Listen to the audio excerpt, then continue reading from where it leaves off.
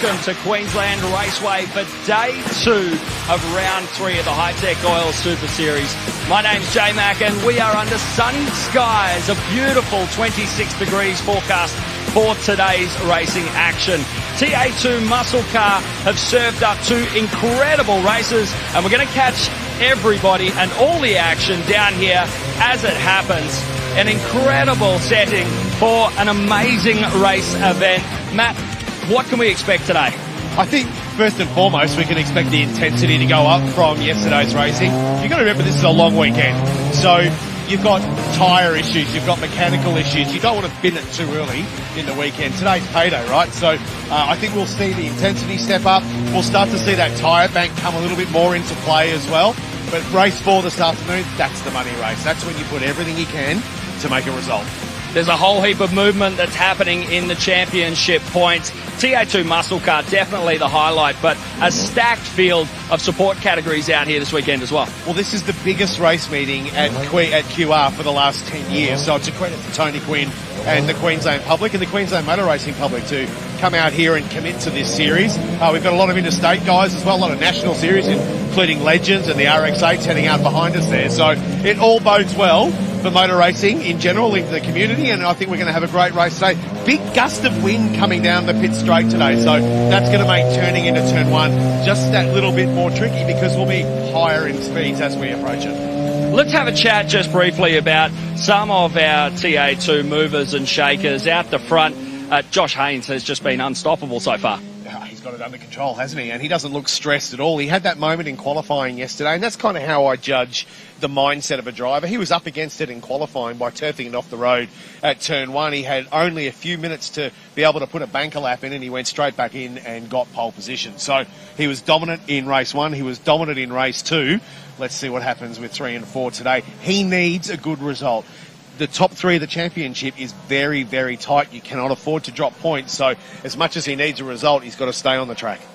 And, of course, running a solid second for the first 2 races, Brad Gardner, he's got a lot to lose if he snaps and gets out of the zone for a moment, doesn't he? Well, Brad Gardner does, because he had a terrible round 1. If you cast your mind back to City Motorsport Park where he had that accident, almost bent the car in half.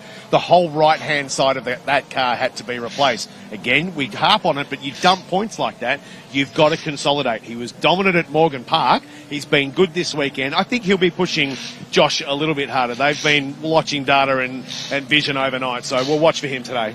Well, we have Formula RX8 rolling and ready to start. It's up to the commentary box with Jamie.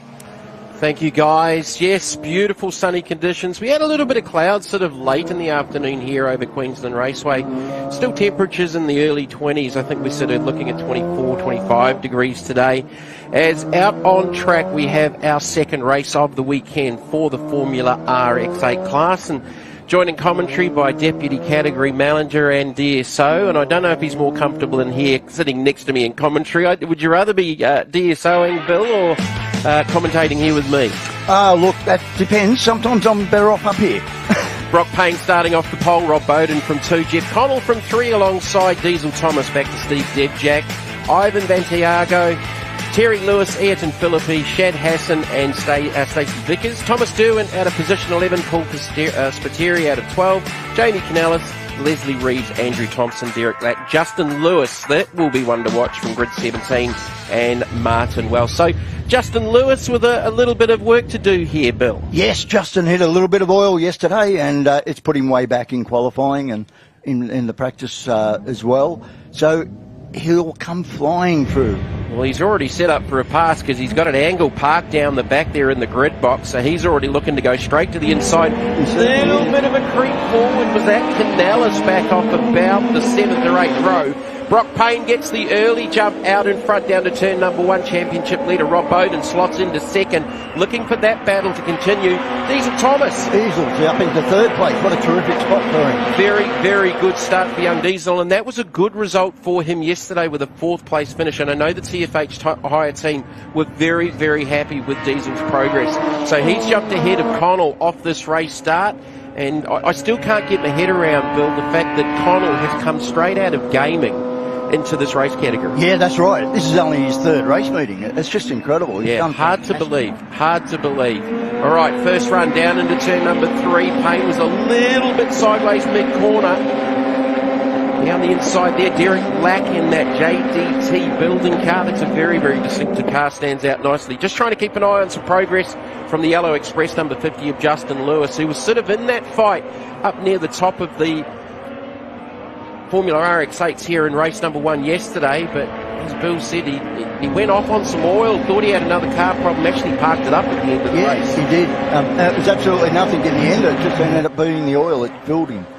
All right, so Bowden applying the pressure. Payne did it pretty easily in race number 1. Absolutely stunning conditions here this morning at Queensland Raceway. The crowd is building. Lots of racing to get through. I think I worked out at the beginning of the weekend I had something like 260 laps to commentate this weekend, Bill. Yeah, you can have that on your own. Steve Jack, he's coming up through the pack as well. Now, Steve's one of these drivers. We talk about Connell having relatively no experience coming out of gaining in just his third ever race meeting. Steve's actually done a lot of racing and has raced in some of the supercar stuff earlier on, going back quite a few years. Yeah, he's got a lot of experience, you know. He's got a very aggressive driving style, but he's very, very fast. Dominated at Morgan Park. Yep, yesterday he had a coil problem, which is what was put him back. Okay. He's changed the coil overnight. Did allude to having some issues in one of the post-race interviews. And he's got more problems now because he's just long shot off the end of the back straight through the gravel and the grass, and that's going to drop Steve Jack right back through the order. Yep. I'm going to unfortunately say that's probably the commentator's curse, Bill, and between us, I'm going to take the blame for that. Oh, that's good, because he'll be chasing me after for it. When you're just about talking about them and they go off track, we will always get the blame. On board with Diesel Thomas, and Thomas, has he got by Bowden? I think he had. No, actually. He's dropped the spot. He's dropped the spot, and I think... So Devjack there, he was never going to get that stopped. No. But up ahead, I'm just trying to see, was it Brock Payne? It might have been Bowden ahead of him, but anyway, Devjack went a long way off track. Very, very deep braking, and it didn't quite go to plan. 46 and the 42, Ayrton Philippi and Thomas Derwin. Yep, Thomas had problems yesterday. He's coming back through as well. That's 9th and 10th. No, I think Thomas was actually relatively happy with where he finished yesterday, but did have some issues. There's that beautifully presented number 69. Yeah, Thomas had to change the gearbox overnight, so they've done that.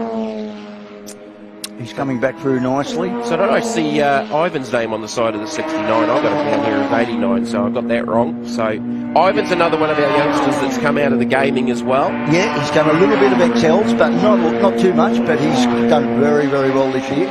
All right, so he's got a battle on his hands there with Terry Lewis, who's also very, very involved in the series. Is he's the technical category manager? Look, he's just technical on everything, Terry. Good or bad? No. Terry's a terrific mechanic, and he's one of the people who leases cars. Well, not too far behind him, I think, is Justin's Terry's brother. Yes, yeah, correct. He's only a couple of spots behind him. So Lewis has gone from like 17th already up into the 8th position. So Justin Lewis well and truly going forward here as we concentrate on this battle for 5th, 6th and 7th with the 69, 29 and the 75. Vanta Giato, Lewis and Hassan. That's not an easy surname to pronounce. That isn't. And Diesel Thomas is still in 3rd place, which is terrific for the young fellow. Yeah, I thought he was immediately behind Payne. That's why I thought initially off the onboard that he was, but no, it is definitely Bowden in front of him. Battles further back. This is 11th, 12th and 13th. So Devjack back in 12th. He's got a battle on there with the 35 of Vickers. And that's very, very distinctive colours. Yep. Beautiful looking car, that one, Stacey's. I think that sort of harks back to some of the early BMW art cars. It does. Yep. Back to his UK roots. Okay. That would explain that. I've seen a similar colour scheme on a BMW in Targa over in New Zealand as well. So, a bit of a common thing. Yep. Now, Diesel's being hammered by Jeff Connell there. Yeah, he's definitely well and truly. So, Connell's actually... This is on board with Connell and Thomas. So it was Connell we were on board before. I got confused with the TF8 sign. That's why on the dashboard. So that is Diesel Thomas just up ahead. So this is for 3rd and 4th. Again, I just really can't get my head around this. Is Connell's third ever race meeting. A little bit of sideways off the exit there for Diesel Thomas in the 23. Teammate Brock Payne still out in front in the 33. He has set the fastest lap of the race with a 125.309.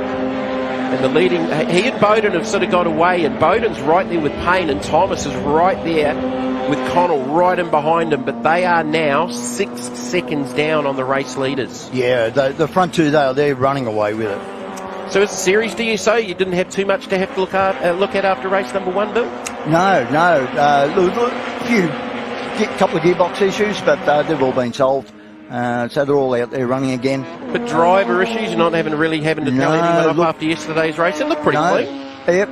We haven't, in the whole series, from race 1 to race 3, we haven't had any yellow flags, no red flags, nothing. Oh, wow. So I've really laid down the law on them. So we're just, if you touch somebody, you get a penalty, you get a grid spot penalty. That's just the basic way we're going to run it, and we're going to run it as a feeder category for some of the better ones.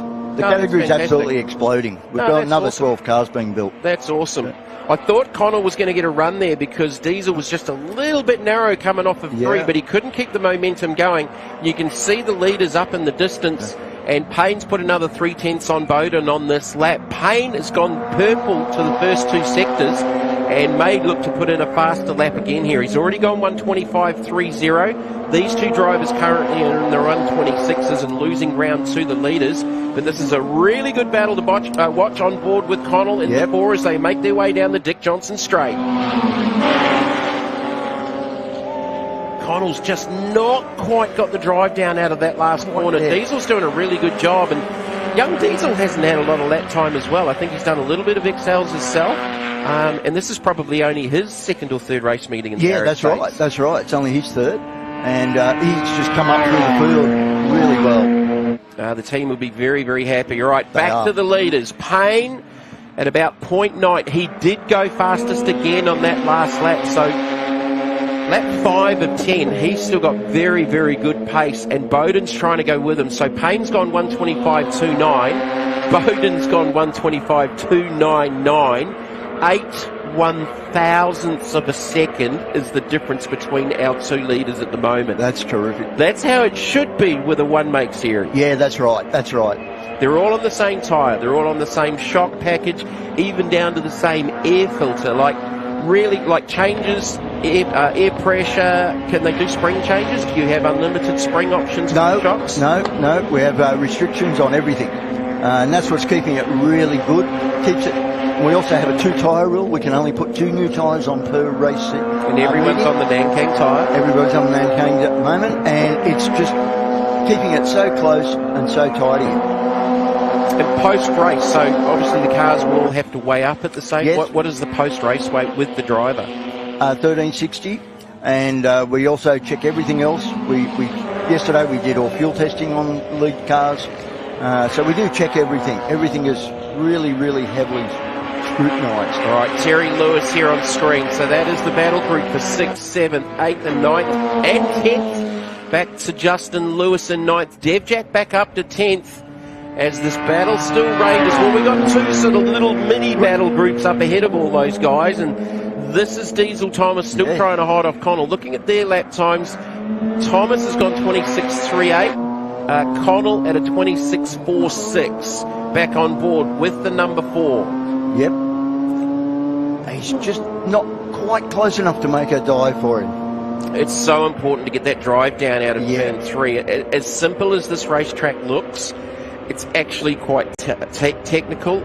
Certainly advantages horsepower, which no one really across this class should have a horsepower advantage. No, the horsepower is so close in all these. So it's driver input, tyre pressures, and just general setup of the car. As Justin Lewis goes by Hassan now, that'll be for the 8th position. So Justin's come from about P17.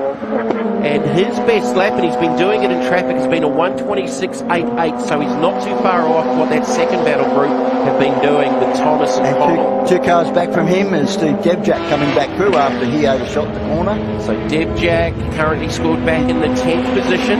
Chasing Chad there. So Payne's still your race leader. Bowden's just done the fastest lap of the race. Just rocked in a 1:24.90, which Payne answered back with a 1:25.07. So again, less than a tenth in outright lap places. Dev Jack goes by the 75, so that'll be for 9th position. And now seeks his attentions onto the back bumper of the Yellow Express number 50 of Justin Lewis. Again, 2 battle groups trying some different lines, getting a little bit of a... Do you get a draft advantage with these cars? Yeah, on this track you definitely would. Definitely. And you need that draft because the horsepower is all that's getting This is on. Bowden is monstering the back of Payne with just a couple of laps left to go here. So Bowden, with some late race pace, applying the pressure to the back of the TFH number 33. Payne pretty much ran away. And here's Bowden down the inside. And gets it done, and gets it done nicely. Payne's going to try. No, he crosses back in and tuck in behind. Nice pass from Bowden. Pass, yes. Very nice pass from Bowden with just 2 laps left to go. New race leader and the championship leader going into round number 3 here at Queensland Raceway. Yes, that's right. Here's Terry Lewis going underneath Thomas Derwent there. Justin Lewis gets another spot, and Terry's just up ahead of him now. So that's 7th, 17th to 7th for Justin Lewis. Still with a couple of laps left to go here. And the next race is a reverse grid. So Payne's got back ahead of Bowden. So that must have been over through 1 and 2. It may have been off the exit of 2. So Payne's managed to get back by him. Bowden slices it up the inside at 3. Payne's going to cross him back over. Fantastic exchange from Payne and Bowden. They've passed each other 3 times and not a single touch over those 3 passes with about a lap and a half. They should take the last lap board this time. Can Payne hold off Bowden? Bowden's trying for a wider line. Well, they can afford to race each other now because the gap back to Diesel Thomas and Jeff Connell is 11, nearly 12 seconds. So they can afford to have a battle here and tie each other up because they're not going to have anyone chase them down and get to the party. So we go back on board here with Connell. Diesel Thomas still up ahead. You can just, he's wide. Hang on, and Connell did the, you went wide, I'm going to follow you sort of deal. Bit of a mirror adjustment there from Connell. So Diesel went off first and sort of Connell almost went off in sympathy, just trying to, that's how close he was to him. That's going to cost them both some time as the last lap board is out on the racetrack. Payne looking to hold off Bowden. Bowden trying to get back in front in this battle for 3rd and 4th. Diesel Thomas a little advantage now by a couple of car lengths over Connell. Payne sideways through 2. Has just dropped off Bowden by a touch. Yeah, Bowden will have to pull out something special here, I think. Bowden's lost about 6 car lengths. He did lead a couple of times, but Payne managed to get back. Payne just about did not get that stop to turn to 3. I don't know if it's hurt him on the exit. Bowden, he's trying to stay with him. Just a couple of corners left to go here at Queensland Raceway for an entertaining race 2 for the Formula RX8s. Payne needs to get these last 2 corners right. Bowden is closing. Will it give him an opportunity under brakes into turn 6? He's not close enough at the moment. Payne with very, very good drive down out of turn 5. 4 and 5, arguably 2 of the most critical corners here at Queensland Raceway. Bowden trying hard under brakes, trying to force Payne into a mistake, which doesn't happen very often. No, Brock's very, very good as far as that goes. So Payne's going to go 2 for 30. They're already celebrating down to the line. Payne, 2 wins from 2 starts. Bowden a fighting 2nd. And look at this young Diesel Thomas. Young Diesel's coming in 3rd. He should hold on to 3rd here. I don't think Connell's going to get a run. Doesn't look like. And it'll be a TFH high, 1 and 3. The team will be very, very happy with that. And here we go. Dev Jack going around the outside. Dev Jack and the 46 of Philippine. Anton. So Fanta Giato will be 5th. Yep. Lewis, Justin Lewis up to 6th from grid 17. Managed to get by Terry at the line. Terry Lewis in 7th. That wasn't a bad race, Bill. Mate, that was a terrific race. Typical RX8 race. No touching, no incident. Well, it makes your job easy as the DSO. You won't have any had to do after that one. No. Brock Payne with the victory. Rob Bowden in 2nd from Diesel Thomas. Jeff Connell Ivan Vantagiato, Justin Lewis, Terry Lewis, a storming drive from Justin Lewis, Thomas Derwin, Addison Philippi, Steve Deck Jack 10th after going off, Shad Hassan, Jamie Canellis, Paul Spiteri, Andrew Thompson, Stacey Vickers, Leslie Reeves and Derek Lack with Martin Welsh. I think Martin Welsh may not have made the start in that one. Let's have a look at the Hi-Tec highlights. What a race this was. Absolutely stunning conditions here this morning at Queensland Raceway. You wouldn't believe here on Friday morning at about this time we actually had quite a bit of fog that actually delayed the start to the weekend and practice. Put us a little bit behind schedule, but you just about couldn't get better conditions here for the opener for RX8. Steve Devjack didn't quite get it right into turn 3. When slicing up the inside, just got the braking marker a little bit wrong, and that's what happens when you get it wrong off the end of the big back straight here at Queensland Raceway. You end up in the gravel or the grass, and that's exactly where Devjack went. The whole race, Diesel Thomas and Jeff Connell went at it. Connell just didn't have enough exit speed to really force the issue, and Diesel did a very, very good job to hold on to that position because he was under pressure pretty much the whole race distance, and likewise out in front between Payne and Bowden. Towards the end of it, both of the 3rd and 4th place runners went off. Diesel went off first and Connell sort of went off in sympathy, which tends to happen when someone in close context goes off like that. Bowden and Payne, well, Bowden, I thought he'd got this done, but it allowed Payne to get back up the inside with the crossover, and that was pretty much all she wrote. Payne would take it down to the line and take the victory, but such an entertaining race from our Formula RX8. Bowden trying to force Payne into a mistake into the last corner. It definitely did not happen. And Brock Payne taking his 2nd win for the weekend in Formula RX8.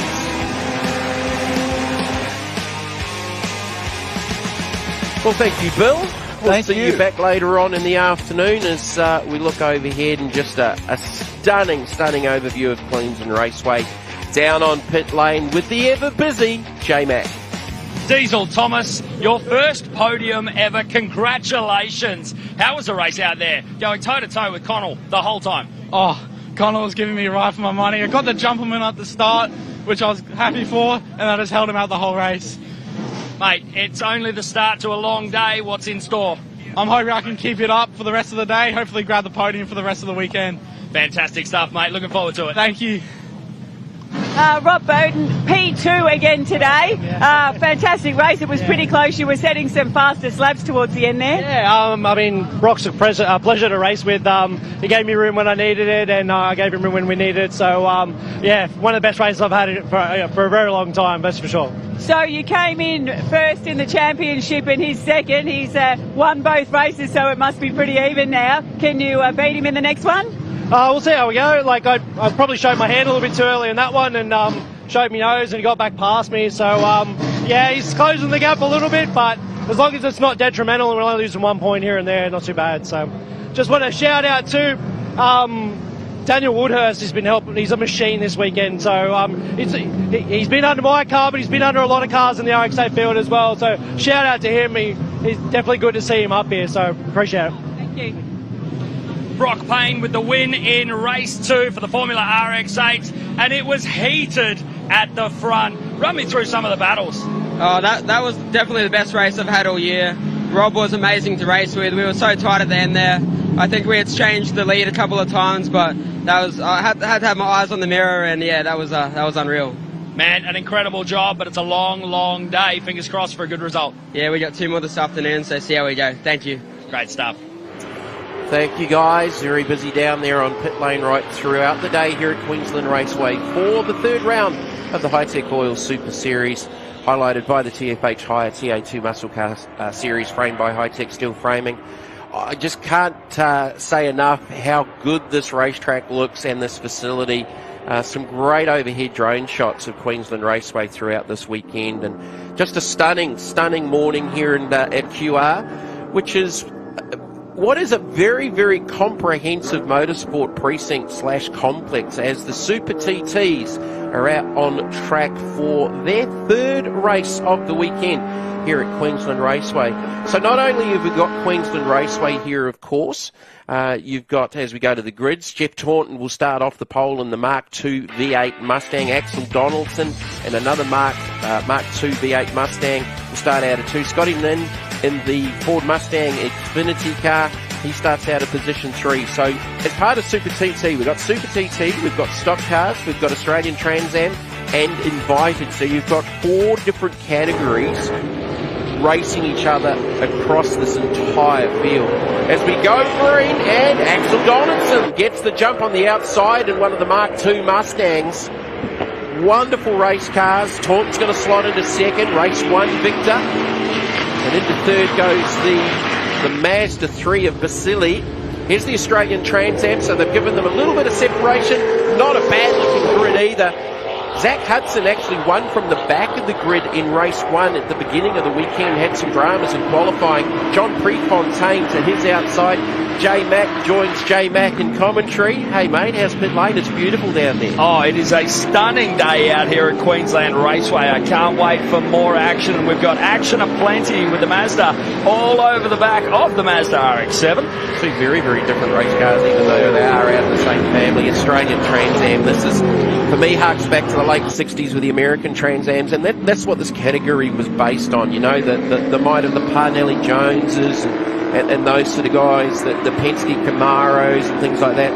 Parnelli Jones has only just recently passed away, an absolute legend of world and American motorsport, but he made his name in the American Trans Am class. So as we said, J-Mac, we've got the Super TTs, which are a mainstay class out of the Hi-Tec Oil Super Series. On board here with Michael Ricketts, and we talked about it yesterday. Ricketts travelled something like 20,000 kilometres last year, racing at every event from down south in Victoria all the way up to the Northern Territory in Darwin, as he gets blasted past by one of the TA2 Spec Dodge Challengers. You got Dan Natoli out there in the Audi TT, who's doing double duty this weekend across the Queensland Production Racing Series and Super TT, because he actually contested Super TT down in Sydney, so he was leading the points, thought he'd have to give both a crack. Commitment to the front. Now we talk about motor racing drivers' names, and we've got Axel Donaldson leading out front in the Mustang. That's not a bad one. For me, like being a Kiwi, Chris Vanderdrift, a wonderful motor racing driver. For the Americans, you got guys like Lake Speed and some pretty cool motor racing names. Where would you see an Xfinity Mustang and a Mazda 3 going at it on a racetrack at the same place? Look, let's be honest, it's not just a Mazda 3, it's a Mark car, and that thing is on the hustle. So they're the predecessor to the Mark II Mustangs. So there was the Ford Focus bodies, as the 21's having some issues parked up on the side of the track. That should be Kiara Zavatakis, the Mitsubishi Evo 7. But the Mark II Mustang, so the Focus and the Mazda 3 were the predecessors to these cars. So they're LS3 Chef powered, space frame, built here in Brisbane. There's a lot of them around the country now, and it's fantastic to see them here as part of the Super TTs. As we go back on board the screaming Nissan of Michael Ricketts. Listen to that thing hustle. And some serious history out there leading that little battle pack. That should be Elwyn out there in Elwyn Bishop and the Plymouth Dusty, and the purple car behind them is a 2-door Falcon, a 2-door, which was, I think, South African sort of bred. I don't know how many of the 2-doors here in Australia were standard factory cars, not many, so it's actually quite a rare car. I'll take your word for it. The door's open on the number 21 Lancer there. That may bring out the safety car if that's the case, and it has. Yeah. Less than ideal situation out there, but it is so incredible to see just a wide variety. This is like something from a video game for me. Well, there's 30 plus cars out there across 4 categories, so we're going to try and figure out who's leading each category. All right, here's a replay. So the Dodge has gone up the inside, so yeah, the Mitsubishi's already slowing on the outside, so it's a mechanical issue of some kind. And Kiara's just pulled it off to the side of the track. As dry as it looks, we're not sort of in the middle of the year here, well, early in the year when it's really, really super dry and the cars go off, you do run the risk of the grass catching fire. Yeah. So that's definitely mindful. Definitely looking a little bit greener out there. So Kiara's out of the car. That will be a retrieval and a safety car with Super TT. So, just trying to figure out where everyone is at the moment. So with the invited classes, Donaldson will be leading overall. The stock cars, Super TT, it'll be Saint in the RX-7. Stock cars Australia, it'll be the number 7 of Burgess. And for Australian Trans Am, who will be there? No, Brent Edwards is in Super TT. It'll be Zach Hudson in the number 65 Ford Mustang leading the Australian Trans Am class. So we're looking back on board with the Hyundai safety car. Being a Kiwi, mate, we got brought up on the Hyundai, which is the correct pronunciation. Oh, I was always Hyundai. Hyundai? Hyundai. Hyundai. Okay. Yeah. Break it up into 3 syllables and really accent that Hyundai. Well, the New Zealand version, as I said, was Hyundai, and that was going back to, you know, some of the early days of New Zealand rallying and things like that. We won't even go into what how it's actually pronounced.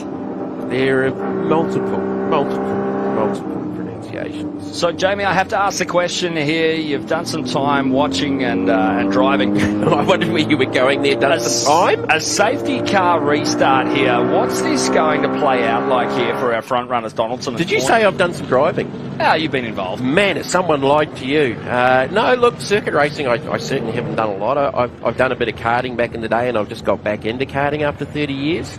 I'm a better commentator than I am a racer, mate. Get back on subject. I have seen a lot of racing. So what was the question off the back of the safety car? So our Hyundai safety car is going to pull off into the pits. What's the process here for these guys to ensure that they get the best start getting back underway? Well, as you see, you'll see them moving around and weaving and warming up and keeping tyre temperature up, all right? They'll be on the brakes and that as well, because you generate tyre temperature with the brake rate of heat too.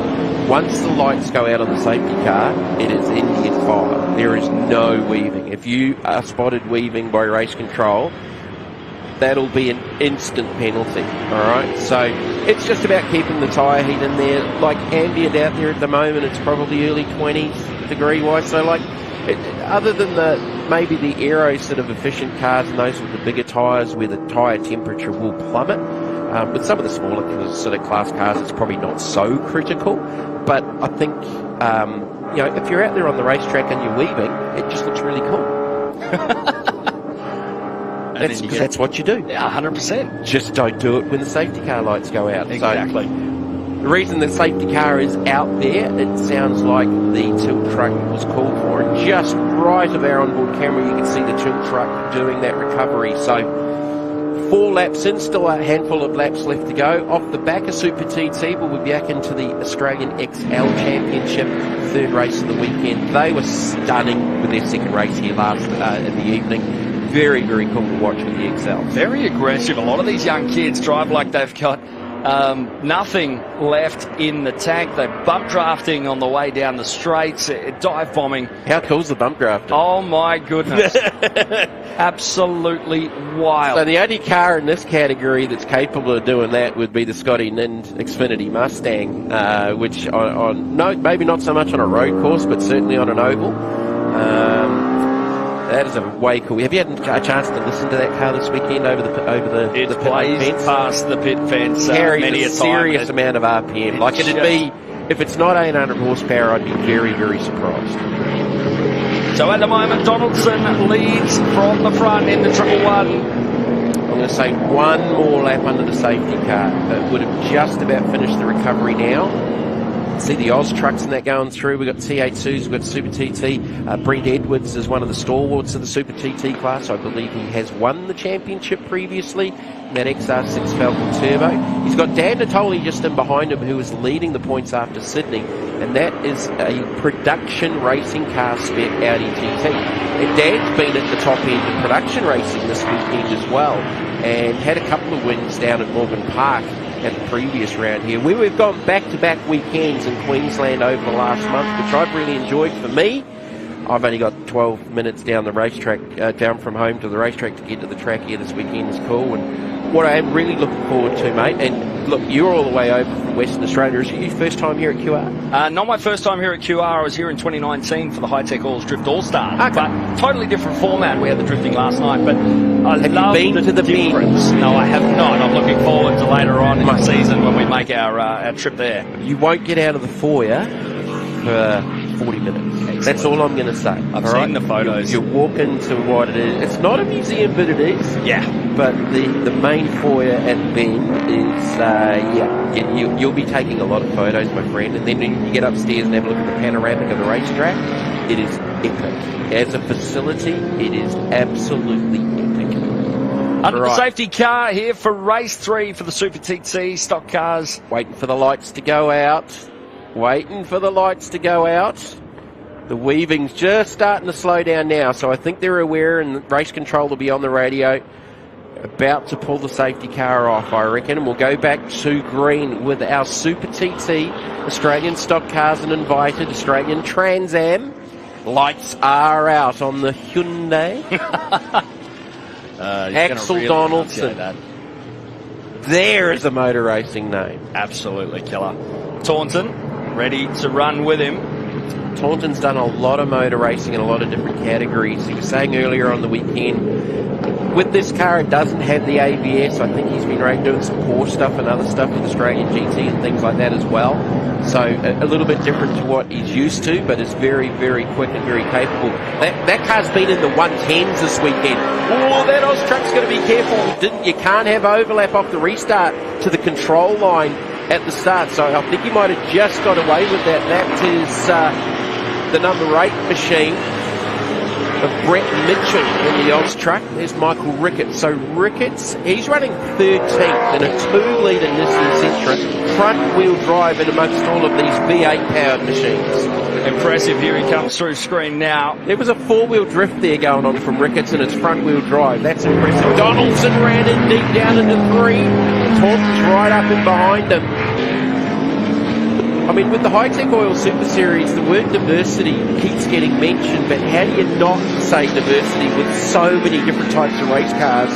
As you see Dan Natoli go by Brent Edwards in the Big Falcon with a 5-speed manual gear shift Audi TT 5-cylinder turbo. That's impressive. That's not even a pedal shift. Wheels off for a moment there. And that's a part of the track where you really don't want to do that, because those sawtooth curves are really, really vicious. We've seen that with some of the encores throughout the weekend. Couple of laps left to go here at Queensland Raceway. It is on. Out in front with the 2 Mark II Mark Mustangs. They are a spectacular looking race car. Under 0.2 of a second.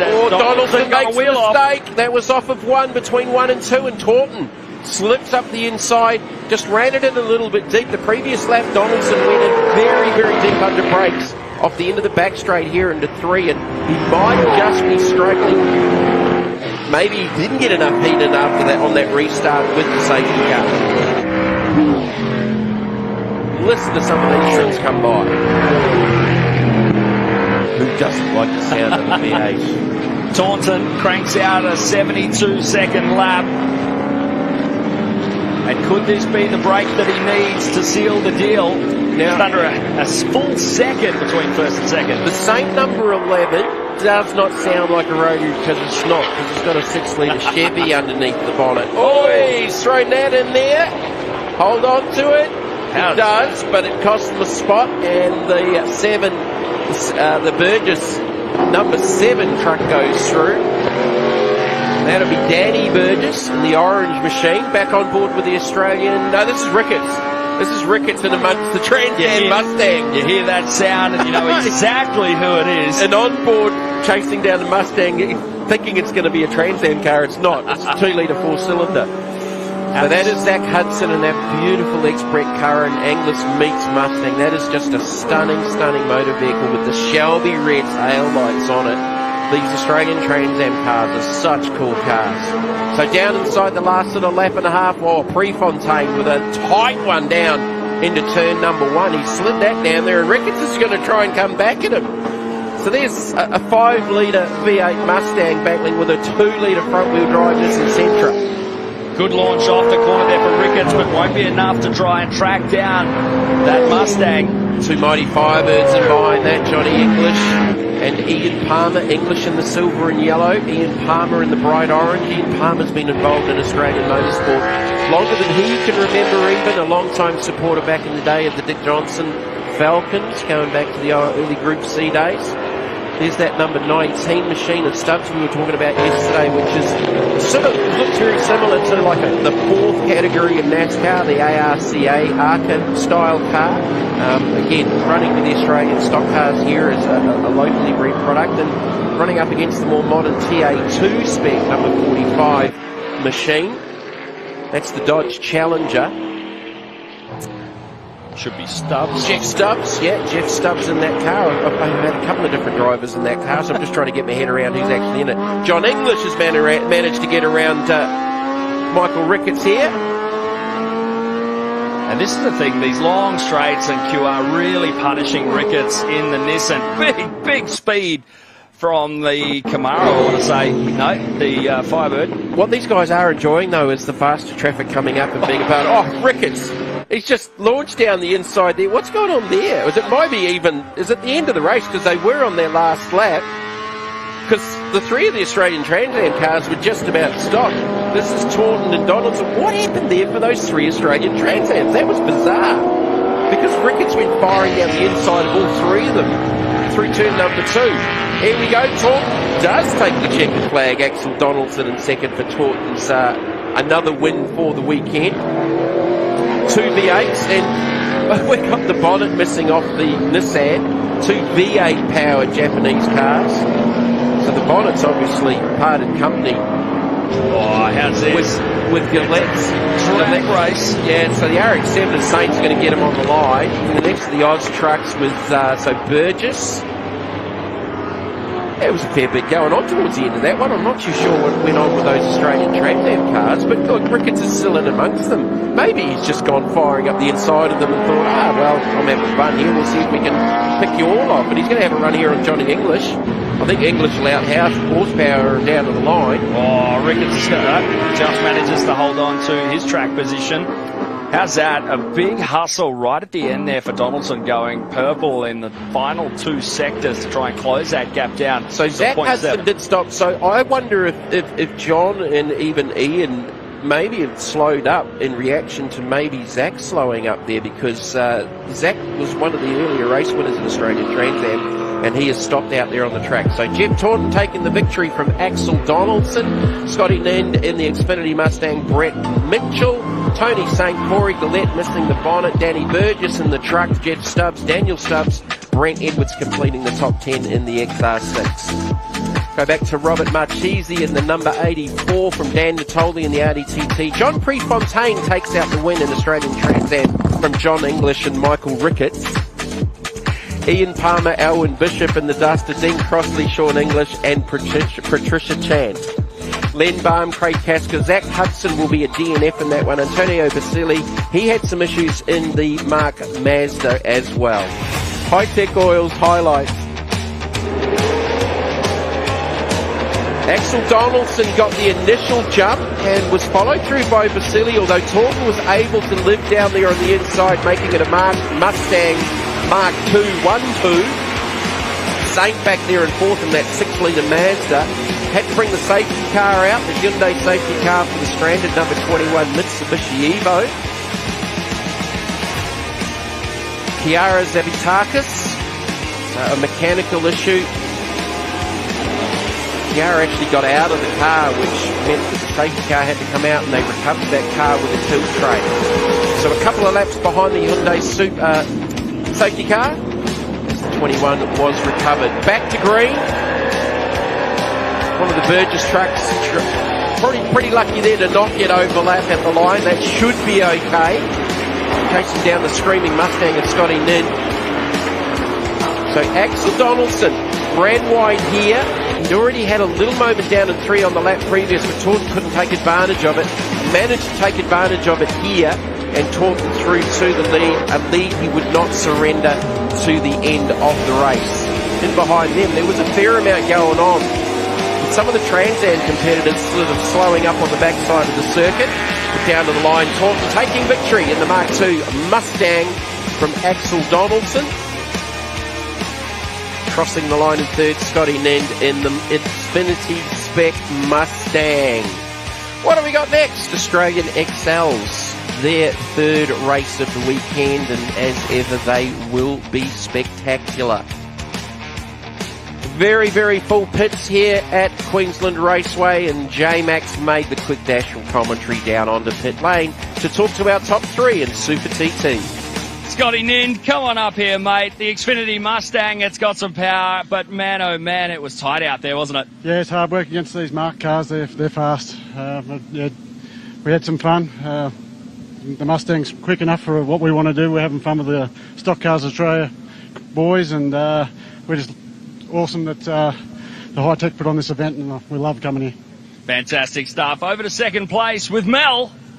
Axel, 2 for 2 so far. Can you bring it to him in the next one? Definitely. No, he's easy to catch. I just can't get past him, and then I made a mistake when I was in front then, and he made work of it. So it was good to see him, and he's a great racer, and so's the rest of the bunch we're racing with are fantastic. It's awesome to see. I just want to say hello to Ellie, that she's my granddaughter. She's got an ear infection. Hey. So your ploy to food poison him last night to try and get an edge today obviously hasn't worked? No, it is. It will work. It's probably about an hour away. Okay, we look forward to race 3 then. Cheers. Appreciate it. Here with our race winner, congratulations. Man, muscling this thing around. You guys were at times less than a half a second apart, managed to get the pass. Yeah, we were having a bit of a play. Yesterday we got to do a lot of testing.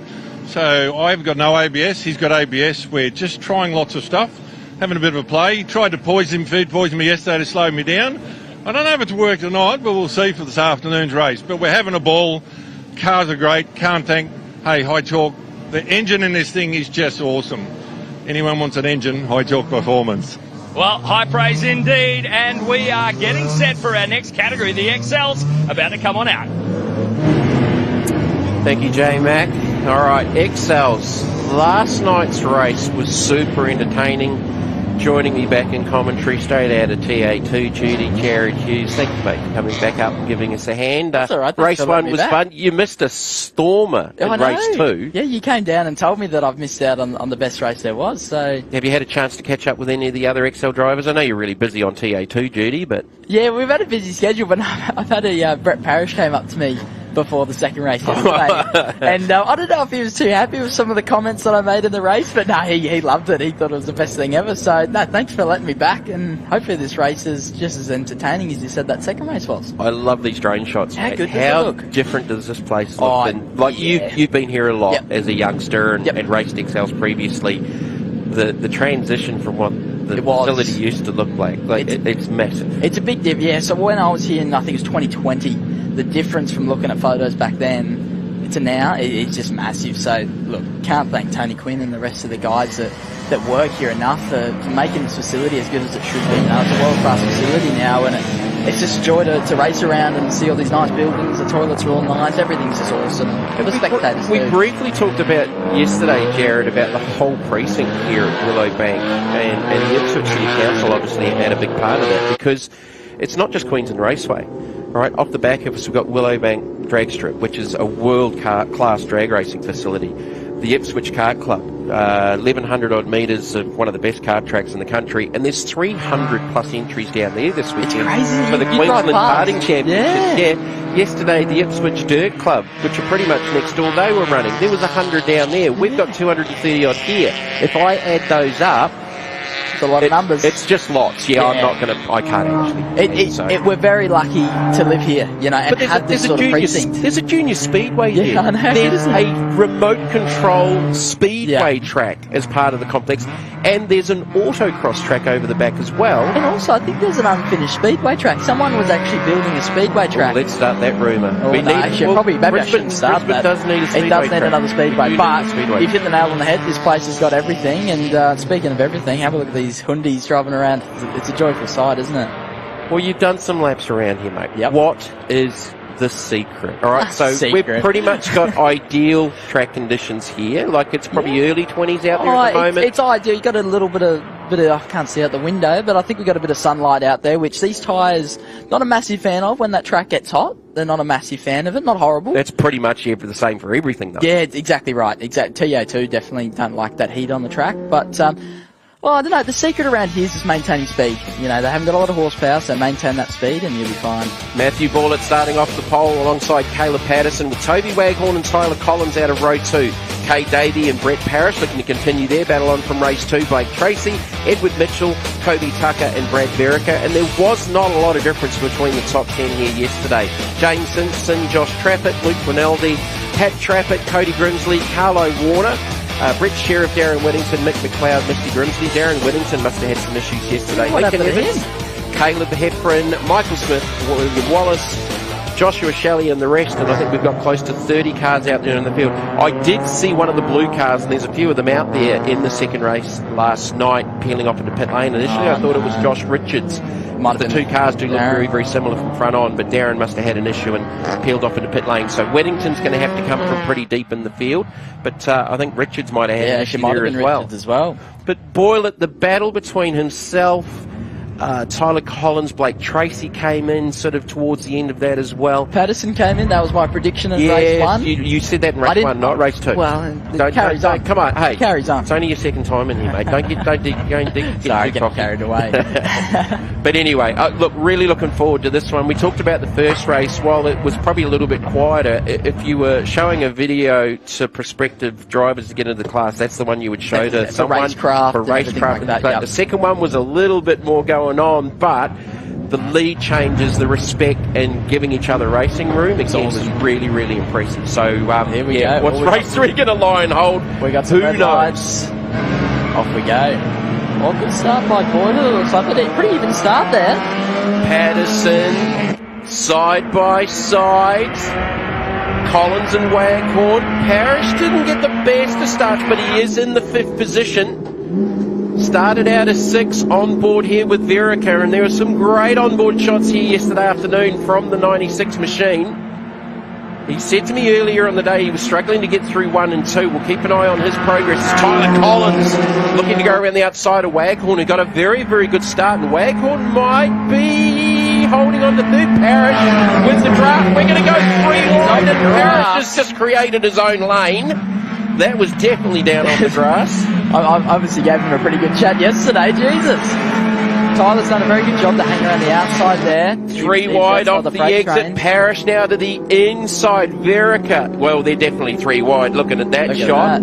Who's going to concede first down in Tyler Wayne? Oh, he did concede. Never mind. I thought he would have stayed there for sure. Got a bit of smoke at the back there. Might be okay. The reigning number 1 has got shuffled back to about he's on the curb 7th. He's over the curbs. Oh, he's done a good job to hang on to that. Over the curbs. Verica's got Tucker to his outside in the 3, one of the 2 SB Tools cars.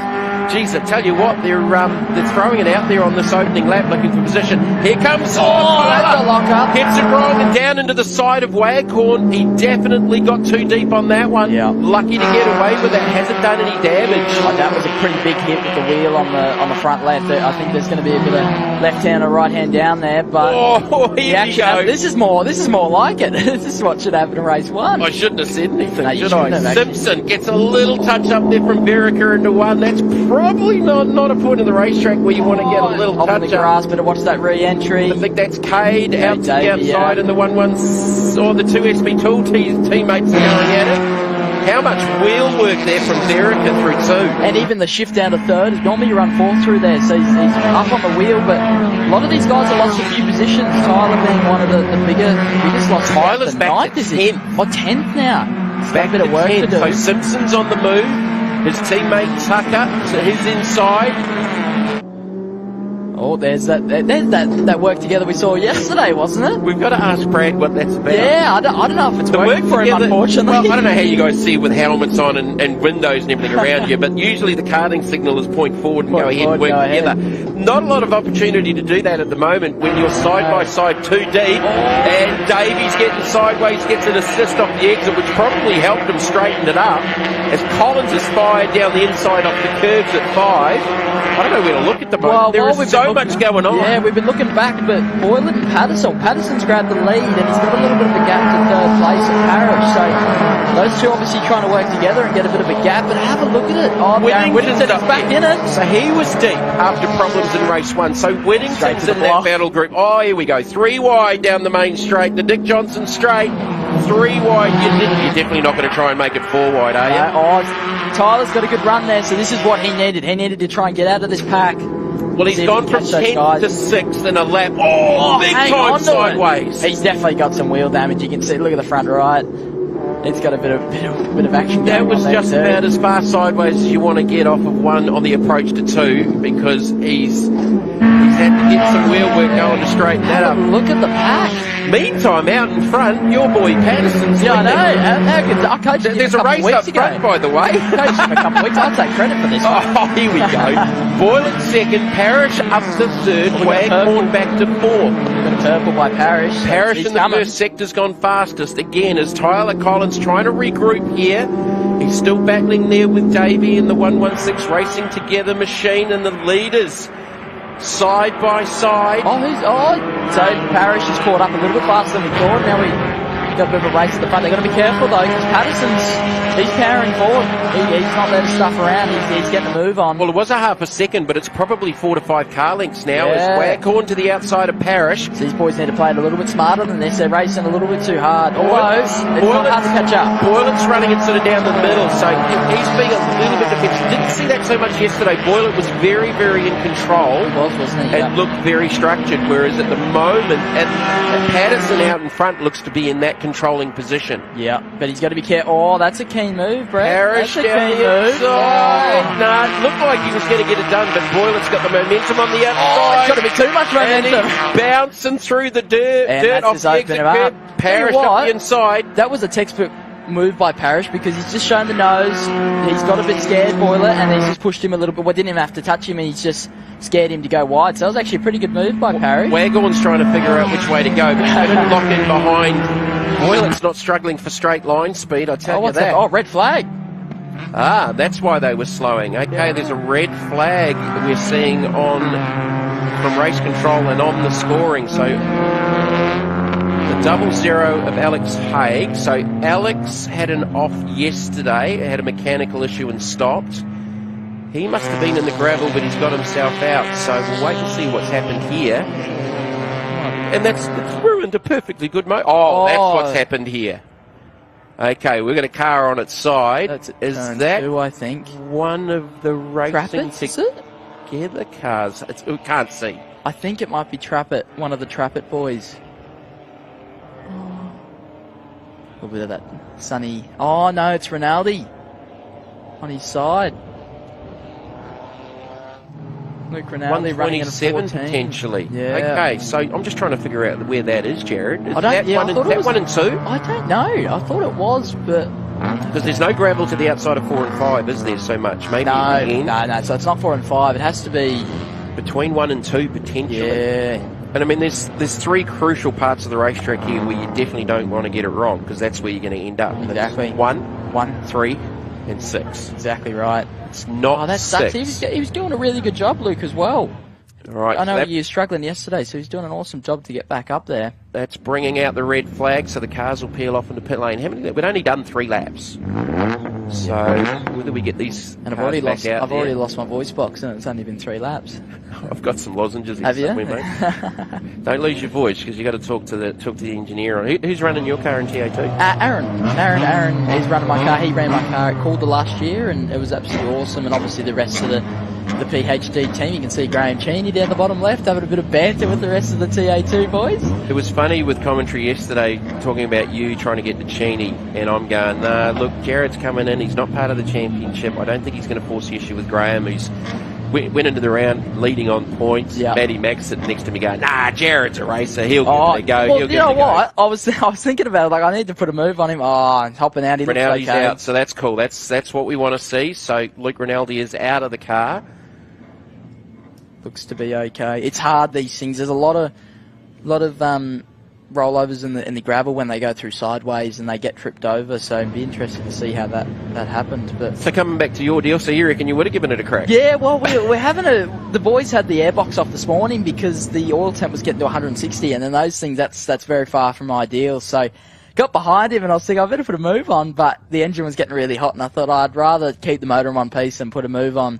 So you had Russell Wright behind you, and he's tell you what, he was wheeling it. He was 2/10 quicker than you and Graham. Oh, don't tell me that. An outright lap speed. No, I don't think Just so. didn't have track position. Yeah. And he's 72 years of old age. How are you? Just want to remind me of 19. Just want to remind me of that, don't you? Experience, eh? No, he was doing an amazing job. Oh, Rusty's faster. He had 2/10 on you, and he was going, do I have a go? Yeah, do I have Jared a go? going to have a go? Do I pick my fire? Yeah. He put a move. He tried to put a move on me. I'm like, I can't let this slide. And then I had to come off the brake and get back on. But no, I saw him in the mirror. I was like, oh, he's doing a really, really good job. But he's been in these cars for a long time, and he knows how to wheel these things. He does an absolutely amazing job. Well, that's what we've got to think about with you. It's only your second race meeting in a TA2. And I know you've now got Super 2 experience and things like that, but like making that step, karts, excels to these style of cars, Super 2 and Trans Ams must be very, very different. Well, Super 2 and this thing is completely different. They're two different ball games. And Super 2, you want to drive it straight. If you're drifting, you don't want to let the tyres slide.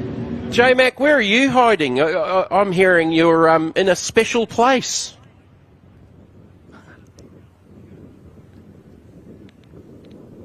Well, he was. He was in a special plot. There he is. All right, Luke Rinaldi's getting towed out of the gravel trap. So I think that is between 1 and 2. Yeah, Jared. I think it is, yeah. So, and he's a long way off where it's ended up on its side, you can see it. You can see the marks to the gravel, so it's gone through on its side. So something's... You can actually see the bounce mark where there's a gap in the gravel. We have got J-Mac this time, mate. Where are you hiding? When driver performance is measured in hundredths of a second, it's important to try and do everything you can to improve, and that's where the Focus Driver Centre here at Queensland Raceway comes into action. Let's go on a quick tour. This place is amazing. Let's come on in. At the moment, this is their full simulator here for GT cars. Brad Gartner in there throwing down some hot laps, getting a bit of practice in. And how cool is this? In a replica cockpit. It's adjustable for both left and right-hand drive, of course. Brad running in the TA2 Muscle Car Series, opting for the left-hand drive. And we'll have a chat with Ollie from Focus Driver Performance.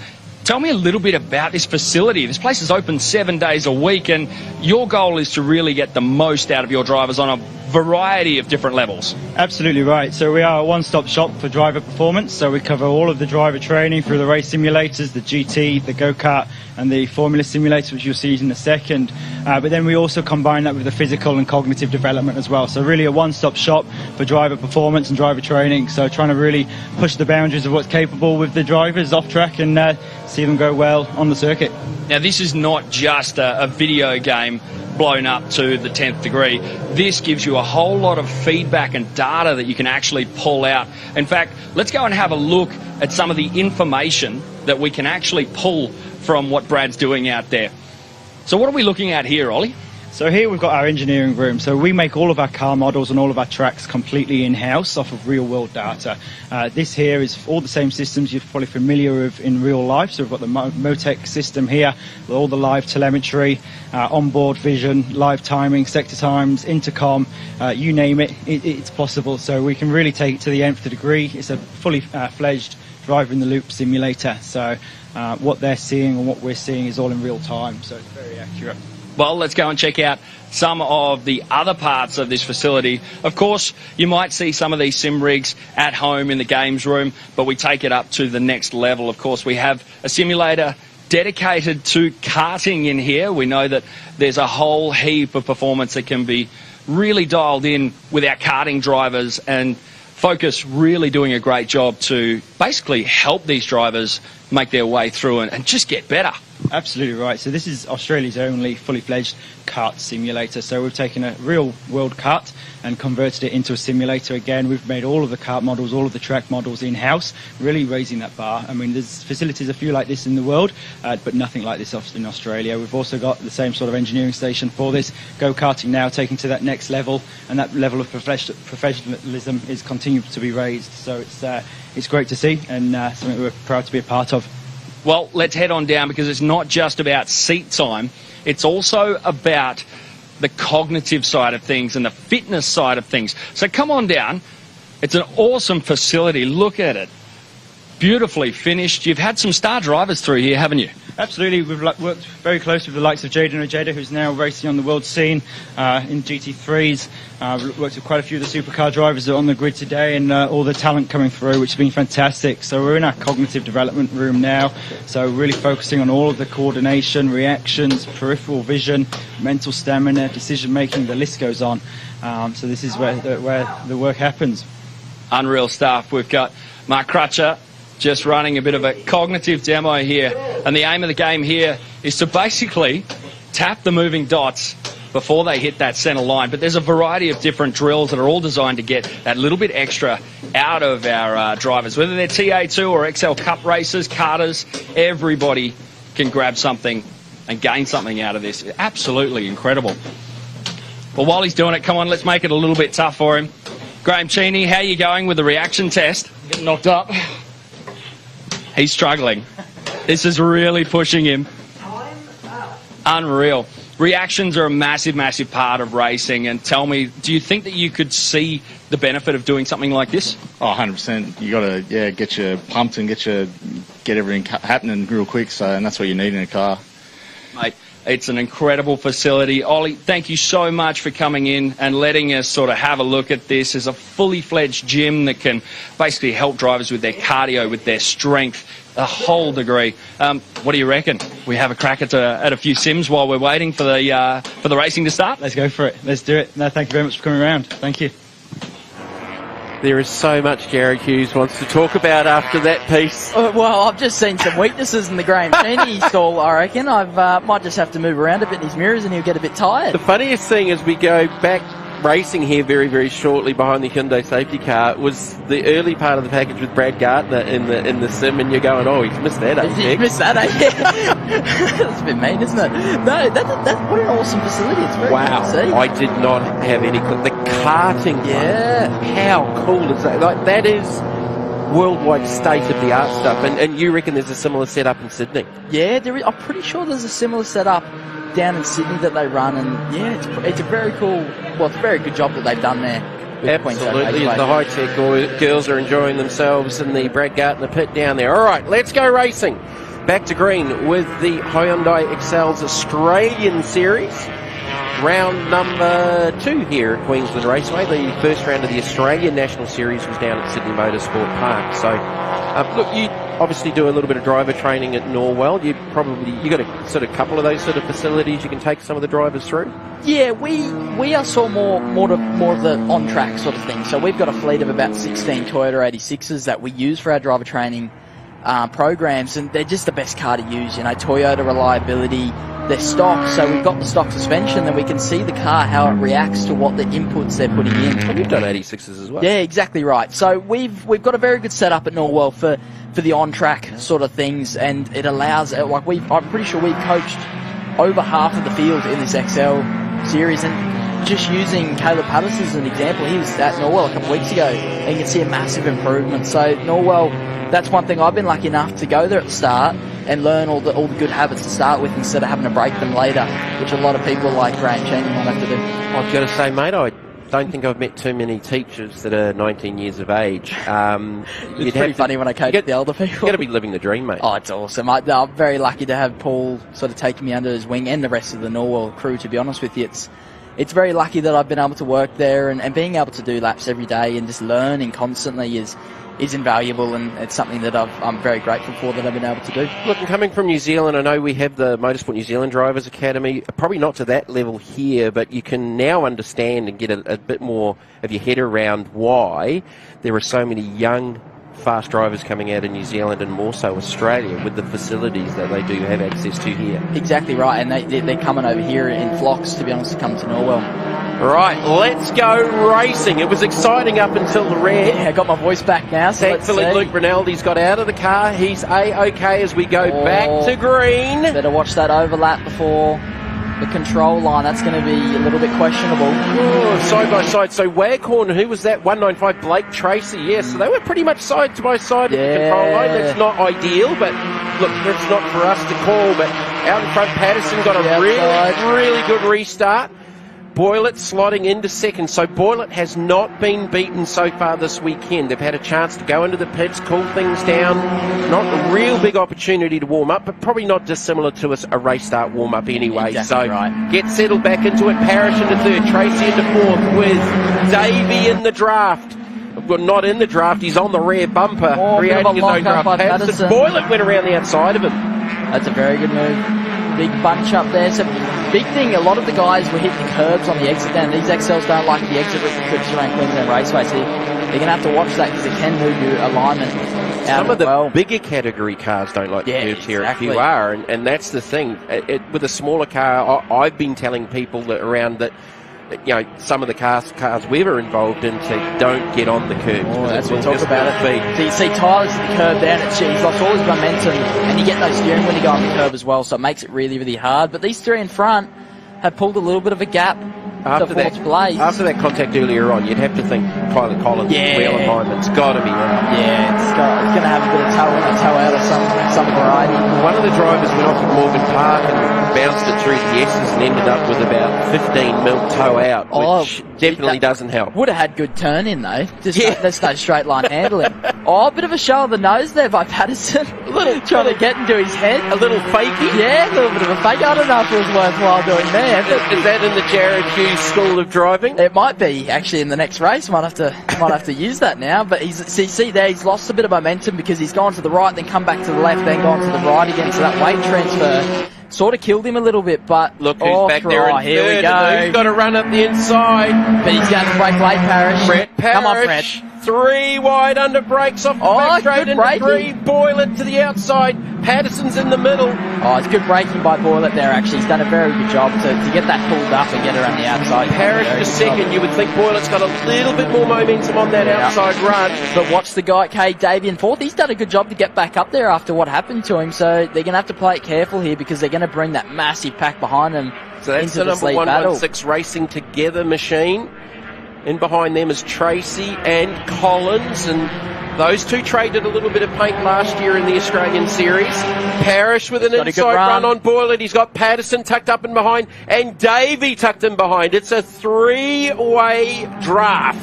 Pull it up, Ray. He's going to have a bit more speed than normal. Boylett, he's done a good job. Boylett around the outside. Parrish could lead this one at the line with just a couple of laps left to go. Very, very narrow off the exit. He's sort of washed off a bit of speed there because he's held it so tight, but he's still got the speed to keep up next to him. I thought Boylett might take advantage of the draft, but he actually got away from Patterson. Yeah. Parrish trying to live there on the inside. Boylett to the outside. This is hold your breath stuff. Patterson. Which one do you choose, inside or outside? He was trying to figure out where to go with that one, and Davies poked his nose up the inside. We're going side by side, 3, 4 deep. I reckon the inside's going to be the gate. But Boylett's had some really good braking capability, so Patterson's gone with him. Patterson's gone with him. Damien, we've gone 4 wide. Okay, officially 4 wide at QR. That's normal, isn't it? 3. That's deep. Davey pulled it up. He did. That was close. Just the lightest of touches into the rear quarter, but Boylett comes out of it.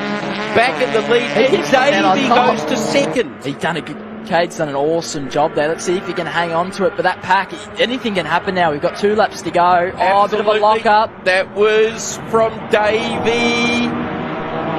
Patterson inside, so Parrish has gone from the lead to 4. Verrick is in there in the 96. Tracy to his outside. Darren Whittington's come up a few positions into 10th now. Actually, Whittington a bit not further too back. far behind this battle into 10. Good move. Davey to the inside. It's pop the indicator light out of the left front. A bit of lightweight strategy, that's fine. Last lap board is Darren's Whittington. gone. Whittington off in the background. That's commentator's curse. In turn number 6. Oh, that's the checkered flag. Who got it? Boylan. How much? Oh, look at that. 4/10,000th of a second, or in 19-year-old term, 0.004. Boylan got the third win of the weekend. Davey by 4/10,000ths of a second. That is so close. So they've pulled that one short. I was looking at the score and they still had one to go by the looks of it. I was going for the last lap, but wow, what Patterson in third, Parrish fourth. He led on the last lap. Oh, Whittington's got a whole heap of drama going on pit lane. That's why he peeled off into the pits. Probably a good reason to pull off, isn't it? Yeah. Dude, that's crazy. So that just goes to show, what have we got there? Now, has Blake Tracy a 5-second may have a 5-second time penalty. We thought it might have been a bit close with that start off the restart with overlap. Oh, you're right. Actually, it was. Yeah, that might be what that is. That's just popped up on the scoring. Wow. Hey, that was a bit more going on in race one. You've definitely come up with the goods there. Matthew Boylan. Look at that number. Look at the gap. Look at that number. 0.004 of a second. Kate Davey, his best result of the weekend. Caleb Patterson in third, Brett Parrish fourth, followed by Toby Waghorn, Brad Verica, Blake Tracy, Tyler Collins, James Simpson and Kobe Tucker. Go back to Edward Mitchell in 11th. Tracy will go back to 12th with that 5-second penalty. Carlo Warner in 13th, Mick McLeod, Misty Grimsley, Josh Trappett, Michael Smith, Pat Trappett, Lincoln Evans and Caleb Heffron. Mel, down on pit lane while I catch my breath. Well, Darren Whittington, nobody ever wants to see this happening to a car. What's happened? The 333's just been put out in flames. Yeah, not sure, Mel. You're still my favourite Castrol Cougar, eh? We won't forget those days.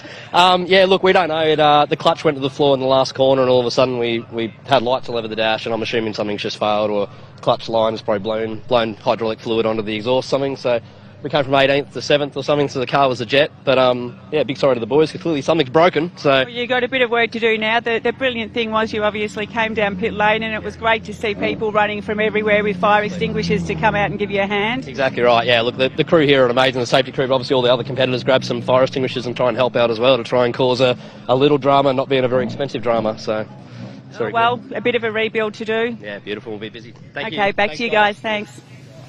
Well, I am down here at the TA2 muscle car driver signing. Come on, people. Let's come in and have a chat. I'm going to get a couple of posters, take them home with me. Check this out. Welcome to the Thunder Zone. We've got Hayden Jackson out here, Tommy Heyman, Russell Wright, Gartner's here, Haynes is here. How's this? Yeah. Can you make this one out to my wife, Zoe? Yeah? Yeah, to Zoe. Perfect. Awesome stuff. No, you can't have a phone number. This is happening right here in the pits, right next to the cafe. So cruise on down here, people. This is your chance. Meet the drivers. And how cool is it? Let's get in nice and close. Tommy Heyman, these guys have had a massive night on the tools. We've got Russell here. He likes to give the young guns a bit of a spanking every now and then. Brad Gartner, he's got 2 consistent top 2 finishes for the event. Joshy Haynes looking for that. Oh, how big is that one, mate? Oh, yeah. Pro style. Looking to try and take that clean sweep. So this one, hey, Zoe, my love, this one's for you. This is coming home in the backpack. It might look a little bit worse for wear by the time it gets to you. But all of our TA2 drivers down here. In the meantime, the action continues here at Queensland Raceway. These guys are going to start getting some signatures and then get set up for their race 3. Yeah, Jared Hughes might be a little bit late down into the signing session as we go to the Hi-Tec Oils highlights, and there was a bunch of them in the XL Australian Series Round 2. Some amazing, amazing racing, and literally we didn't know who was going to win until the end, because from probably first to 8th, any one of that bunch could have won. Some spectacular shots from our onboard camera with Brad Verica. Brad Parrish managed to lead it. He got shuffled back to 3rd. Tyler Collins with a big moment there battling with Waghorn. There was some contact between them, and then Blake Tracy and Tyler Collins, they had an exchange off the exit of 6th down onto the Dick Johnson straight. as Verica had his hands full in behind Simpson in the SP Tools 2. There was a little bit of contact down there into turn number 1. As Kay Davey went off track, he would be in the mix at the end of the race as the 2 SP Tool drivers went side by side for position. It looked like Patterson had got a little bit of a jump. Boylet running off track there, and Parrish got an inside run. Then we had the red flag as Luke Rinaldi ended up on his side, I believe, in between 1 and 2 here at QR. Back to the restart, and the action did not stop. Brett Parrish trying to get an advantage there as Patterson led away, chased by Boylet. They went 3 wide. They went 4 wide down the approach off the back straight to turn number 6. And any one of this group of cars could win the race at the end. It was that close. Some sensational racing from our XL drivers. Kay Davey, he would actually lead here with a nice pass on Boylet just for a wee moment. And down to the line, it was that close. This close. Checkered flag Boylet by 0.0004. You can't get any closer than that. Down onto pit lane with our top 3 in XLs with Mel Price. Okay, Caleb Patterson, you were leading that race, and we've had red flags, we've had fires and everything. Probably didn't work in your favour and ended up P3? Yeah, not really. It was still good to finish on the podium. We led pretty much all of the race up until the red flag, and we had a really big gap, so we were thinking like we were going to win the race until the red flag came out, but that's racing and can't do much about it, and we'll try again in the next one. Yeah, super exciting race. You've got another one to go though, so hopefully we'll see you further up. Yeah, well, we're starting up the front, so that's a good thing. At least we're not back down the field, so we can push on and try for another podium spot in the next one. Thank you.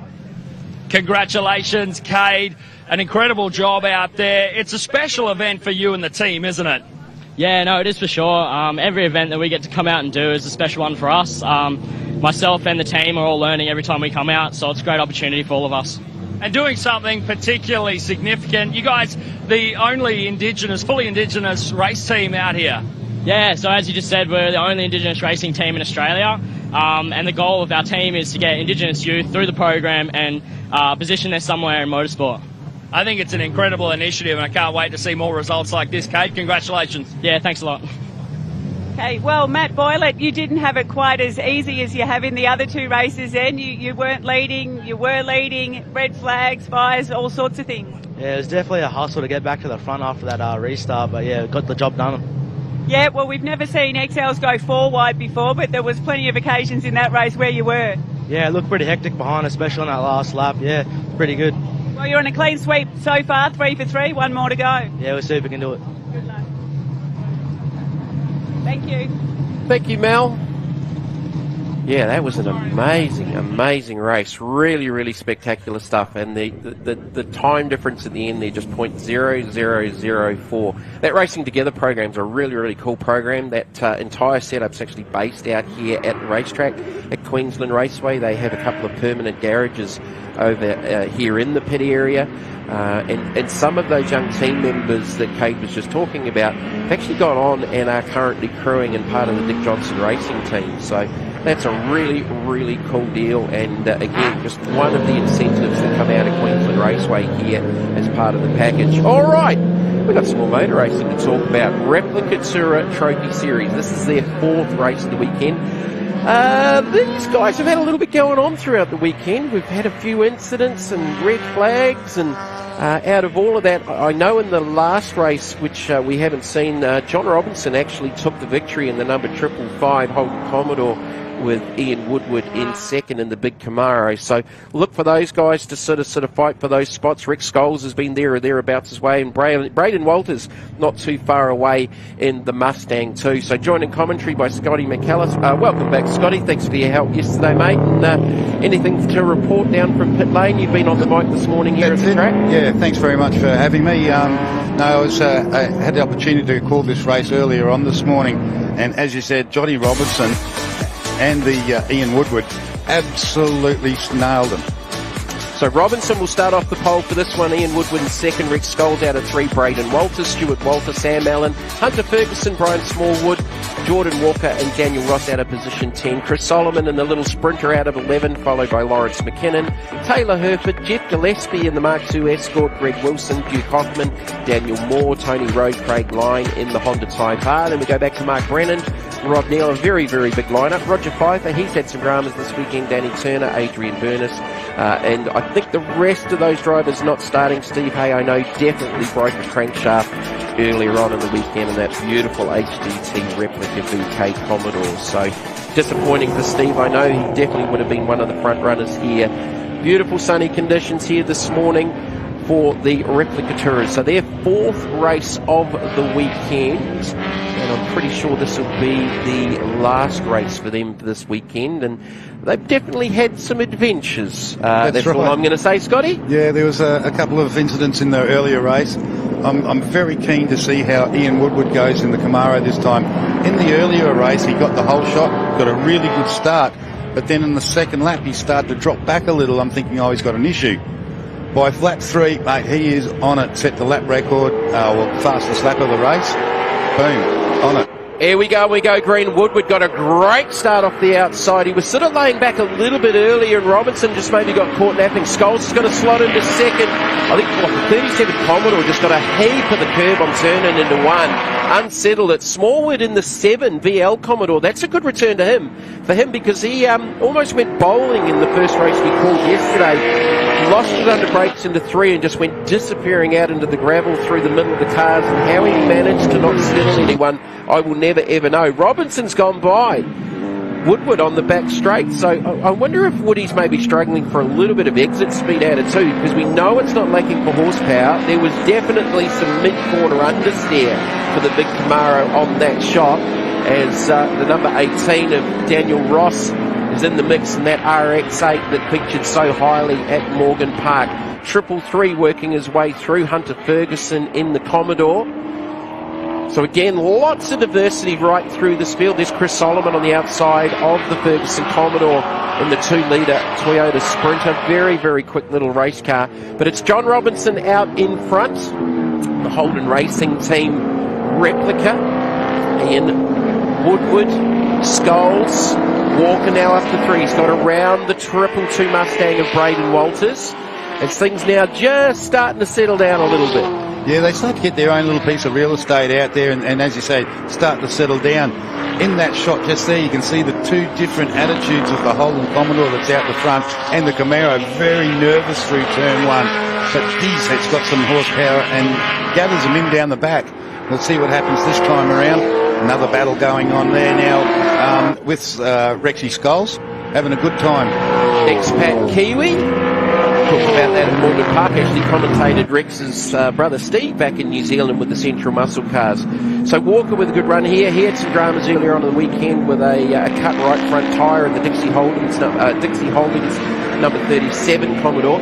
Just earlier on there we saw the Mark II Escort of Jeff Gillespie going around the outside of the Roger Pfeiffer XR6 Turbo Falcon. So that sort of battle group there was sort of 14th and 15th. Robinson continuing to hold on. That car, just watching it through 1 and 2, had a lot more pitch and roll than Ian Woodward's Camaro, which looks to be set up a lot stiffer. We know Woody's Camaro is not lacking for straight line speed, so I think he's still trying to get used to that package with that bigger wheel and tyre combination for what that car was originally built for with the Touring Car Masters. It's absolutely magnificent. You can see now the gap just starting to come back a little bit. Just having a look at some times there, just into the 22s. I know they go quicker. Woodward was going quicker than that earlier on today. Whether the track's changed a little with temperature, who knows? But the track state has definitely changed over the weekend, and look, that's not unusual. We've got a lot more sunlight here this morning, so the UV will be up. Braden Walters, I'm just watching Braden at the moment in the Mustang. He's actually just dropping back through the field into the clutches of some of the smaller cars, and there is some smoke coming out of the back of the Braden Walters Mustang. So Braden might have a drama going on there, because he was right there with Robinson and Woodward and Scholes in the previous race of the weekend. So Woody back out in front. He's managed to go back by Robinson, as now Walker goes to work in the 37, and he looks to the outside with a run down to 4. race 4, the final race of the weekend for the Replica Tourer Trophy Series here at Queensland Raceway. Keep an eye on the number 5 car, Roger Pfeiffer. Unfortunately, he didn't finish the race yesterday. Had to start from the back of the grid at the in this run. Already starting to work his way through the field into 13th at this stage. 25s, I know he goes quicker. Quickest lap of the race so far is the 37 car of Stuart Walker at 1:21.42. So time's starting to come down. Woody's starting to smash it. He's getting the Camaro all fired up. And this is what happened this morning and yesterday afternoon, as we saw. He really, once he gets the heat and tyres, he can stand on it. Braden Walters has definitely got some issues because he is falling back through the field, and as the lap times have dropped off as well. He's in the 25s, whereas Woodward, Walker and Robinson and Scholes are sort of in the 21s and 22s. So Braden's struggling there with some sort of issue as he gets passed there by the 49 Sam Allen, one of the front runners in the Replica Tourers in his class, because there are different classes right through the Replica Tourers, up to 2 litre and above, up to sort of 3 litre and above, and then you get into the big V8 boys with 5 litre class, and then pretty much the unlimited class with the big cube stuff. That's right, that little class. I know Chris Solomon, he'll take that over the weekend, because unfortunately his biggest sparring partner, Danny Turner, I think had a bit of a barbecue under the car yesterday, so a bit unfortunate for him, but it's given Chris a great opportunity to move forward. Walter's definitely with a problem because he's just let the RX-8 of Ross through, so he actually moved over to allow the RX-8 to go by, and it's got little or no, it actually, it's just dropped back in like 10 car lengths in that shot, so Walter's definitely struggling with a bit of a problem. If you have a look at these cars down in the pits, you'll see various cars with some ribbons and that on them, and that's to sort of highlight what goes on with endometriosis, and so they're sort of paying their respects to what goes on with that deal, and I know the teams are all a big part of that with the Replica Tourers, which is a pretty cool thing. Right, Roger Pfeiffer, he's up into the 11th position, so in behind Walters, he's dropped back to 10th. There's the big Falcon, the number 82. Lawrence McKinnon, the big XD or an XE, I couldn't see the front time, XE Falcon, the old, going back to the old Group C replica days.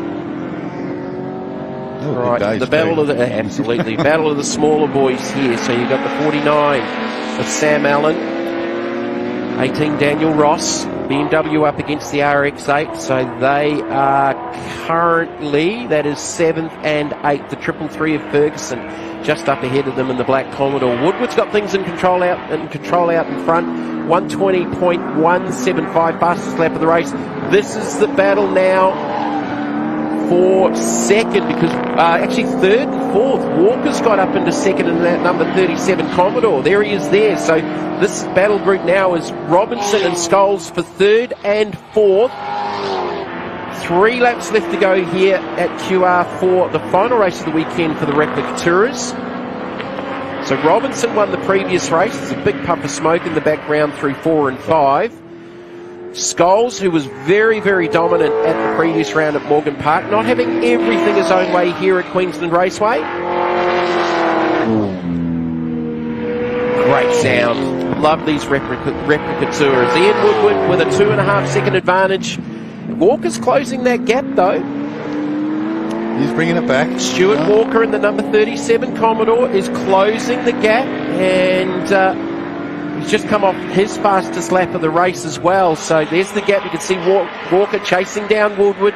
Woodward heading up into turn 4. Robinson and Scholes still going at it for third and 4. Smallwood having a bit of a lonesome race by himself in the number 7 BL Commodore. As I said, that is a really good comeback considering he ended up in the gravel at 1,000,000 mile an hour earlier on in the weekend with that car. And then you've got the 333 of Hunter Ferguson in the 6th position, the first of the small class cars. Sam Allen and Ross in the RX-8 not too far behind them. This has been an excellent little dice over the last lap and a half here. Johnny Robinson doing all the best he can to just hold on to that third place as he fires it down the front straight away now into turn 1. Nice attitude with the car set up. You can see them as they rumble over the little attitude lumps, as I think you call them here. But character lumps. Character bumps. Yeah. So they're having a good run. Pfeiffer now starting to fire his way through the field now. Yeah, he's just gone by Walters, who's back to 11th. So, yeah, Walters definitely with an issue. And then the first of our 2 leader cars, Solomon next through.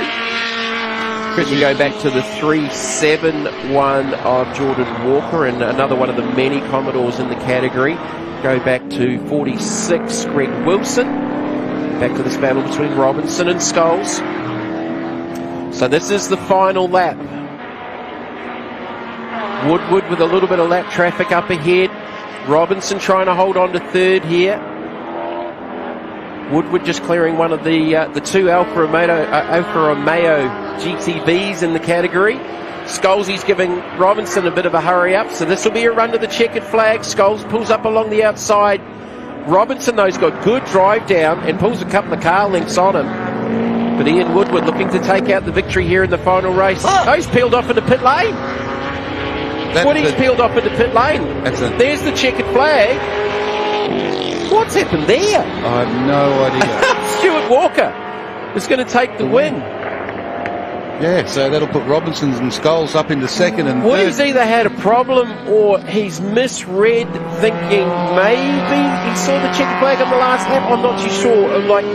Unless he's pulled the pin. And speaking of pulling the pin, the 33 shutting down out of the last corner as well. Hopefully he doesn't get cleaned up on the run down to the line.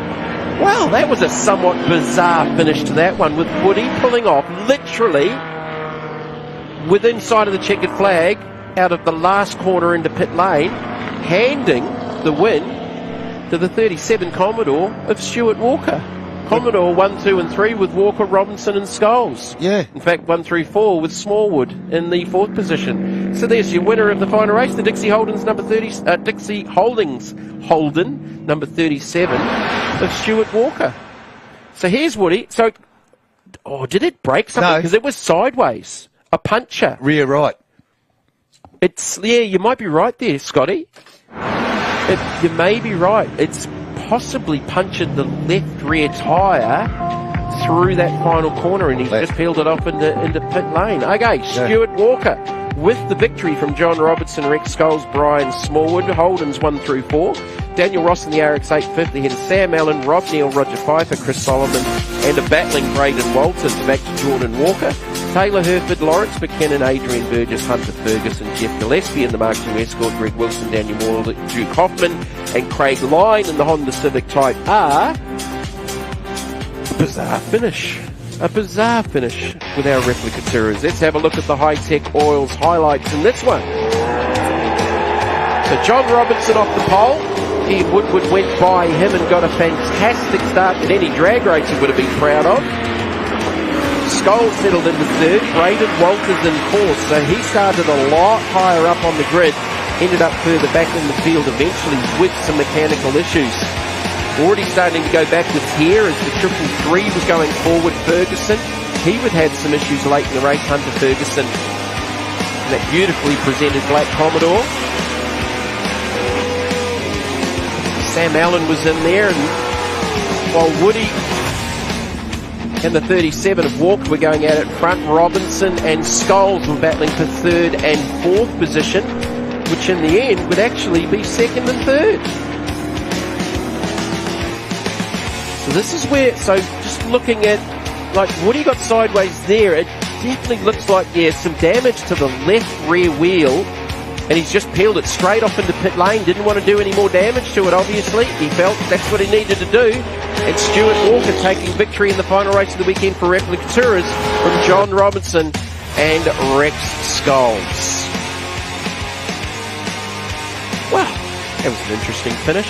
It was totally different. I think we both looked at each other in awe, thinking, what man? But you can see in the footage there that there was an issue. So we're just over an hour away from our third race of the weekend for the TFH Hire TA2 Muscle Car Series, framed by Hi-Tec. Teams will be getting ready down there on pit lane for their third of the race of the weekend. Some sensational racing from them all weekend. So we have a look at our super screen out there in the centre of Queensland Raceway as part of the Hi-Tec Super Series here at QR this weekend. Down on pit lane, we're back with J-Mac. Rex, you were saying that possibly some issues with the tyres there at the end. Yeah, it felt a bit strange at the end of the race. I think I've got a flat on the left. I haven't had a look yet. Felt very weird out in the track, but it was still a good race. Our race leader peeling off into pit lane right on the final corner, elevating you up into third place. You'll take that one. I'll take that. I'll take it any time. Yep, that was a good race with John again too, so really enjoyed it. Fantastic stuff. Okay, John Robinson, you were gifted second place there, fighting for third and fourth the whole race until Woody peeled off on the last lap. Yeah, we got kind of lucky there. Had a really great run with Rex, we always do. We couldn't quite chase Woody or Stuart down today, but very happy with today's result. Definitely. So you've had a fifth, you've had a second, you've had a first, and one more to go? No, this is it for today. So fifth, second, and a first. So yeah, happy with the results, and big thanks to all the sponsors, Zeus and Fat As and Exity. So can't complain. Thank you. Stuart, you'll take it when you can get it, won't you? We certainly will. That was pretty sweet after the weekend that we've had. We had a hit with a car in race one, which sort of bent the front suspension in the right front and did a wheel. So we've sort of been chasing it for the rest of the weekend, trying to get it up to the pointy end. So very nice to get it there eventually. Well, you're able to get the Dixie Holdings car up to the top spot, and it's a top three for the Holdens, mate. That's got to feel good. Yeah, it's been pretty good. And I'd also like to say thanks to my daughter, Jordan. She's out there running around as well. So having the father-daughter thing happening's been pretty cool this weekend. Fantastic stuff. Congratulations. Cheers. Thank you. Thank you, J-Mac. Yeah, that is one of the cool things about racing here as part of the Hi-Tec Super Series. The amount of families involved and actually racing together in the same categories and across some of the other categories as well. And speaking of categories, we've got a different one out there. We've got the Queensland production cars. Oh, there's some dramas here before the start of this one. We haven't even gone green. So Anthony Levitt, he slowed up in the big C63 Merc further back through the field. It looks like the Kearns Mustang has tripped over one of the smaller category cars, and they are now parked on the side of the racetrack. So Levitt slowed, and the reaction further back through the field saw the Tyre Plus Mustang of Lindsay Kearns get together with, I think, one of the Class C cars, one of the VW Siroccos. I think, is it Patrick Navin? No, it's the 123 of Caitlin Navin. Wow, that was bizarre at the start of that one. I don't think either of those cars are going to go any further, but what happened to Levitt in the C63 before we even went green with the Queensland Production Car Championship? Here's a replay. So Levitt starting off the front row alongside Beric Linton in the number 23 Class X BMW. He slows. There's a few other cars pulling out. Navin sort of reacted and gone down the inside and got cleaned up by the Mustang going by. Lots of damage to the left-hand side of the V-Dub. That was just bizarre. So the Merc peels off to the left. A couple of others go. Kearns has got a head of steam up and runs clean over the little VW Sirocco. So that will definitely negate this race start. And there's debris. There's a shock. The left front shock by the looks of it, either, or maybe out of the Mustang, but I think that was out of the Sirocco sitting out on the racetrack. So that'll bring a delay to the start of this one. Round 2 of the Queensland Production Racing Car Series. At the beginning of the weekend, they actually had an hour-long enduro with driver changes and that going on. Raced earlier on this morning here as well. So going into the round, Patrick Navin in the Class C VW Sirocco was actually leading the championship, tied with AJ Gearley in the Class D Toyota 86 after the opening round at Morgan Park. So these cars are going to peel off into pit lane. Jake Camilleri there in the Class C Mazda MPS, chased by Dan Natoli. Not so much chased down into pit lane, but Dan Natoli there in the G-Technics 5-cylinder Audi TT. So definitely a delay here for the start of this race. Mel down on pit lane. That was a somewhat bizarre attempted start at that race. Okay, I'm down in the Mazda pits here with Ayrton Filippi. He's only 17 years old, but he's already had almost a decade in your motorsport career, and now here this weekend racing in a Formula RX-8. Yeah, we started off in go-karts about 9 years ago and worked all the way up until Formula RX-8, and it's such a cheap and affordable category. It's why we jumped in it, and it looks great for the sponsors to be on national television. Yeah, we love it here, and always looking for more sponsors so we can continue to finish the year. So how's your weekend been going so far? It's been going all right. We've been sitting inside the top 10 and we're quite happy with that, and we're just on the back of the top 5, so let's hope we can move up there for the next couple of races. And you're in the category for the rest of the year? Yeah, if we can afford to do it for the rest of the year, we'd love to continue with the Hi-Tec Oil Super Series. Well, let's hope you find some. It's been great watching you, and we look forward to watching you progress. I'm sure you've got a great future ahead of you. Thanks, Mel. I appreciate it. Well, Russell Wright, you are one of the elder statesmen of TA2 starting back in 2017, the inaugural series champion. Your love affair with TA2 has been on again, off again, but it's great to have you here this weekend. Yeah, they've been known to call me the Johnny Farnham of racing. You know, I keep coming back, and it's the cars and the group, the category. It's a fantastic category. I mean, I'm at an age where I probably should be giving it away, but it kind of helps keep you young too. So I'm enjoying it. I just love driving the cars. So I sort of bow out for a few months and then I go, you know, I'm really missing this. So anyhow, this is my local track, so it made sense to sort of come back. But you know, chances are I might continue on to do the rest of this year. So cars, okay. So while I'm still going reasonable, I'll probably keep having a go at it. There's no bigger temptation than a fresh race car in the garage. Let's talk a little bit about your performance yesterday. A 5th and a 6th place in races over the course of the day. You're right up there in the middle of the top 10 with some young guns on either side. Yeah, well, I got the advantage that I've been doing it for a while. I know the cars pretty well. I know the track pretty well. But the thing is, there's so many more young guys coming in. It's getting harder and harder. I mean, every year we seem to find another second. So it's getting harder and harder to stay with them. But I'm trying to keep them honest anyhow in the meantime. As far as the formula goes, this is a great category because there's so much parity. And how hard is it to set one of these cars up when you do go and travel?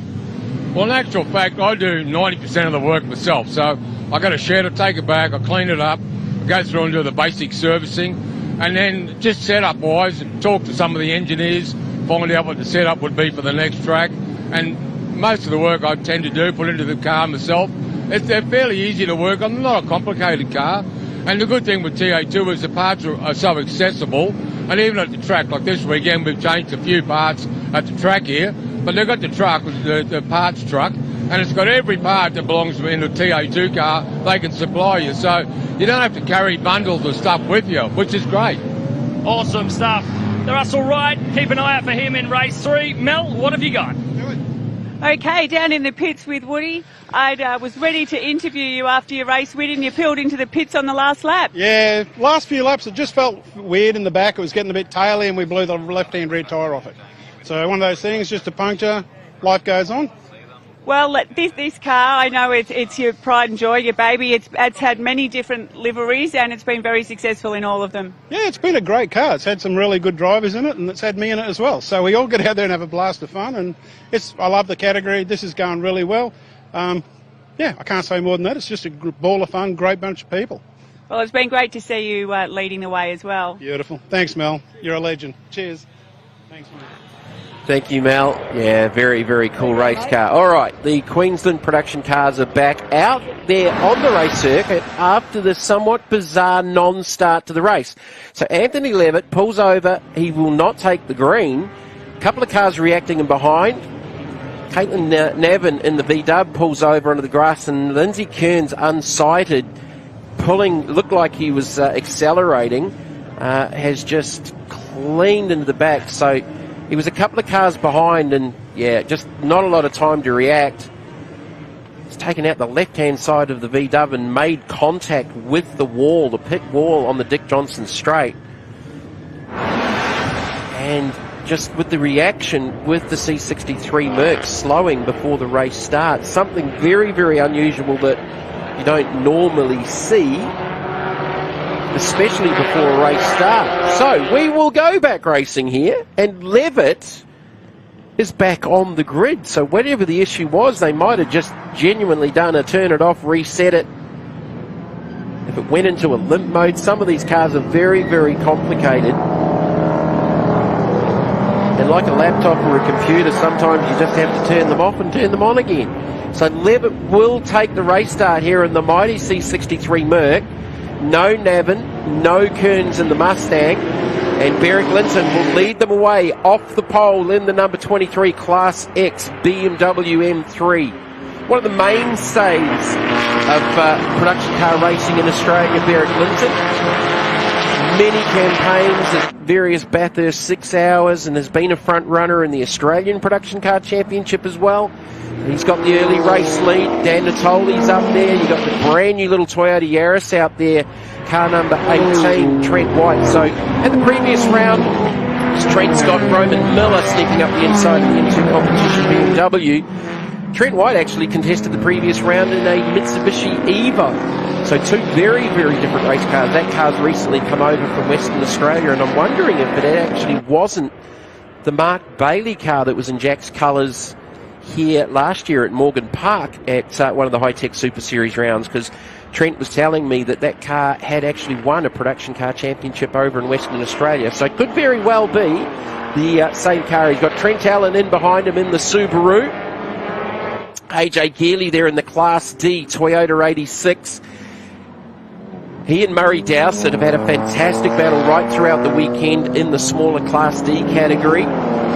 69, Levitt's got further problems. He peels it off into pit lane, so whatever that issue was before that aborted race start has reared its head again, and he's on the pit lane going no further in this one. So I was just about to say 69. Timothy McDonald in the Class 1A BMW was there.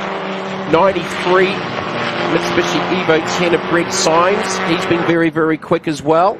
And here comes Roman Miller. Roman's had some problems throughout the weekend. They actually got caught out during the compulsory pit stop in the hour-long race earlier on the weekend. Weren't able to take, they decided to pit fairly late in the pit window, and the safety car had come out and they couldn't make their pit stop, and I believe they copped a penalty for not taking that pit stop in the allotted time. So they've been playing a little bit of catch-up through the weekend. The brand new Stuart Gamble, number 86 BMW M2. It's a 2022 spec car. Stuart struggled a little bit with this car over Morgan Park and here at QR this weekend, coming out of a four-wheel drive car previously, so not so much used to a rear-wheel drive car, but that has certainly got the potential of being a very, very quick outright race car in the Queensland Production Car Championship. So you've got the various classes, A, A1, even A2, B class, C class, D class. The D class sort of covers the Toyota 86s and the BRZ Subarus. Even Class E, Class C there, Jake Camilleri and the Mazda 3 MPS.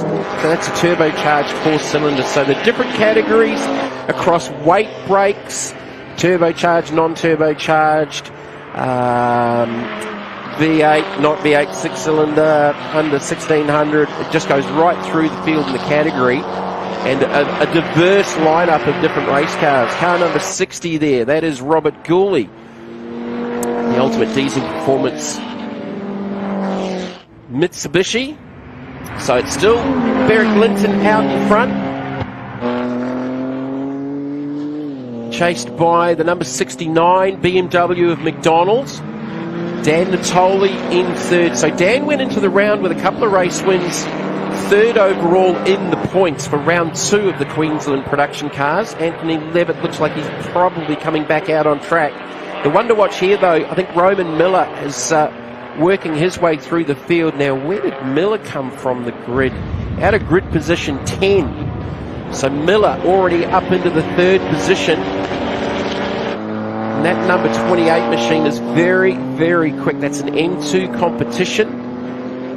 Running in Class X, like the Beric Linton machine out in front of the BMW M3. So BMW's 1, 2 and 3, chased by the manual shifted 5-cylinder turbo Audi TT, Dan Natoli. He's been a very, very busy driver this weekend. He's also been contesting the Super TT round with that car. Camilleri and Symes battling for position. 4-wheel drive Mazda 3 MPS, 4-wheel drive Mitsubishi Evo. Geez, the Mazda MPS just front-wheel drive. Might have got that wrong there. Right, who's in behind them? Begg in the number 15 Class B2 BMW. Then it's the 86 of Gamble. Camilleri and Symes are still side by side down the back straight. So just a battle for position. It's not a class battle. You've got an A1 spec four-wheel drive Mitsubishi Evo up against the Class C Mitsubishi MPS of Jake Camilleri. Then go back to Stuart Gamble in the number 86 BMW. In fact, I think Gamble's just cleared Camilleri on the run down to 4. J-Mac down in the pits. What you got? Anthony Levitt's crew chief and also Porsche Carrera Cup driver Luke King. Give us a rundown. We saw Levitt come on through the pits. What's going on with that Mercedes? Yeah, unfortunately it's gone into some sort of a limp mode. When he's gone to obviously jump off the line, should be pretty easy because it's a rolling start, but it just doesn't sound like it's running on all 8 cylinders. So unfortunately we've just had to call it. Obviously it's a sprint race. We really can't do too much in the pit lane for him. He's pretty much lost everything and we won't make it up. So unfortunately the big green Merc, 2 podiums and then a DNF, but that's racing. That is a tough, tough way. Back to you guys in race control. Thank you, J-Mac. Yep, that definitely explains that one. As I said, there is the ability to basically just do the reset, turn it off, turn it on again, and sometimes that sorts it out. So if it's not running on all cylinders, even the big 6.3, there's on 7 cylinders it doesn't run well, and so there's the issues for the C63 Merc of Anthony Levitt. All right, back to racing here. So this is actually a timed race. Final race of the weekend for the Queensland production cars. So we're just over 13 minutes left to go in this one, and all of the different class battles. In Class D, it's AJ Gearley leading in the smaller category. All of those Class D drivers have some fantastic battles, as we saw at Morgan Park, as Jake Camilleri's just clearing. Was that the big BMW running wide? Yes, it was the number 15 B-Tune BMW. Chris Begg just having a moment there through turns 4 and 5. So Ultimate Diesel tuning on the side of the number 60 Mitsubishi Evo. It's Robert Gooley, Ultimate Diesel, a supporter of the Queensland Production Car Series. Gamble's starting to go forward here in the 86. So I had a brief chat with him coming in yesterday to the racetrack and asked what happened to Morgan Park, and basically just said he ran out of talent. He had an off, I think, in the last race of the weekend and said, look, I'm just trying to get used to this rear-wheel drive car. And my previous car was four-wheel drive, and he's really been struggling with it, but he's definitely making some progress, and up into the 5th position with a best lap of 1:22.98. Beric Linton with the fastest lap of the race out in front at a 1:19.23. Very, very experienced Beric Linton. Roman Miller now up into 2nd out of grid position 10 off the start. His fastest lap's been a 1:20.17. So let's see if Miller can maybe chase down. He's got 10 seconds to try and get to Beric Linton. As Begg parked on the side of the racetrack. He had a moment through 4 and 5. He's had another moment there. I'm just trying to pick where it was. I think off the run from 3. So off the exit of turn 3 off the back straight. Battle for 2nd and 3rd here. McDonald and Natoli. McDonald in the Class A1 BMW. Natoli in the Class A1 Audi TT. So that is a battle for class and for position overall. So number 19 of Richard Shrinkfield goes through. That's a BMW V8 M3. Shrinkfield running in the Class B2. That car's contested the Bathurst 6 Hour, as has so many of these race cars in the Queensland production car series, and a really big lineup here this weekend. We were down a couple of cars at the previous round at Morgan Park, but a very, very good lineup. Here's what happens to Begg. Very, very narrow, and then it got sideways and continued. He might have a left rear going down. It had a little bit of a wobble, sort of under brakes into 3, got it reset, got back on the throttle, and it's just rotated around off the left rear. So that might be a puncher, potentially. go to some of the smaller class battles. 87 in Class C. Robert O'Connor in the BMW 130i, and he's got Ryan King in behind him in the Class D, number 98 Toyota 86.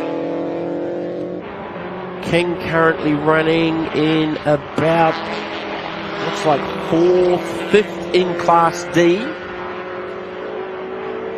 And O'Connor will be 3rd overall in Class C in that BMW 130. O'Connor had King had a wild start to the weekend in race number 1, actually rotated not long off the race start down into turn 1, ended up out in the gravel in that little 86, so had a bit of a troubled start to the weekend in their hour-long enduro race at the start of the 2 days of Thunder weekend header at Queensland Raceway. So the battle for 2nd and 3rd has now become the battle for 3rd and 4th with McDonald and Natoli. So Roman Miller now up into 2nd, so the 2 Class X BMWs 1 and 2. The gap out to 11 seconds, so Miller's not being able to make any progress on the lead of Beric Linton out in front. These two are battling for 3rd and 4th. Then you've got the Gamble BMW also running in Class X in position 5.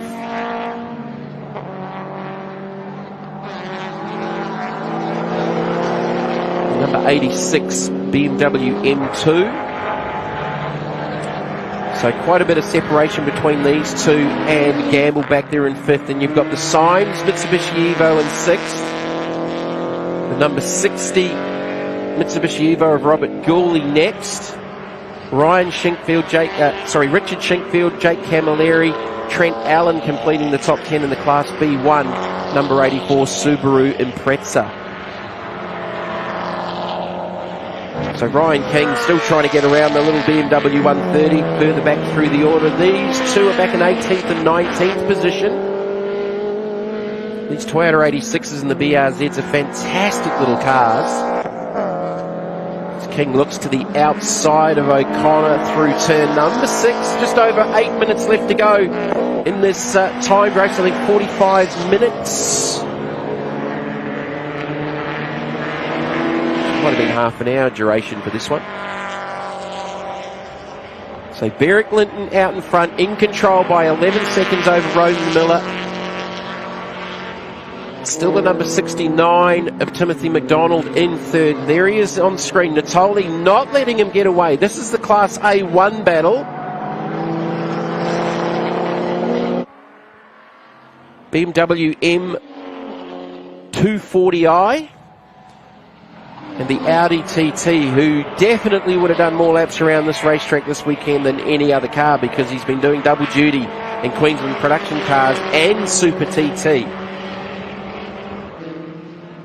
Dan's been around for a long, long time. He's raced a whole lot of different categories of race cars in his career. He's also raced XLs here at Queensland Raceway, having a lot of fun with this little Audi TT. They have had some issues with this car, even as far back as a month ago at Morgan Park. They had some turbo pressure issues and a few little things that sort of caught them off guard, but coming into qualifying and racing, they were very, very quick right throughout the weekend. He's just carried a little bit of too much curb going down there through turn number 3. Sucked a little bit of exit speed out of it. Nick wins Steve Pilkington actually just up ahead going through shot. As these two are still going at it for 18th and 19th, O'Connor and King. I think that was Beric Linton that went through shot just up ahead, who's lapped some of the smaller category cars, because Roman Miller was coming down out of turn number 6. And that's where these two are coming off now, McDonald and Natoli, 3rd and 4th. So Beric Linton and some lap traffic going through this field with just over 6 minutes left to go in the final race of the weekend for the Queensland production cars. Off the back of this, that will take us into lunch and then into our live broadcast for the afternoon, starting from 1 p.m, headlined with race 3 for the TFH Hire TA2 Muscle Car Series, framed by Hi-Tec Steel Framing. This is a good battle, very good battle. Natoli's made up a little bit of ground. Very good battle to watch here on the racetrack for 3rd and 4th overall, and the A1 class battle for the weekend. Timothy McDonald Dan Natoli, two very, very different class cars, but they are running in the same category. Just trying to figure out who they were going by there, and that was the little Vectra.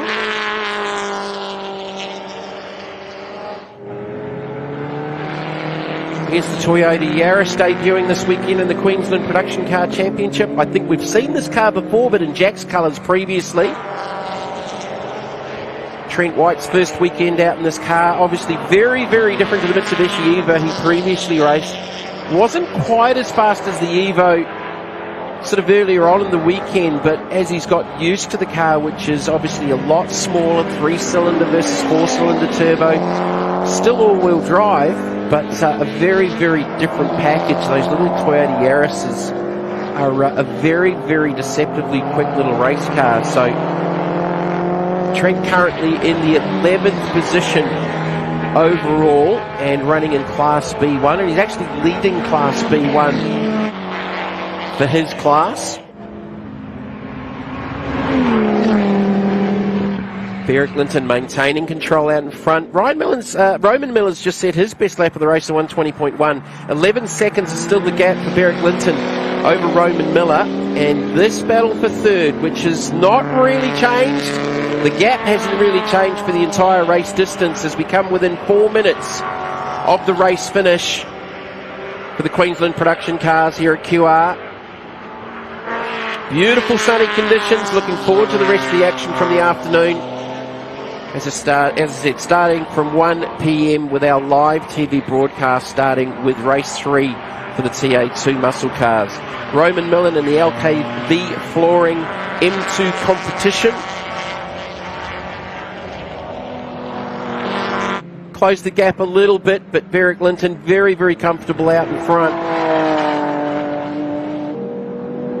Derek starting to work his way through some of the smaller category cars and lap traffic. Very, very good lineup here this weekend. Nearly 30 cars as part of the Queensland production cars. As we've been talking about all weekend, over 230 entries, including the Hi-Tec Drifting All-Stars that ran here on Friday night and last night here at QR. A very, very busy motorsport precinct here at Willowbank over the weekend with karts down the road, karts yesterday. I think there was some street drag racing over at Willowbank Drag Strip as well. So certainly a lot of people have been in and out of the whole facility right throughout the weekend.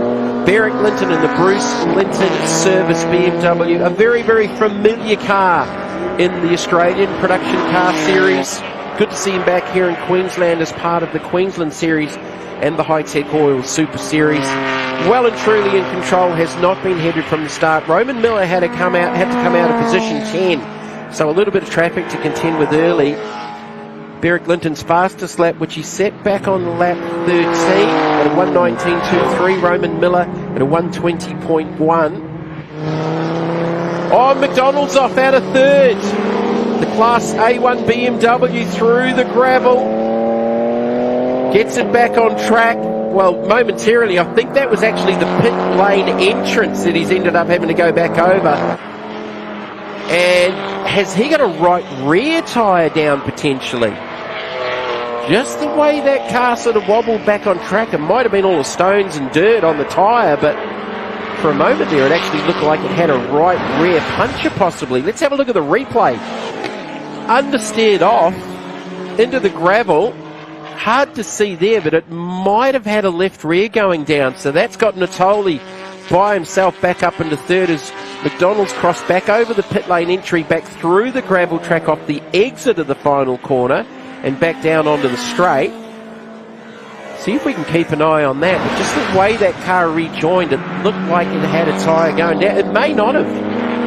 Just might have been all of the debris because it's still running around there. All right, so McDonald's dropped back to 6. That gives Natoli the Class A1 lead and third overall with just over a minute left to go. Derek Linton, 10.4 seconds ahead of Roman Miller. Dan Natoli now in second. Here's Linton through some of the smaller class traffic.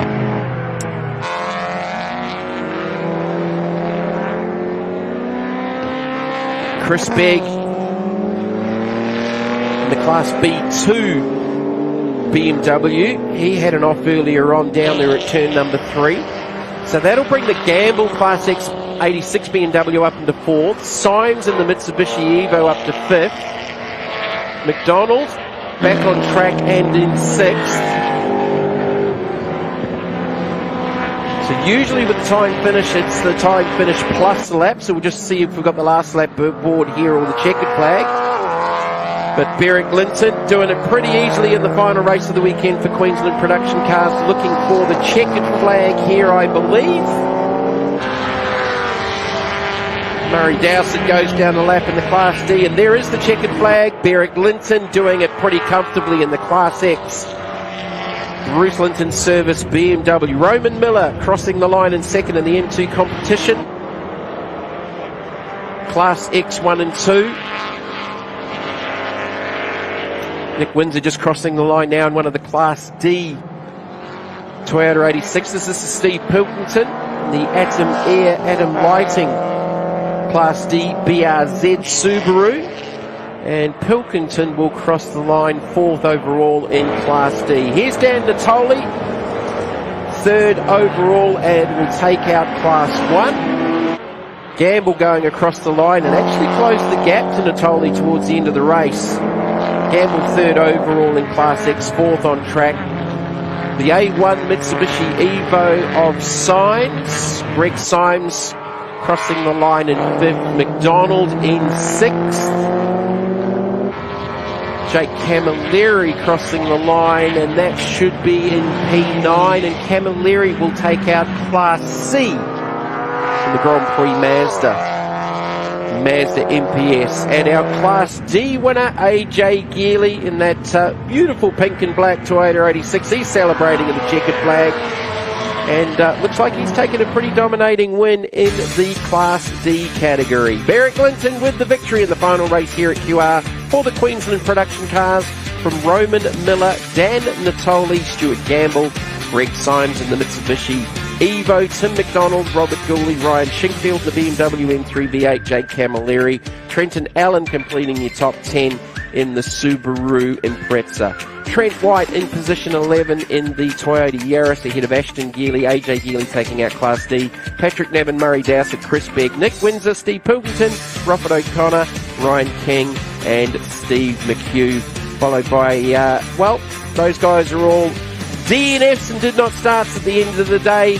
That brings the end of our live stream coverage from Queensland Raceway. We've got lots more to look forward to this afternoon here at QR, with the resumption of our live TV coverage starting from 1 p.m. and race 3 of the TFH Hire TA2 Muscle Car Series, framed by Hyde Steel Framing.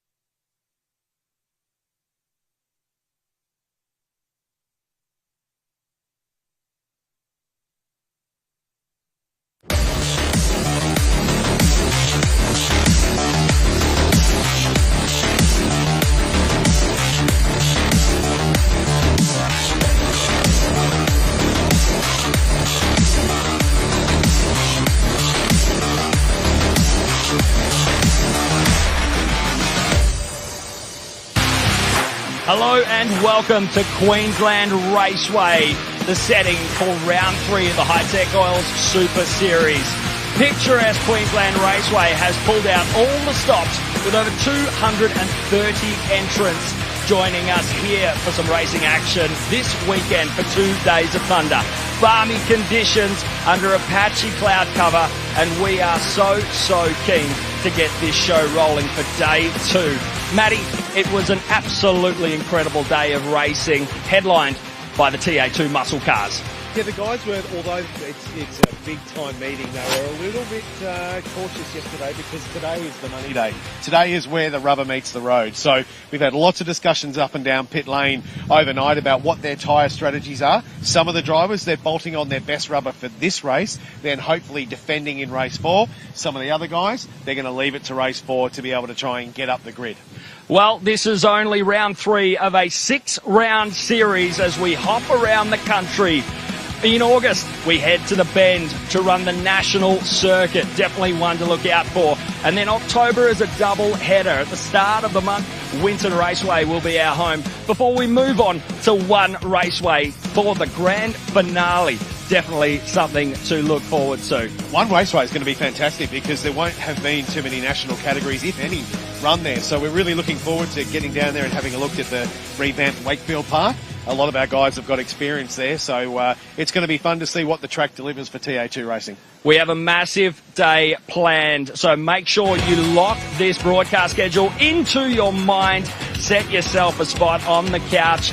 It is going to be one not to miss. TA2 muscle cars coming up for race 3 right after this. It's going to be absolutely amazing. Josh Haynes came out. He's eyeing off a clean sweep after pulling that off at round 2 for Winton Raceway's event. How's he been so far? 2 races, 2 wins. He's been dominant, hasn't he? I mean, he's got the pace and he's got the confidence. We saw that in qualifying yesterday when he made a little mistake going off at turn 1 after his bank lap, and then came straight away out of the gates and pulled in the only time in the 11th. So he's racked with confidence at the moment, which is fantastic. But, you know, there are a couple of guys that are just behind him that are a little bit frustrated. Russell Wright is the guy that I'm watching today. 72 years of age, a former champion of our category. He's lurking with intent. He's back there in 5th. He's a competitive guy, and he wants to belt the young fellas. So I reckon he's got good rubber underneath him, and I reckon we'll see a result from him today. Yeah, an inaugural series champion from 2017. But Brad Gartner, he is also one of those lurking with intent, as you say, running consistent second in the 2 races. He's been putting on a masterclass, but not quite able to go toe-to-toe with Haynes. Certainly not as dominant as he was at Morgan Park for our last round, where he took pole and won every single race. So he hasn't been able to get on top of that this weekend. But again, he's also thinking about the long game, because he had a big accident at Sydney Motorsport Park at the first round. So he has to consolidate points. He has to finish every race. If he's right up there with the front guys, he'll put himself in with a chance for championship at the end of the year. While we're here on the starting grid, let's check in with another member of our crew. Mel, who have you got? Down here with Connor Roberts, one of the young up-and-coming drivers in this category. Connor was just telling me how he thinks he's faster than a few of the cars in front, and he's intending to make up a few spots in this one. Yeah, I like to be faster. I think we can move forward. We trained the car up overnight. We found out yesterday we had a flat tyre in the race, or the tyre that was deflating the race. So we found out it was flat this morning. So yeah, I reckon we'll just see how that goes. So you started off with 6 and you're down to 5. Do you think that will affect your tyre strategy for today? I don't think so. I reckon we'll just roll with the 4 we got on. Yeah, obviously it's not good to have one of your tyres out of your tyre bank this early, but it's okay. Yeah, it'll be right. Okay, well, we look forward to watching you pass those people. Cool, thank you. Cheers. Well, Josh Haynes eyeing off that clean sweep. I bet you're getting sick and tired of hearing those words, but what is the aim for today? Yeah, look, we got two long races today, and it's actually quite warm. It's a lot warmer than it is back in Canberra, so the Herzog Steel Ford Mustang is an absolute weapon. We're going to get out there, have some fun racing, hopefully clean, and yeah, bring it home and make sure we've got a good car for the last race. Well, there we go. One to definitely watch out for. He won't be too hard to spot in the Herzog Steel Mustang. Mel, out there on the grid, where are you? I'm here with Russell Wright, up in P5. What's the plan for this one? I hear you like to beat all the young kids. Well, I'm not going to make it easy for them, but at the same token, it's hard to stay with them. They're quick. Couple up the front, super quick. The next couple of guys, times were very similar in the last race, so hopefully I can stay with them. If an opportunity opens up, I'll take it. But I'm quite happy here in 5th, and I'm in front of the Masters, so I'm leading my class, if you like. So consolidating is not a bad idea. But it depends on what you get dealt and what gets handed out to you. But it's quite hot. It's warm in the cars. See what happens. Okay, thank you. Have a good one. Over to you, J-Mac. Jason Pride, hailing from Western Australia with a sprint car background. Jason, these TA2 muscle cars, they like to move around, but tyres are absolutely critical. How do you rate the rubber that's underneath you for race 3?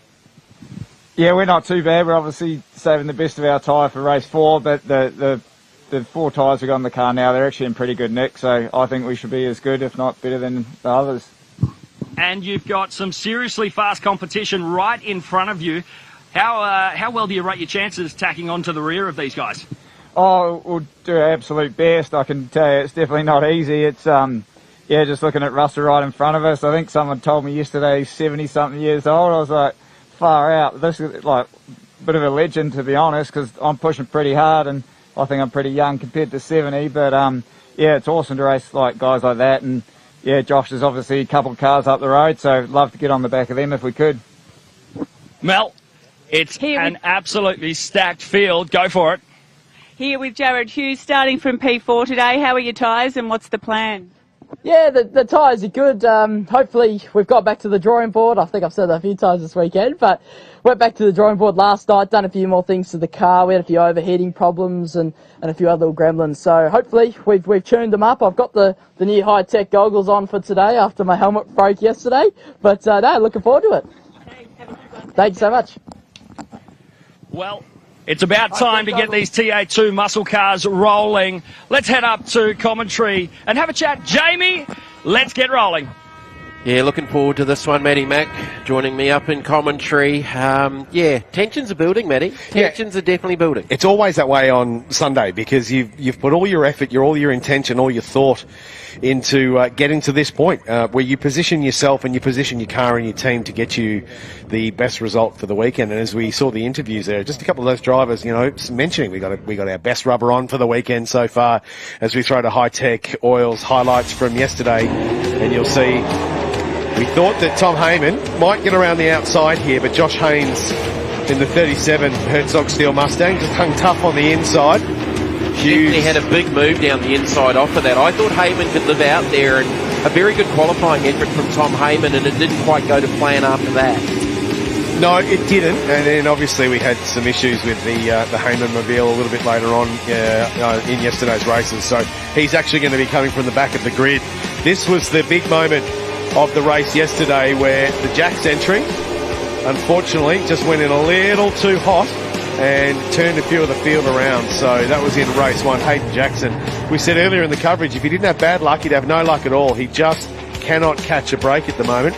This was the 63 TFH car under pressure from Russell Wright. Just threw it off the road, but he's having a fantastic debut round, is Des Collier. Had some damage to the right front, obviously. That was actually from that earlier incident between Bailey and obviously Crutcher going off as well. So, that was part of that damage there, which was unfortunate for Des. But Des has done a really good job throughout the weekend. So Tom Heyman, this is where it went wrong for Heyman in race number 1. Battling there with Gardner, and it just lost drive right there. Yeah, so it was it's probably just a bit of an issue with the way you select gears in these cars. It's a very defined way you need to do it.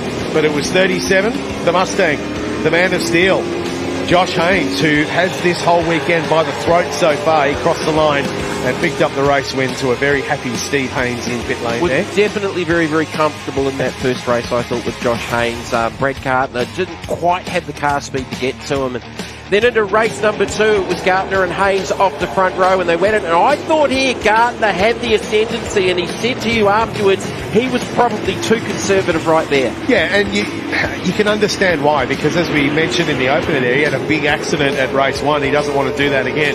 That's scary when you just get a little wide there at Suez 10K, and also Des did there in the TFH car.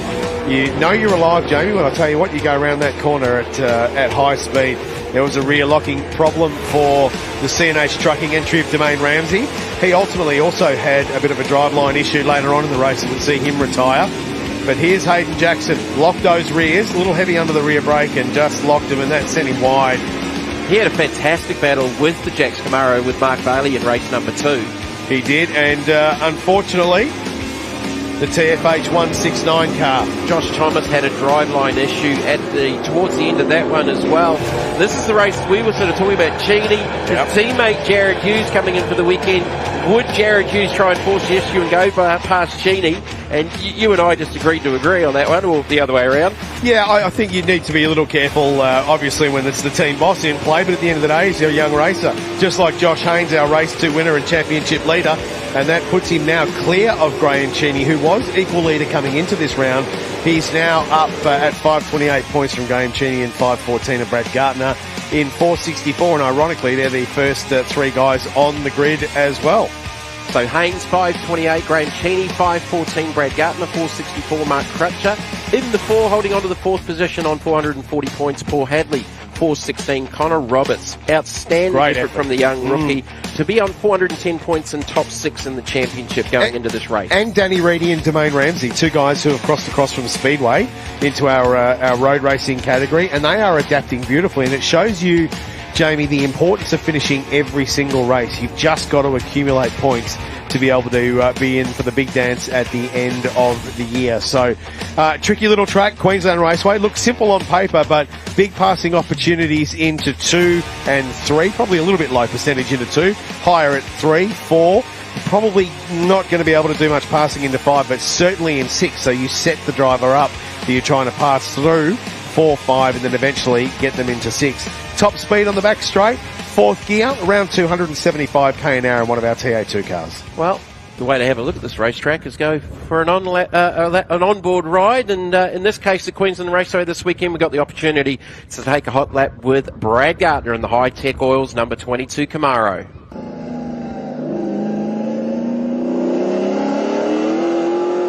Hi guys, it's Brad Gartner in the TA2 Hi-Tec Oils Chevy Camaro. Come for a lap around Queensland Raceway with me. Up to 4th gear over the line, check the brakes, down to 3rd gear, big slide through turn 1, like right out to the exit curb, stay in 3rd gear, turn in late for turn 2, same again, big slide out of turn 2, long straight here, up to 4th gear, double check the brakes the whole way down, getting ready for a big brake into turn 3 here, probably the biggest brake in the track, for up around 800-900 PSI. Right into the apex, let it come out all the way. You want to use all the track here, straight on the gas in 2nd. Up to 3rd gear again, up here, all the way up to 4th here to a big brake into turn 4. Double check the brakes. Late turn in, you want to use the apron on the right hand side to get it in here to 4. All the exit curve, big slide through, try and hold the throttle on the 5. All the exit curve up here, getting ready for another big brake in the last quarter, turn 6 here. Up around the 100 metre board, big brake. Back down to 2nd, want to try and get a good run back onto the straight. All the exit curve, all the way out. And that's a lap at Queensland Raceway. Enjoy the weekend. Cheers, guys. Great shots there on board with Brad Gartner. Matty Mac, you've got a grin on your face. What are you about? Well, it was a great lap. It was good fun to watch on board. Fairly early in the weekend. But I can tell you, it wasn't fast. So sliding that car right out to the curbs, and you could hear Brad doing there quite a bit of feathering and lifting through some of the corners. Hey, probably not the fastest way, but we don't necessarily want fast for our hot lap. We want spectacular. What's your favourite part of Queensland Raceway? You've raced here, obviously, 7th in the championship last year, and you got your beautiful Mustang sitting down here in the pits. What's your favourite part of QR? I love the exit of turn 1 into turn 2, and then just trying to set that run up all the way down to turn 3, and then spring a pass down into turn 3. I've got, I don't know, somehow a bit of a knack of doing that. Did it this morning in the production car as well, and had a ball. So that's my favourite part. I'm probably not very good through 4 and 5 for whatever reason. I'm not fast through there, but 1 and 2, when it's up on the wheel and the tyres are starting to slide a little bit, you know you're alive when you do that sort of thing. So I love it. Here's a little thought. So there's only 6 corners here at QR, Queensland Raceway. Are there any other racetracks around Australia that have that lesser corners? You'd have to really hard. You'd have to think about it hard. You'd have to think about it hard, but that's not to say that one of the great things about QR is that even though it's got 6 corners, 3 out of those 6 are genuine passing opportunities. So there's not too many circuits around Australia where at half of the track you can make an effective pass. Well, we'll be going to Winton later on in the championship. Obviously, that's probably categorised as one of the smaller circuits in Australia, but it's got more corners. Yeah, it does. And these cars, one of the things that's so great about them is they adapt to the various tracks because you can slide in different gear sets and different gear ratios to set the car up. So we can do big tracks like this, and we can do the smaller tracks like Winton, the tighter tracks, but where we're headed next, Tailem Bend. And that's definitely on the bigger side. You know you're alive when you arrive at turn 1 and you're trying to break that car from well over 250 k's an hour down into turn 1 at the bend. So looking forward to getting back there. It's been a little while for TA2. We know that our cousins over in Trans Am ran there recently, and it's spectacular to drive, and there's spectacular vision as well for people to watch. So I'd encourage anyone that wants to have a look at these cars up close and personal and meet our drivers to come out to Tailem Bend at the end of August.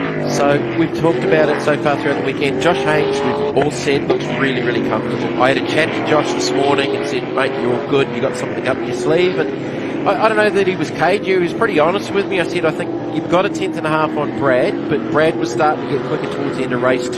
Did you have enough to cover him? And he said, yeah, I think so, but I think we're all mindful of our tyre management and when to really hit the go button here. So does Brad have a crack here off the race start if he gets an advantage and try and get to the front?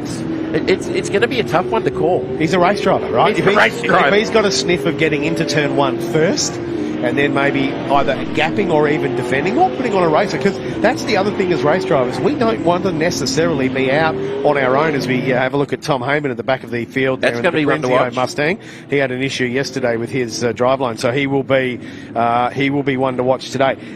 We don't necessarily want to be that 2 or 3 or 4 or 5 seconds out in front. We want to be racing. We want to be setting people up. So to answer your question, yeah, I mean, if Brad Gardner's got a sniff of going into turn 1 and putting a move on Josh Haynes, he is absolutely going to take it, because who knows what happens then to Josh. He might fall under the pressure from Husey or from Graham Cheney or Crutcher or Russell Wright.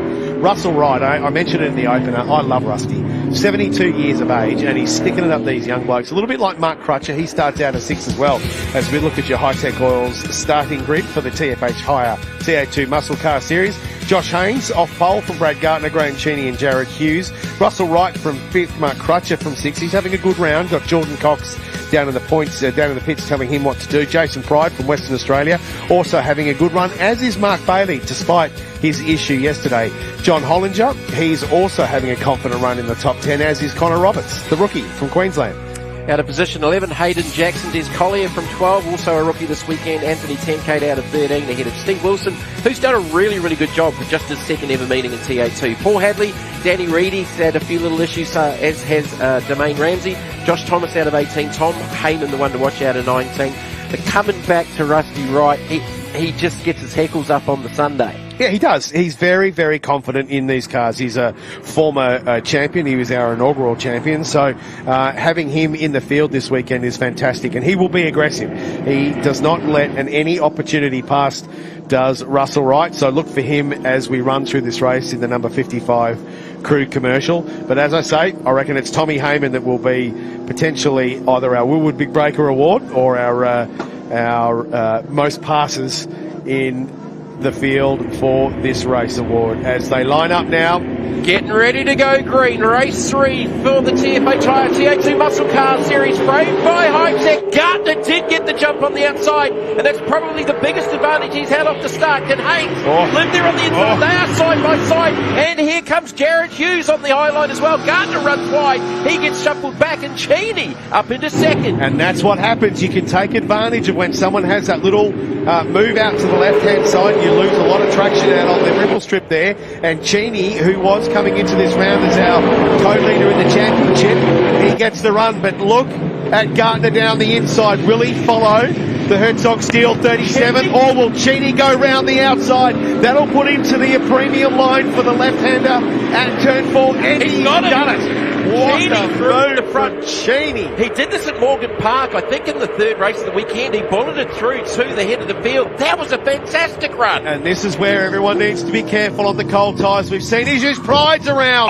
Oh, Reedy. No. Reedy's involved as well. Lots of damage. Hollinger, Josh Thomas. That's what we had the first time. This will definitely be called under safety car. Crutcher now getting involved as well. We do go to safety car conditions with cars side by side. I think it's Graham Cheney who will lead us. Just as Haynes was getting an inside run on Cheney at turn number 6. What a dramatic first lap. And this is what happens always at turn 4. You just get the confidence up, but you've still got cold rear tyres. And Hayden Jackson, man, the bad luck continues for the 81 Maitland Glass Challenger. He's had another punch in the face, and unfortunately the bonnet is up. He'll need to come in and get that fixed, because at high speed that will definitely come up, as the Hyundai N safety car just leads all of the cars under control at the moment. Great start from Crutcher as well. He made a few spots there, but reminiscent of yesterday's race, Jamie, where we go down into turn 4, cold tyres, cold brains, opportunity for one of those partners. Cold tyres, cold brains, I love that. And they just fire in, and unfortunately, because of the radius of the corner, everyone gets stacked up, so where you perhaps would normally go for your brake, you're never going to be able to pull the car up, as we see the stricken car of Danny Reedy, the Desert Palms entry. The medical crew, as we look for a replay here, and just watching to the left of the screen, what's happened there? It looks as though Josh Thomas has got into Pride. Roberts gets missed. Hollinger goes around, and then unfortunately, Josh Thomas. Collier. Was it Collier? Wow. So very disappointing that on board. But this is going to not show everything up front, but you can see what happens here to Reedy, as he got a big part of it at the end. So everyone breaks at their normal spot here, and you can't do it. You've got to break a little bit early, and he just had nowhere to go. He just had a windscreen full of TA2 with no opportunity to dive left or right, and unfortunately the safety car crew and our recovery crew and medical down at the Desert Palms entry now, as Jason Pride is in pit lane, just checking to see if the hubs are loose, if there's been any substantial damage. You can see that there's a bend in the car there. J Mac, you're down on the spot. What can you tell us? Down here with Ryan from the Desert Palms crew for Danny Reedy. Give us a rundown. What happened out there? Oh, I don't know. As far as I can tell, he was just going to break into 4, and some people got a bit loose and spun out in front of him, and he couldn't go left or right, and then what happened. So yeah, that's him for the day, I reckon. Unfortunate times, mate. We would have loved to have seen him right through in race 4. Yeah, that's all right. I don't think he's too phased, so we'll bring it in and see how bad it is, but worst case, put it in the truck and have a beer. Well, there you go. Looking forward to the post-race festivities. Back to you guys. Said like a true Territorian, eh? If she's wrecked, don't worry about it. We'll just get in the back of the truck and have a couple of beers. So this flag has now been neutralised, red flagged, which means that all of the cars need to come into pit lane, hold their position, obviously, as the team go to work on Jason Pride's car there. Jason Pride's car from Western Australia. Long way to come to go racing. What I didn't know about Jason, he's actually an expat Kiwi, Matty. Well, there you go. I got a message yesterday, and I didn't reply to it or anything. We were a little bit busy in commentary, but yeah, Jason's been living here in Western Australia for 20 years. He's actually an Invercargill boy from the deep south. There you go. So just looking at Hayden Jackson there, not too much damage. So this red flag has played into the hands of the Maitland Glass entry. They can get in there and put a bit of the miracle 1,000 kilometre an hour tape on there, and that's Glenn Seaton, the legend of Australian motorsport, currently wrapping the front of that in new black and silver tape. So good to see Glenn out here. Of course, his boy, also a former champion of our series. Aaron was a track record holder here in TA2 at Queensland Raceway a few years back. A very, very good driver. If you jump onto YouTube, you'll see a little bit of vision with him and Nathan Hearn, nose to tail, and going a little crazy around Bathurst. It was a pretty awesome vision there. Mel, you're down in the pits. What do you got for us? I'm standing next to Jason Pride's car. It's up in the air here, the team frantically working. Jason, what happened? Not really too sure, to be honest. We got a really good start, just minding our own business, and was right on the front pack and was pretty happy, and then just got shunted going into turn 4. I don't know what was going on back there. I don't know whether it was nose to tail or we just got nailed. Yeah, pretty disappointed. Well, hopefully the team can get you out there again. Yeah, if anyone can, these boys will get us back out. Thank you. That's from the Pride crew, but we're here with Tom Heyman. It was a mad thrash last night to get the car ready to race today. You had a front row seat to that whole incident. What was it like? Yeah, it was pretty hairy. Obviously coming into the corner, someone went in pretty hot and I could see something happening, but didn't expect it to concentrate up that much. I don't know how I got through it, but we're here now and car's in good shape. Well, that's all that counts. Back to you in race control. So, Matty, I think there'll be a few of those stories looking at these replays from further back. So, the leading group of 5 or 6 cars look like they've got through. Rusty Wright's got through. So, we're looking there with the impact that certainly looked like Des Collier with Pride. And then from there on, it was just about who didn't get through. Was both of the TFH cars, unfortunately, drove their way into the accident there. So, I can't imagine unless there's listen to that, the work that we'll be able to get done to both of those cars, whether they'll continue. But that's what happens. You come around turn 4, and if someone's had a lose in front of you, you literally have nowhere to go. As we look at the stricken Desert Palms Camaro of Danny Reedy. Well, if I'm it's pretty one thing, sure, if I look, sorry mate, as I look at that, a lot of bodywork there, but if they rip that bodywork off and there's no structural damage underneath, there might be a radiator. They may actually, despite how it looks, get that up for race 4 this afternoon. You can see the crew still going to work on Hayden Jackson's car as well. Mal, in the pits, what do you got for us? Here with Josh Thomas, the team are madly putting tape over the front of the car. How was that for you?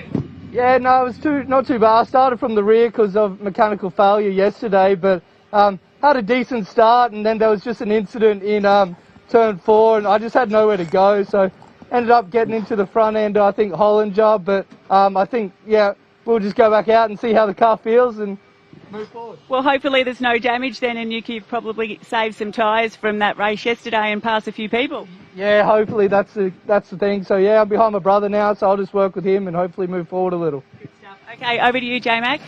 Danny, the Desert Palms car has looked better, I will be honest, mate. You had a super quick look. How did it all go down? Mate, it's just first lap, you know, and I didn't know that there was a pile up in front of me. Cars moved out of the way, and I just didn't have a clear view of what was going on, and yeah, everyone backed up into each other, and I ended up the worst, I think. Are you planning on putting it into the trailer, or are you going to try and thrash for race 4? Mate, we'll have a little look, but if it's too hard, it's too hard. We'll definitely have a look, see how we go. Jamie, back to you. Thanks, J-Mac. One thing about those sprint car guys, Matty Mac, is I've seen some remarkable turnarounds at speedway tracks around Australasia, getting the Wing 410s back after a wreck. So that, for the sprint car teams, is probably not too much to have to deal with. Can swing a spanner. They can swing a spanner, absolutely. And, of course, they've got time because we're the last race on the program today. So that's around, I think, 4:30, 5 o'clock this afternoon. So they've got a couple of hours to try and get that. And it's interesting what happens now is we need to reset almost. We'll continue to do our rolling start, obviously.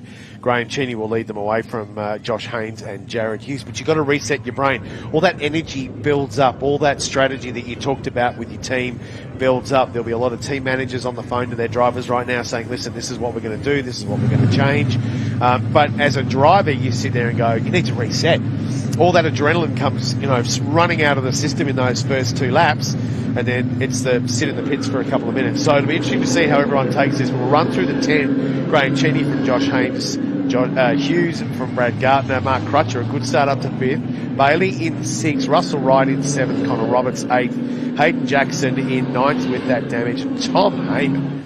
He definitely gained out of that. Absolutely. To come from the back of the grid, there is absolutely no shadow of a lie that he will make it to the top 5 if he can get it done. Well, the Thomas 169 TFH Mustang looks a lot different than what it did at the start of this race, but it's back out there. As you said, the critical thing with the front of these cars is if it's got into the radiator or not. So a lot of the framing underneath the front clips, the noses, are actually sacrificial. They're a bolt-on part. You can take the whole frame on and replace. So unless there's any damage behind that, or as we said, around the radiator area, as Pride car's still on pit lane. So the Waltec boys going to work on that. What you do just need to watch is, with that damage, has there been radiator damage, and how will that affect both performance and also the health of the engine going forward. So Josh is really going to need to be diligent here and keep an eye on his gauges and his temperatures rolling around the back there. So Pride, Hollinger and Reedy are the unfortunate combatants in that accident, all three sitting in pit lane at the moment. Don't think any of those guys are going to make it back, certainly, but they will hopefully make it back for race 4. I can't imagine they'll make it back for this race. So Gardner here. Everyone just tightens up here, because we're going to go for a restart. Big hi to the Coulters who are watching on television in Sydney. Wishing you guys all of the best down there. We know you are wishing that you could be here this weekend, but family's priority, so we're wishing you all well as we get to a restart here at race 3 of the Hi-Tec Oils Super Series TFH Hire TA2 Muscle Car Series, framed by Hi-Tec steel framing. A little bit of cloud cover over the top now. That sort of sun that we had a little bit earlier on, even with you guys on the racetrack, that's actually disappeared. We've got some cloud cover back over the track. And we like that. That's happy times when you can get that. So Cheney controlling the field here, and off he goes. So we go green on race 3, and he's already gapped. That's a great restart for That's a Cheney. Brilliant restart for Cheney, as Tom Heyman slides under the inside of Hayden Jackson as well. But that's a fantastic start from Cheney. Look at the gap that he's already put on Haynes. Gardner in P3 there. Sorry, not Gardner, out. Hughes in P3. Hughes in P3. So have a look at that. So Jason Pride, after that big accident, the Waltec crew have gone to work and been able to get that car back to the race. That is an outstanding effort as Josh Haynes looks up the inside and just runs a little wide. Does Cheney? That could open the door for Haynesy to skip across here and gets it done. Look at Hughes hassling in third as well. Will he throw it down the inside under Cheney and gets it done? That answers the question about the driver manager and the team boss. He's made it done, but run a little wide, and that's allowed Gardner now side by side through 5. How do you like your racing in TA2? And gets it done, and gets a run on Hughes now. Does the crossover, gets it done with Cheney now round the outside. This is all playing into the hands for Josh Haynes. You're 1-0 up on me on that one. I wouldn't have picked that Jared would have had a crack. Oh, there's some contact there. Is that contact? It was definitely contact. Hughes trying to come back down the inside. There's something dragging down under the car between him and Gardner out of turn number 6. Mark Crutcher, he's in the battle, and Bailey in the Jacks 12 as well. Bailey's up inside the top 6. When we went through turn 1 and turn 2, last lap around, Graham Cheney was in the lead, and he's now been relegated back to 4th in the space of 1 lap. Josh Haynes now has a mirror full of Gardner, Hughes and Cheney. But look at Crutcher in the number 4, Crutcher Developments Mustang down under brakes. Bailey to his outside though, so this is well and truly on. Haynes back through to the lead, so status quo, back to normality as we've seen throughout the rest of the weekend. But there were some really tough exchanges in that top 2 or 3, and from leading Cheney off the restart back in that 4th position, and he's got a heap of cars in behind him, and a charging Tom Heyman up into 8th. And remember I said at the start of this is the day where the intensity increases. This is where we see the guys really starting to throw it down the road as Russell Wright now comes under pressure from the hard-charging Heyman. He's going to go for the over-under here and try and get the run down the straight. Crutcher, no! That was Mark Crutcher in the 4, wasn't it? That was spinning for the inside of the circuit. It is the Crutcher 4. He's come off at turn 6. I'm not sure whether he did it himself or was helped. I can't see any damage there, but 525 horsepower under the right foot, not hard to do, Jamie. You can actually... I just saw the flash yellow when I was trying there initially, because you've got Crutcher, you've got the Jacks 12 of Bailey, and there was a fair bit going on there. Haynes out in front, but Gardner is chasing him down. Gardner's gone fastest to the first sector. We don't need to talk about gaps because you can see it. Here we go. Ford versus Chevrolet, the battle of TA2 muscle cars. On the approach down to turn 4. Haynes goes to the left defensive. Gardner looks a little bit out the right. Can't get it done down at 4. Will he set him up for a run between 4 and 5? Gardner's got pace. Haynes was loose, but Gardner has got the pace. What can he do coming off 5 now? Can he size him up? Haynes stays to the middle of the circuit. He's not blocking, but he's going to make him earn it if he's going to do it. Gardner looks like he's been held up here a little bit because he was all over the back bumper of the Herzog Steel 37. So they've done a little bit of a tune-up overnight, and Gardner has well and truly got some speed here. And you can see Haynes is pushing as he came off 6 there. The car was very, very sideways, but they jumped down through turn 1. You can see how busy you need to be on the wheel to get through turn 1, but this is vital. What can he do off 2? Can he set him up as Josh starts to run a little bit wide as they head towards 3 now? Probably not close enough at this stage to affect the pass, but he has to be so careful. He's going to look, he's going to feel the mirrors. Haynes gets defensive pretty early in the race. Oh, look at the braking capacity of Gardner. He's well deep. I didn't think he got a very good run out of 2. They're side by side, nearly making contact. This is going to be close. Gardner's up over the curb as they make the run down to 4. He goes to the outside. This is well and truly on. That's the Cheney move, but he wasn't able to stick it. You're right about Gardner's pace. Look at how close they are now, but you can't run off the circuit, Brad. You've got to keep it clean and tidy. His driver coach Tim Brook will be on the phone saying, come on, mate, don't wreck the car. I know you got pace, but you'll get it done. And look at Hughes now in the 118 Chevrolet. He's allowed to buy in the battle because these two are battling so hard. This is how we love our TA2 racing. Nice and tight at Queensland Raceway for race number 3. We're both sitting forward in our seats here. Obviously, there hasn't been sort of some collateral damage between the contact between Gardner and Hughes because they are both very, very fast here. And Josh Haynes is having to defend for his life right now. Yeah, but you could see Gardner there. He just ran it up on the curb like that. And I know he's got some turn, but you just got to be so careful. Last time around, we saw the braking prowess of Gardner. He went right round the outside. What can he do this time? Oh, he's locked it up. He's locked up the inside front right. That's allowed Hughes now to have a run, perhaps. But Gardner's just got to settle down a little bit. He's ragged. Well, Hughes actually reacted and opened up the wheel because he was going to get into the back of Gardner with that lockup, and Hughes with some pace. Look at the gap. That's closed down because Brad had that big lockup and again finds the dirt, trying to find a way through Haynes as Haynes continues to defend from the 22 Hi-Tec oil shed driven by Brad Gardner from South Australia. He's going to have to pop a pass fairly soon. Here comes Hughes. They're getting impatient. Hughes is getting impatient. So he's going to try the crossover. Can he get a run? Gardner with a good exit run. That's a very, very different line into 4 where he's so narrow on the mid-turn at 4. Hughes ducks the nose out. He's looking in the mirrors. He's making sure that Brad knows he's Haynes there. had a big slide. That could translate with exit speed out of 2 if Gardner can take advantage of it. But Hughes looking really racy back there in 3rd. As we said, you've got to be careful with your tyre management here as we now see Tom Heyman in the background from the last on the grid up to 5th. What a drive from the New South Welshman. But Gardner now continuing to hassle the back of Haynes, with Hughes now starting to get a little impatient and angry on the front, on the right pedal. What can he do? I think Hughes right now should be licking his lips, because if Josh Haynes and Brad Gardner get involved in any kind of scuffle, he can pick up the spot. And the way Brad Gardner's driving, look at that, Haynes sideways.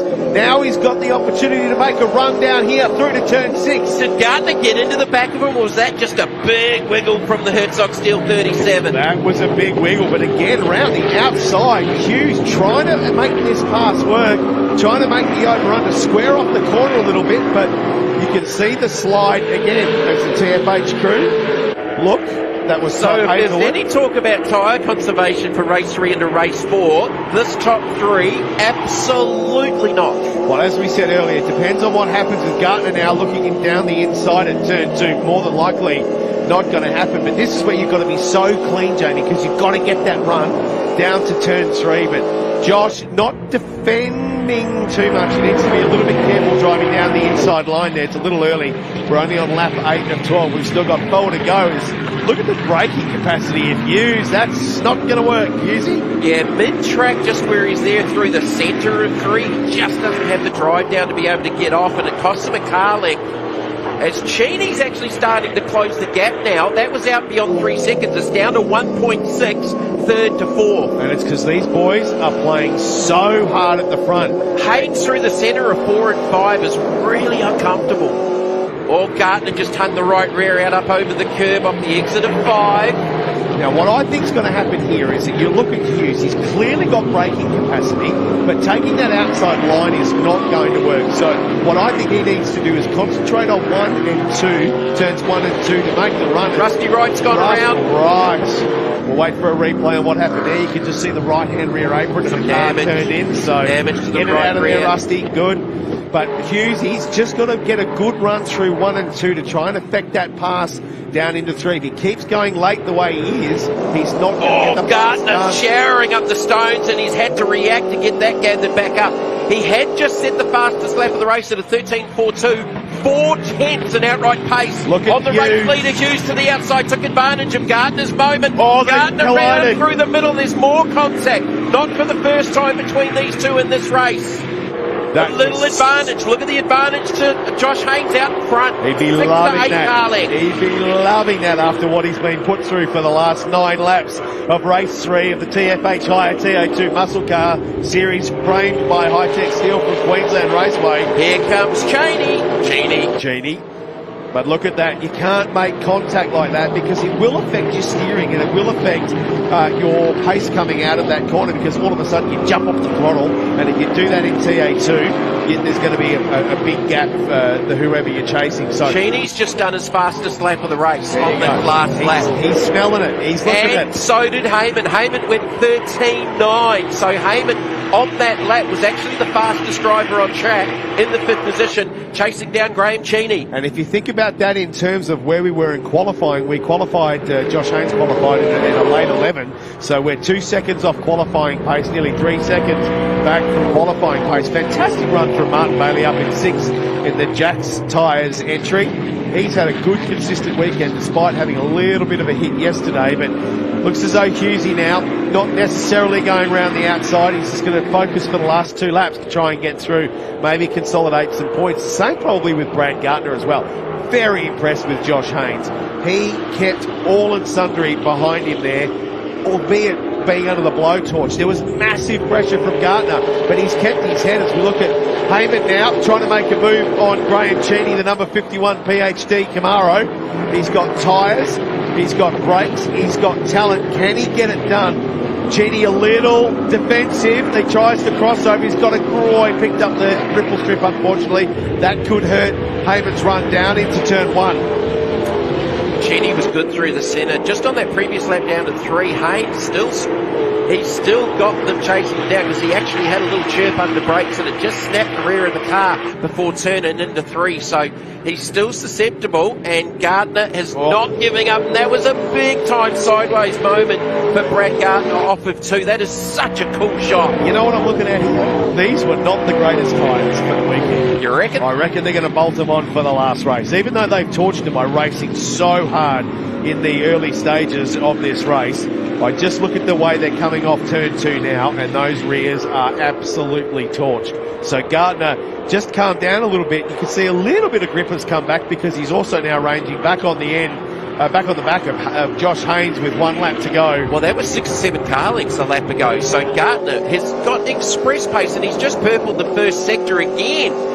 So he's actually managed to get back up on top of it and go forward. And he's back right on the back bumper of Haynes, down through to 6 on slight run to the outside. Can he get the crossover as Haynes very, very narrow through the centre of 6? This is well and truly game on. Tim Brooke will be in Gardner's ear. He's driving coach as we start our final lap here for race 3 of the TFH Hire TA2 Muscle Car Series. A good run through 1 for Haynes. How much are those cars moving around through 1 and 2? Watch them up here. Let's see what the rear tyre life quality is like. That was actually a better run for Gardner. Here we go. What can he do? You can see him getting closer up to Josh Haynes into turn 3. What will he try and do? He's going to make him go the long way around. This is the last of the late breakers. Can he get it rotated? Will he try the over-under, or will he try and hang tough round the outside? No, but he's got pace again. He's got fantastic exit speed off of 3. He's going to have to look to the outside, but that may allow... big late-breaking move. Haynes has got the inside run. It's side by side. Side by side. Gardner, can he drive around the outside? Haynes. There's overlap. There's overlap. Gardner to the outside. Out on the gravel. There was definitely contact there, and Hughes now comes back into the equation. My goodness me. Have a look at the strength of the Camaros as Hughesy now sniffs an opportunity to try and maybe gain a step. What a race. Jared Hughes third. Josh Haynes will take the win. Haynes going to run on Cheney down the line. Cheney holds on to fourth. Josh Haynes 3 for 3 as Josh Thomas has a handful there with a battle with Hayden Jackson. I'm trying to catch my breath there. What a sensational race with the TFH Hire TA2 muscle cars framed by Hi-Tec steel framing. Great comeback from Mark Crutcher too from the back of the field after that spin up to P11, so he's got pace. Josh will be very, very happy with that result because how much pressure did he have to sustain? Massive pressure. Wow. Two very talented young drivers in Gardner and Haynes, in Hughes as well. So a fantastic race. Started off a little shaky. We had a red flag session after an accident, but boy, oh boy, that was one of the best races this year for the TFH Hire TA2 Muscle Car Series. I started this broadcast with no voice. Didn't help that race. So I'm going to go and have a Bex and a lie down as we look at our Hi-Tec Oils scorecard. Josh Haynes, fantastic effort. P1 from Brad Gardner, Jared Hughes and Graham Cheney. Again, Cheney just consolidating those points. Heyman, what a drive from the back of the grid all the way to P5. Mark Bailey, Connor Roberts, there's that guy, Connor Roberts. He's the rookie. Jermaine Ramsey, 8th. Great drive from Hayden Jackson in 9th. He finished a race, old Haydos. Well done, Hayden Jackson. And Josh Thomas in the 169 TFH Hire entry in 10th. Crutcher made it all the way back to 11th after that spin. Russell Wright in 12th. Des Collier in 13th. Paul Hadley 14th. Anthony Tenkate, Steve Wilson, Jason Pride got back out on the track from that incident in the first couple of corners. So well done to his team. Hollinger and Danny Reedy also, by the look of it, got out there as well. So here are your highlights. Stay tuned. They're pretty action-packed. Wow. Gardner with definitely a good advantage off the race start. But look, Haynes down the inside was not going to concede it. Hughes wondering where he was going to go. Gardner exited stage left, and out of all of it, Cheney with a fantastic start got through to second. This is what impressed me. Look at the run that he gets here, and he goes down round the outside of Haynes and picked up the pass. It was outstanding, but this was the contact. Unfortunately, took out a number of drivers, including Danny Reedy. He would make it back, but Jason Pride, Thomas also got punched in the head there as well. Always happens at turn 4. Always happens at turn 4 in the first opening laps. And look at this pass from Cheney on the young fella. They're going side by side down towards turn 4. Hughes is involved as well. And this was the young person that you thought would never pass his team boss. Gets it done. You'll keep. Hughes was well and truly in the mix. All right, looking at some of the battles further back as Heyman was making progress through the field. Crutcher, just unfortunately, it looked like he did that all by himself. Yep. After a really, really strong start to the weekend. He is one of my favourite human beings in life, but that was Mark Crutcher doing Mark Crutcher things. And then it was World War III, Haynes versus Gardner, with Jared Hewson back there with the best seat in the house. And these exchanges were just remarkable to watch and be a part of because, there was no conservation going on there. This was, I want this race win. No, I want this race win. And Jared Hughes is back there going, if you two get together, I can have this race win. Well, Jared Hughes was there to take it if he wanted to. I'm not sure you can see here the outside passes. He had massive brake ability in that car, and this is where they made contact. The big understeer from Brad Gardner, but I reckon he's going to look back on this. He might have been able to play that a little bit smart, but this was the move. Gardner had him until he didn't, just ran a little bit wide, which ruined the run. And then Hughes round the outside, almost nabbed him, but couldn't get it done. A sensational race. Defensive driving, attacking driving. No quarters given, and Josh Haynes comes out in P1. That was an elbows up, good old-fashioned fight at the OK Corral. Down on pit lane while we catch our breath. J-Mac, yours. That was everything that I was promised and more. Jared Hughes, you had to drive the American Muscle Trucks Camaro like you stole it. Man, some crazy battles. Yeah, it was a bit crazy up the front there. There's a bit going on, but happy we actually earned that one that time, but still just not happy with how the car's going. Still had some overheating problems. That's why we sort of had to back off a bit in the middle stage and try and come back at the end. But, oh well, we're getting there. We're getting there, and we'll keep trying for the next one. Great stuff. Let's have a chat. Brad Gardner, mate, an incredible race there, swapping positions with our eventual race winner. It was a wild time at the front. Yeah, not much room on the outside, is there? Especially when the other car doesn't give it to you. But look, the car's fast. Like we worked really hard last night. Maxie, Ben, Adam, and Tim. Like we sat down, put our heads together, and what we needed to do to catch the 37, and we done that. And I can't thank the boys enough. But you know, if that's what we're racing like, can't wait for the next one. Great stuff. Let's go and have a chat with our race winner, Josh Haynes. Get in here, Josh. You had to work for that one, didn't you? Yeah, I did have to work for that one, and yeah, we had two quick cars behind me. It was super close racing, and I was parking my car in a spot where, you know, he could get down either side of me. So I've got marks on my car, and he's got marks on his car. So it was a great race. Thanks to the Herzog Steel Mustang, and yeah, bring on the next one. Back to you guys in commentary. Ooh, there's a little bit of needle there. I'm looking forward to race 4. That's going to be cool. There's a legend stake to the track. Thank you, Matty. Yeah, wow, what a race. Legends out on track for their 4th race of the weekend. Joined in commentary by series coordinator Tony Ward. And I'm trying to come back down after that last TA2 race, mate. I can imagine. Wow, what a race here. So the Legends back out on track and already on board with Duckworth, and they're 3 wide through turn number 1. I'm not going to have any voice by the end of today by the sound of it, but in the previous race, Riley Skinner actually managed to take the win, and he started off the pole for this one. Yeah, and it's his first race weekend with us. So no way. Yeah. Wins on debut. Fantastic job. What was Riley's background? He did a lot of karting, Riley, and he's done a lot of practice. He hasn't which I hope it's not happening to him, he does have a gear shift issue he's just noticed on the way out.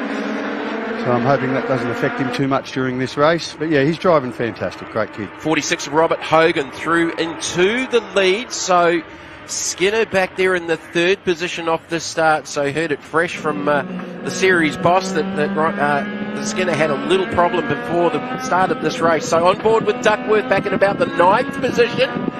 Some fantastic racing as ever throughout the weekend, mate, and the Legend Cars Australia team really putting on an amazing show as we see at every round of the Hi-Tec Oil Super Series. New race leader with Melville through to the front as Hogan just got shuffled sideways. Ryan Pring now in the mix. Yeah, we've got Skinner there and Ben Goodrich. He's had a great weekend. He's coming up there in 5th. Aidan Williams, another new young kid. It's his first meeting. Aidan's up there in 6th as well. So our pole sitter back to 5th position now, so Goodrich up into 4th, and Brad Rudden's in the pro class, because you've got a few different categories in amongst the Legends class with the different ages and pro and not amateur so much, but a quick brief explanation while this race continues. Yeah, so your pro guys have been around for a while and they've had a few years experience. The semi-pro are the new drivers in, which we've got I think 6 today, and then you've got your masters, which is over 40. Masters are quite a competitive category in our series because there's a lot of fast guys that happen to be over 40. Bruce Duckworth on board. He's chasing down the 47 of Lincoln Pope. Melville still your race leader in the 81. Further changes in position. Going back, Goodrich just lost a spot there. I think that was Ryan Prin back up into the 3rd position with Skinner, the pole sitter. That's Ryan Predo. Nathan Predo, sorry. He's had a troubled weekend. Scotty Morgan too, by the looks of it. That was the red number 16 of Scott Morgan, so maybe a little bit of an exchange there as Pring and the 97 of Goodrich side by side out of turn number 6. Race 4 for the weekend for the Legend Cars Australia Championship. Just looking at the points, I think Hogan in the 46 leading the round points overall.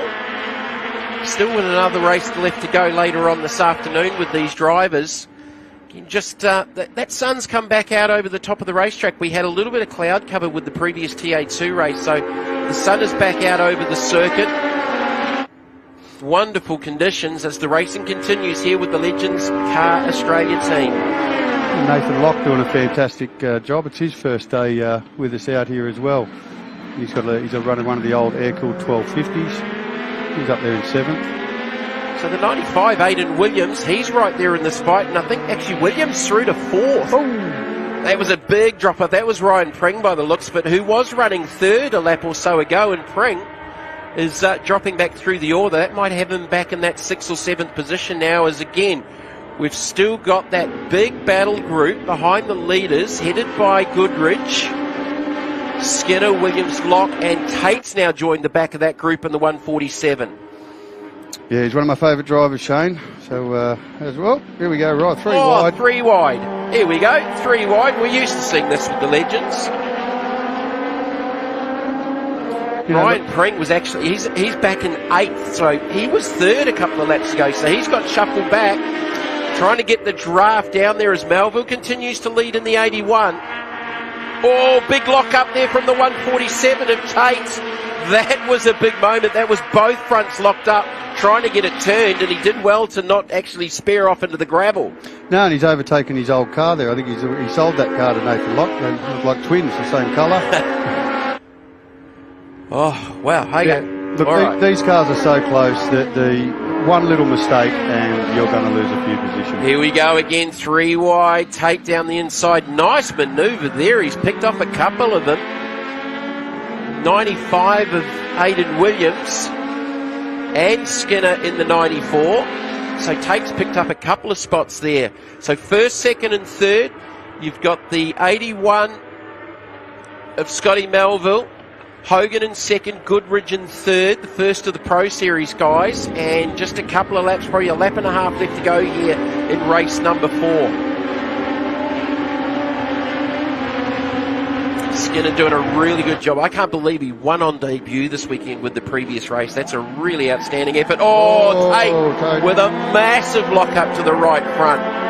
That's dropped him right back into the clutches of Skinner. This is 4th, 5th, 6th, 7th and 8th. 27 of Nathan Locke in that 8th position.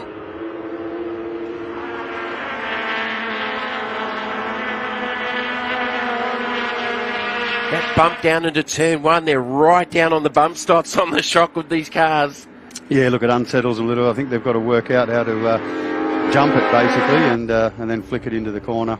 I think with one you don't want to be too narrow there, because that's probably where the biggest element of the bump is. We're going to go 3 wide again. This is a drag race for the lead. Melville, Goodridge and Hogan. Goodridge runs a little bit wide through the centre of 3.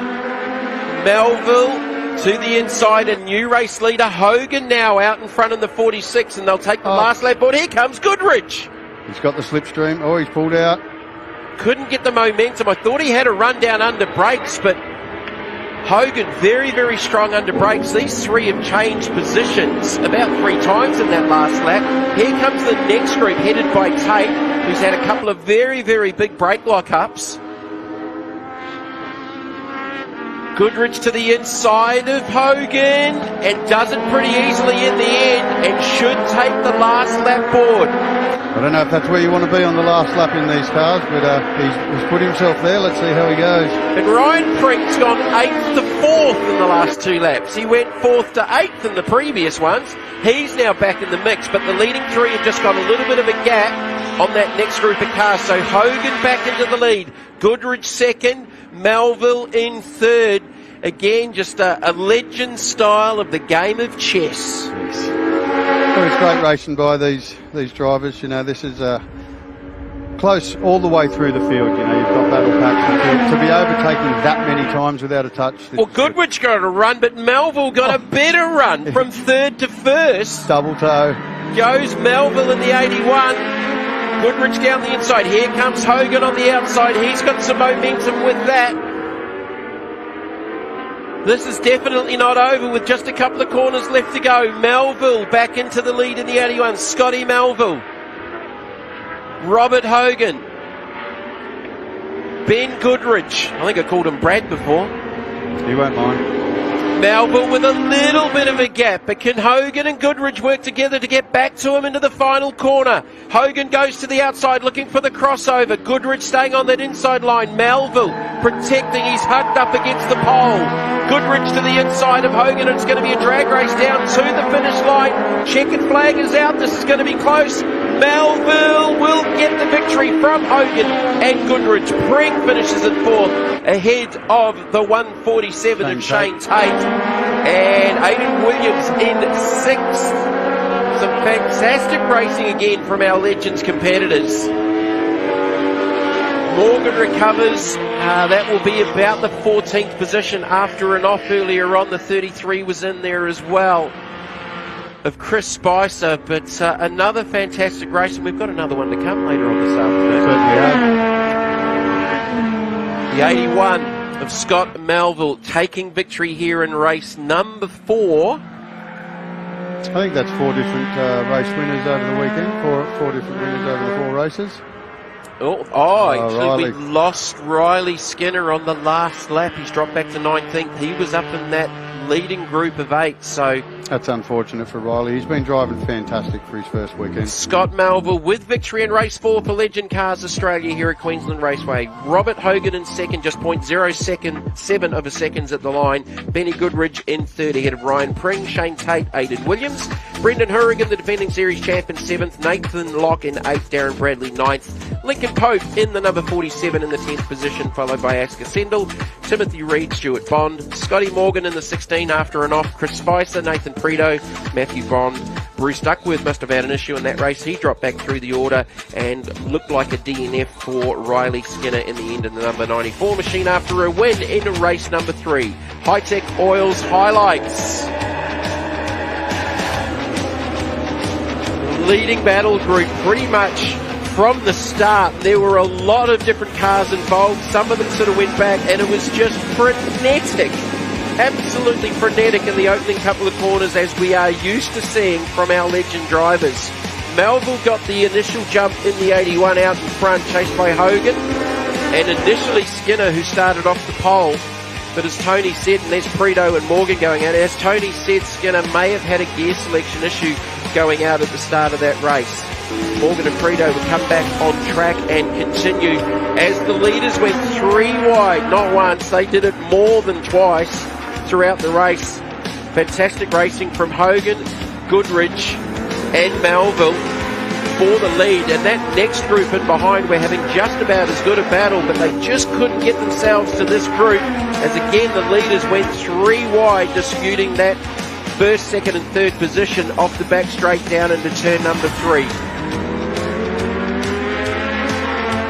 Goodrich trying to get an inside run, but Melville here with the favoured inside left-hand run to 4. Lots of sideways moments from just about everyone. But down to the checkered flag, it would be the 81 of Scott Melville taking victory by just 0.007 of a second. Thanks to Hi-Tec Oils for the highlights. Back down onto pit lane with J Mac. Ben Goodrich, a flying finish for third. It was on in the final corner, wasn't it? Oh, it was an awesome battle between these two guys. It was honestly the best clean racing we've had all weekend. Can't expect any more from these two guys. It's the best. Brilliant stuff, mate. A little bit more time out on track for you. We're looking forward to it. Can't wait for the next one. Bring it on. Rob Hogan, P2 in this one for the third time this weekend. Just couldn't convert it to a first. Yeah, it's quite hard. It's been tough racing all weekend, and yeah, when you're in the tow, it's hard. But when you're 3, you know, in the tow, it's really hard to get past one, the top guy, and the other guy's towing you. So anyway, it's a good start. It always comes down to the wire in Legends racing, doesn't it? Yeah, oh, absolutely. Yeah, it comes down to the dying last minute. So yeah. If you're in the front, you win it. So that's it.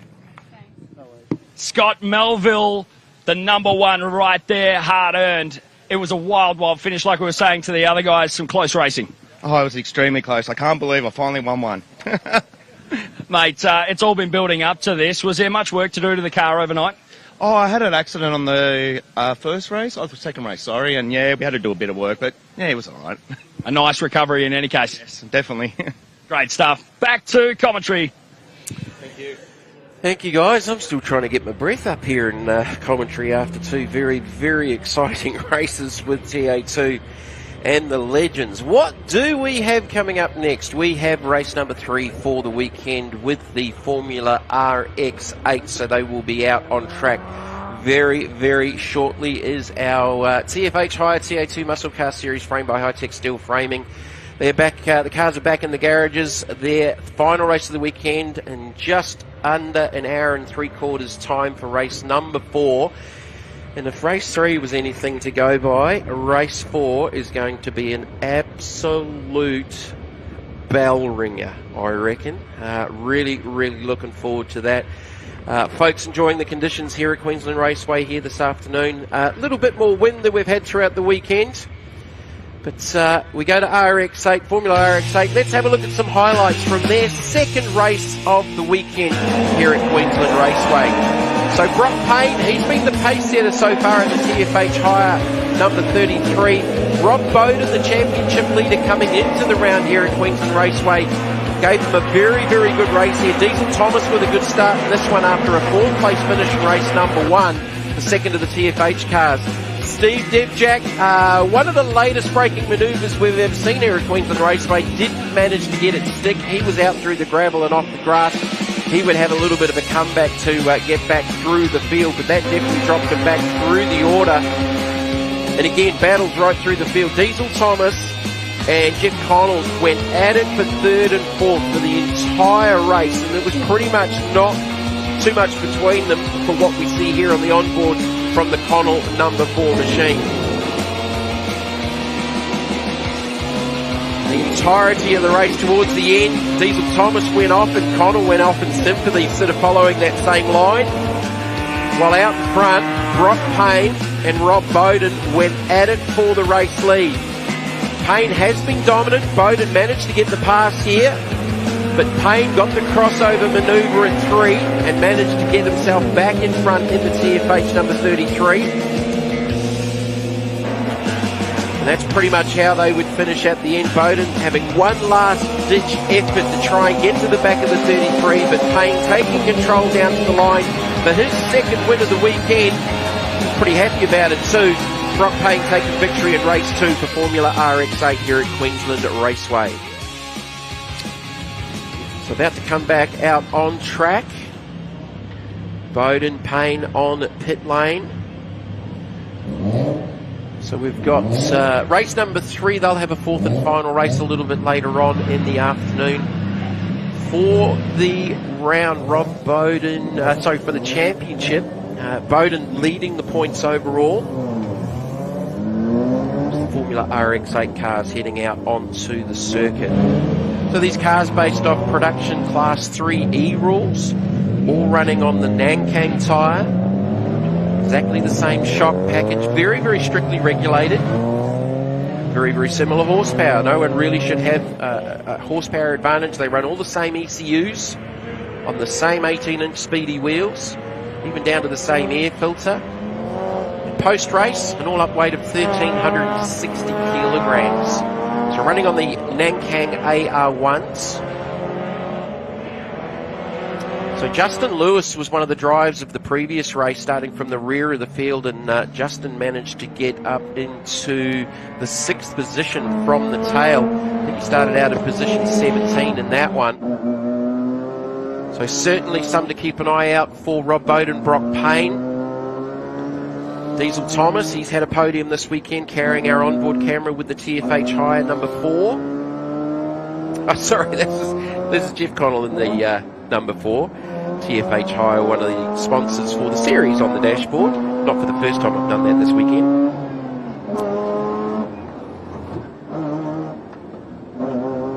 So this race scheduled over 8 laps for the Formula RX8. So on board here with the number 4 of Jeff Connell.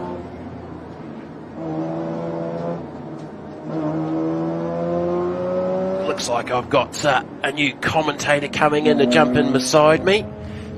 I'll introduce myself to Mr. Luke King. Luke, welcome to commentary. You're going to give us a hand with the Formula RX8s. Absolutely. Porsche Cup. Cheers. TCR, and you've been helping Mr. Levitt with the C63 Merc. Didn't quite go to plan in his last race, but thank you for joining us in commentary with the Formula RX8s. How's your day been? Yeah, no, it's been good. Unfortunately, the Momus solar lighting C63 Levitt decided to just do production car things and just give up the ghost on the start there. So it's brilliant to be here for the RX8 Cup. All right, looking at the grid for race number 3, and looking at this, I'm going to suggest this is a reverse top 8 with Payne starting out of position 8. So Thomas Derwin starting off the pole, Terry Lewis from 2, Justin Lewis from 3, Ivan Vantakiato from 4, Jeff Connell, Diesel Thomas, Rob Bowden, Brock Payne, Ayrton Philippi from 9, Steve Devjack from 10, Shane Hassan out of grid position 11, Jamie Canellis, Paul Spiteri, Andrew Thompson, Stacey Vickers, Leslie Reeves, Derek Lack and Martin Welsh should complete our lineup of 18 for race number 3 for Formula 8. So, reverse top 8. This is where it gets a little bit of fun because Brock Payne's been the class driver so far this weekend. Rob Bowden, who led the championship points coming into the round, he'll be starting alongside, and they will start off the 4th row. So, I don't know if you've done any of these sort of style of races before with the reverses, but what's the mentality of trying to come back through some of those drivers in front of you? Yeah, it's very interesting as we see the start take off there. I'm not sure exactly who was on the front row. 29, Terry Lewis, and Terry got a fantastic start. Any drag racer would be proud of that start. And brother Justin to his outside, and he's going to swing around the outside, goes through to the lead in the Yellow Express number 50. So Justin's weekend started in race number 1. He had an off in race 1 and parked it because he thought he had a drama with the car. Started rear of grid in race 2 and drove through to 6. So he'll be pretty happy with his grid start here. Good effort. We've got Derwin going backwards there as well. In answer to your question, as we watch him go 3 wide down into turn 3, it's a different approach to a reverse top 10. We had it in TCR. It's quite difficult. You've just got to try and chip your way through it. You know that you're faster than the guys in front, so it's very important to go into it with that mindset and just make sure you don't have any contact. You know, it's a long race, even though it's only an 8-lap race, but for a Formula RX8 car, it is a long race. And for some of these drivers, they've got a championship that they're contending for, so you cannot afford a DNF in these one-make series because it's very, very tight. That was Derwin exiting stage right in the number 42 machine. So he started off the front row. It has not been a good start to race number 3 for the Derwin number 42. Here is the battle for the lead, and Brock Payne started from 8th. He's already to 2nd on the opening lap. You did say it, and he's doing a great job there, putting the pressure on immediately as they pass the finish line for the 2nd lap of this race. And Devjack started from 10th. He's now battling for 3rd down the inside of Terry Lewis. I was going to say that is a name that I recognise as well as Ayrton Felipe. I've been on Ayrton's podcast, which I'm sure you've mentioned in the broadcast here. Young Ayrton does a great job promoting himself as we have a change for the lead. Yeah, Brock Payne inside 2 laps from grid 8 through to the lead. He's got some express pace, having just gone past the Yellow Express number 50 of Justin Lewis.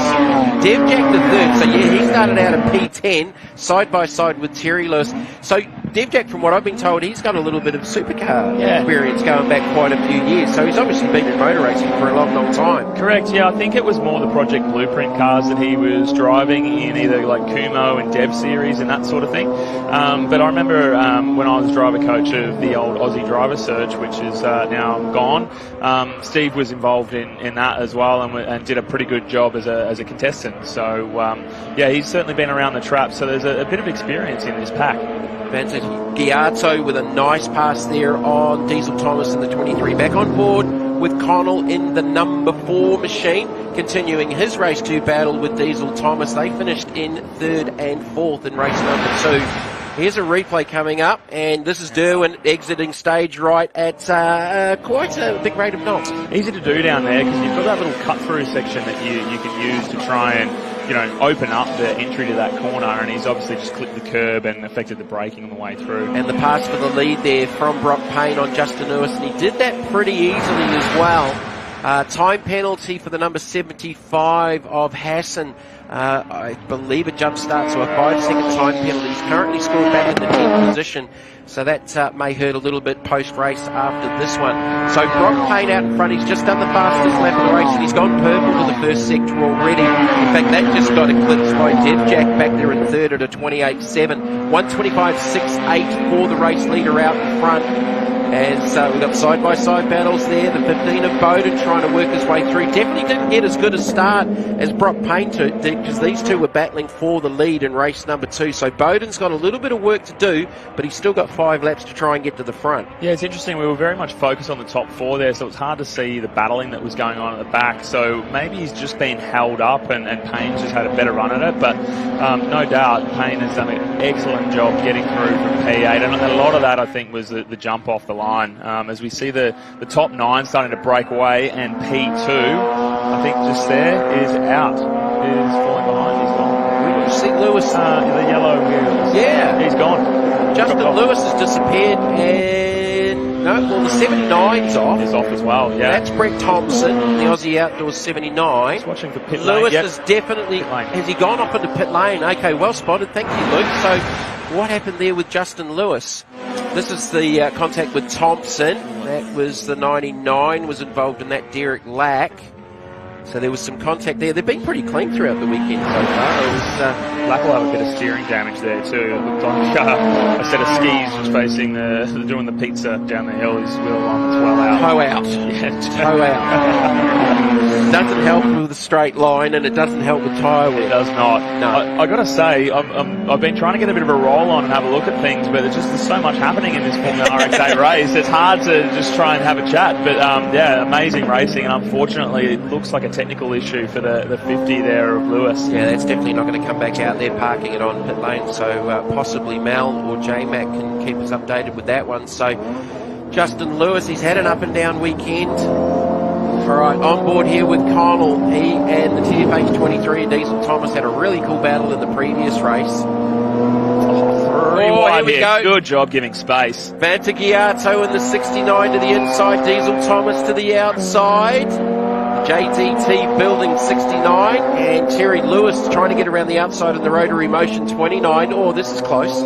This is all on out of turn number 6. Absolutely, and it's awkward going up into 1 because there's a little bit of a bottleneck there. They've got a big main front straight here, very wide, and then it really shortens in, kind of like turn 1 at Sandown. They've managed to find their way. Diesel Thomas has got some pace there in the TFH 23. Vantagiato, though, it's taken me about 3 rounds to try to get used to saying the surname. I think I'm finally starting to get it right. But young Ivan, he hasn't done a lot of motor racing. So one of the things with so many of the categories as part of the Hi-Tec Super Series, we do have a lot of new drivers coming in, whether it be XLs, Legends, Formula RX8. It's really good to see some of these newcomers, some of them even winning on debut, as Diesel Thomas launches the TFH23 down the inside of Vantagiato, and Connell's trying to take advantage of it as well. Here we go. Diesel Thomas on the inside. Connell's going to try and get to him, but Thomas had a little bit better drive down out of turn number 3. Vantagiato on the outside of Thomas through 4 and 5, giving each other a little bit of racing room. Very courteous. Diesel Thomas definitely very courteous in that respect. Oh, Connell's got to run it. Oh. Little bit of exit oversteer for Diesel. Connell got a run, but I think Vantagiato sort of also checked up behind Thomas, getting sideways there. And here comes the 46 of Ayrton Philippi. I think Ayrton had overlap on Connell there, which was why he couldn't actually get out past Vantiago. So Felipe making some moves, named after Ayrton Senna. He's gone for the gap. Seriously, the first race in, you get Vantagiato right on the first ball. Because you've been doing such a good job of it, mate. Man. It's why I could never do rugby commentary in New Zealand. I struggled with all of the surnames, too. I love it. Well done, Luke. Thank you. Well done. All right, Brock Payne out in front. He's in control by 5.2 seconds over Rob Bowden. So Bowden's managed to get back up to second, and he must have got around Devjack, because Devjack was second a lap or so ago. Payne with the fastest lap of the race at a 25.68. Bowden's gone 25.6. 35.70, so just 200s in between those two drivers. Diesel Thomas has got his hands full here with Vantagiato in the number 69 machine, so that is for 4th, 5th, 6th, 7th, and probably 8th with Terry Lewis in that group. Then we go back to Jamie Canellis, and then the number 35 of Stacey Vickers, and you cannot miss that car. A very, very distinctive colour scheme on that race car. All right, let's take a breath and just settle down. Couple of laps left to go here. All right. Really proud of young Etan Felipe here. He's really, him and his mum have pushed very hard. They did a bit of Formula V the last time I saw them down at Phillip Island. That's good for racecraft. Absolutely, yeah. And you can tell he's just picking his way through here. I don't think he's got as much grunt as some of the other cars that are around him, but he's managed to pick his way through. And you can do that when if you're a little bit disadvantaged in certain ways, you can pick your way through when the pack's battling. All right, so this group here, 9th, 10th, 11th and 12th, Canellis, Derwent, Vickers and Hassan. Hassan carrying a 5-second time penalty, I believe, for a jump start with the Formula RX-8s. Payne's extending his lead out in front. There's Vickers with that beautifully presented number 35 machine. So that's based off, he's an X-Pac POM. So it's based off one of the BMW art cars going back in the day. Gotcha. Yeah. I was going to say, I'm hoping that Stacey's crew are on the radio to him to make sure that that he knows he's got the car behind's got a 5-second penalty, because there's no real point fighting that with 1.5 to go. Thomas and Vantagiato. You've got me thinking about it now. Oh dear. Look at this. It's a QR. You know, people give it a bit of stick for being the paperclip, but honestly, it produces some of the greatest racing. Like when we're up here with TCR, it was side by side everywhere, and these guys are proving it. They've been too wide pretty much everywhere across the track. Well, we've talked about it all weekend, mate. It looks relatively simple, but this racetrack can get in drivers' heads, and you can overthink things, but you've almost got to concede part of the circuit to be good everywhere else and be consistent, because you cannot get every part of the racetrack right, even though it's only 6 corners. Yeah, absolutely. They are very different corners. You've got low-speed hairpins, medium-speed 90 degrees, and then high-speed 90s. And turn 2 closes back on itself. It's a very tricky one to try and get. I think if you look at somewhere like Bathurst, if you're a second off at Bathurst, that's easy to make up. There's 23 corners. When you come to QR, you try and make up a second in 6 corners. 1 second at QR is a huge difference. So, you know, I'm not surprised to see these guys racing so tight. Oh, Thomas with a big handful of steering wheel there. Fighting everyone back in. And this will open up the opportunities for the 69 and Connell. Vantagiato, he couldn't take advantage of it, but Connell's going to try and go the long way around in the 4. And he does. And with that momentum, he's going to get that to stick. Well done. That is a great move around the outside there. It just goes to show there is a bit of grip down on that surface. There are some parts of the racetrack that have been resealed here at Queensland Raceway over the last sort of 12 months. In fact, even less than that. All right, final lap. Brock Payne from grid position 8. He's looking for the clean sweep. He's going to go 3 for 3. The second of the TFH higher team cars. Brock Payne will take victory here for race number 3 for Formula RX-8. The gap back to Rob Bowden, over 5.5 seconds. Championship leader Bowden, as Connell had a moment out of the last corner. This is just, we're having flashbacks of race number 2. Diesel Thomas down the inside. This will be for 4th and 5th, 6th and 7th. Diesel Thomas just got it on the line. Wow. In fact, no, Connell.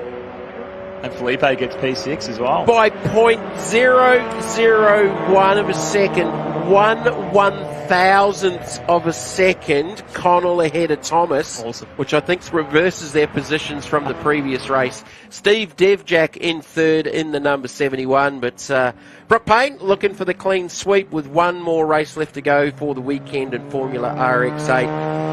Awesome job. I've got to say, the way that these Formula RX-8 cars are being presented by the teams and the mum and dad teams down there, they all look amazing. And well done for TFH Hire for getting on board. Brock Payne with the victory. Rob Bowden in 2nd. Steve Devjack in 3rd ahead of Jeff Connell. Diesel Thomas in 5th. And the difference between Connell and Thomas was 1/1000th of a second. Ayrton Felipe in the 6th position. Ivan Vantagiato in 7th. Terry Lewis, that's an easier one to say, Jamie Canellis.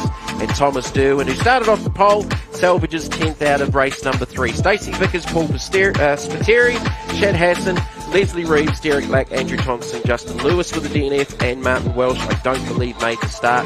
Shad Hassan, obviously, with that time penalty for a jump start earlier on. Hi-Tec Oils highlights there.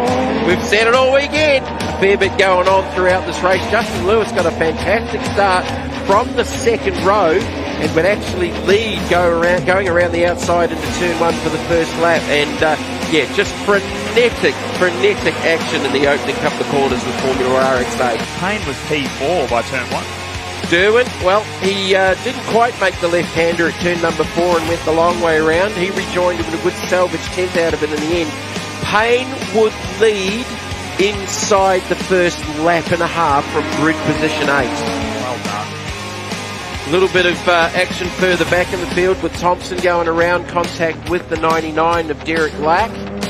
Pretty much the only major incident of the race. Diesel Thomas was having some fantastic battles out there with Ivan Vantagiato and Jeff Connell. And it was close quarters action as well, with lots of wheel work going on inside the cockpit of the 4. You know what, great to see that these guys didn't actually bang doors and rip bumpers off. Like, it was close racing through the whole thing, as we see here. Connell going around the outside with this move that we noted. Yeah, well, Diesel had got sideways out of turn number 2, yeah. Tom proposed his run down the straight, so Connell took advantage of that. But Diesel didn't get up and actually took it to the line with him, and they were so close at the end. Brock Payne with the win again, 3 wins from 3 starts, winning by over 5.5 seconds over Rod Bowden in second. Payne with victory in the TFH Hire number 33 machine. And it wasn't over between Thomas and Connell, and this drag race down to the line for 4th place. Connell would get by, check this out. Wow. 0.001 of a second. All right, down onto pit lane with our top 3 in Formula RX8, J-Mac and Mel. He is super stoked for 3rd. Steve Devjack, congratulations, making up 7 spots to bring home a podium place. You are pumped. Oh, I am, mate, to be so deflated before this race, but still keeping spirits high and pulling the positives out of the negatives. We must have found some sort of a problem, because I definitely got some power back there. Still didn't have the pace of the front 2, so I decided to let Rob through and definitely not hinder his progress. But yeah, absolutely stoked. I'm so grateful to be here. What more can I say? Thank you to Rotary Motion. Terry Lewis helped me sort the problem out. TFH Hire, best sponsor in the world. And thanks to all you guys that make this happen, and I can't wait for the next one. Great stuff. Over to you, Mel.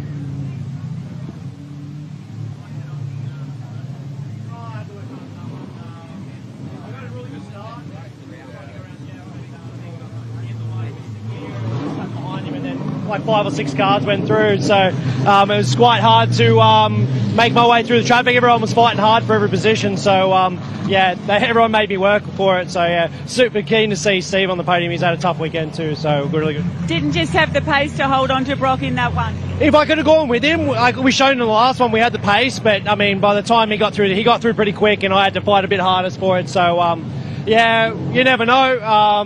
In the last race, we'll be starting off the front row together again. Hopefully we get a good battle like the last one. Just want to shout out too for all the sponsors that helped me get here. So G-Technic, DPO, Pro Apex Seals, RPMOS, Car Care Wollongong, and EcoSafe Chemicals. Doesn't happen without them. Plus everyone that donated at the start of the season too. I wouldn't be here without you guys, so I appreciate it. Thank you very much.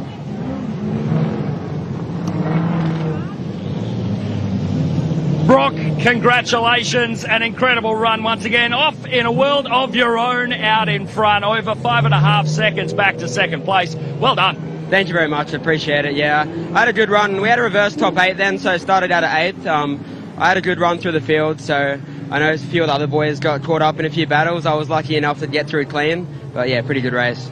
Congratulations, mate, well done. Thank you. If I got a minute, just like to thank Brett from TFH and their whole team. I absolutely love racing with these boys, and I couldn't do it without them, as well as my personal sponsors, Hutchinson's, DSE Construction, and The Tulio. Yeah, thank you guys so much. Cheers. Well done. Thank you. Thank you, J-Mac. That was a cool race to watch with the reverse grid. Do not get sick of these beautiful pictures from Queensland Raceway.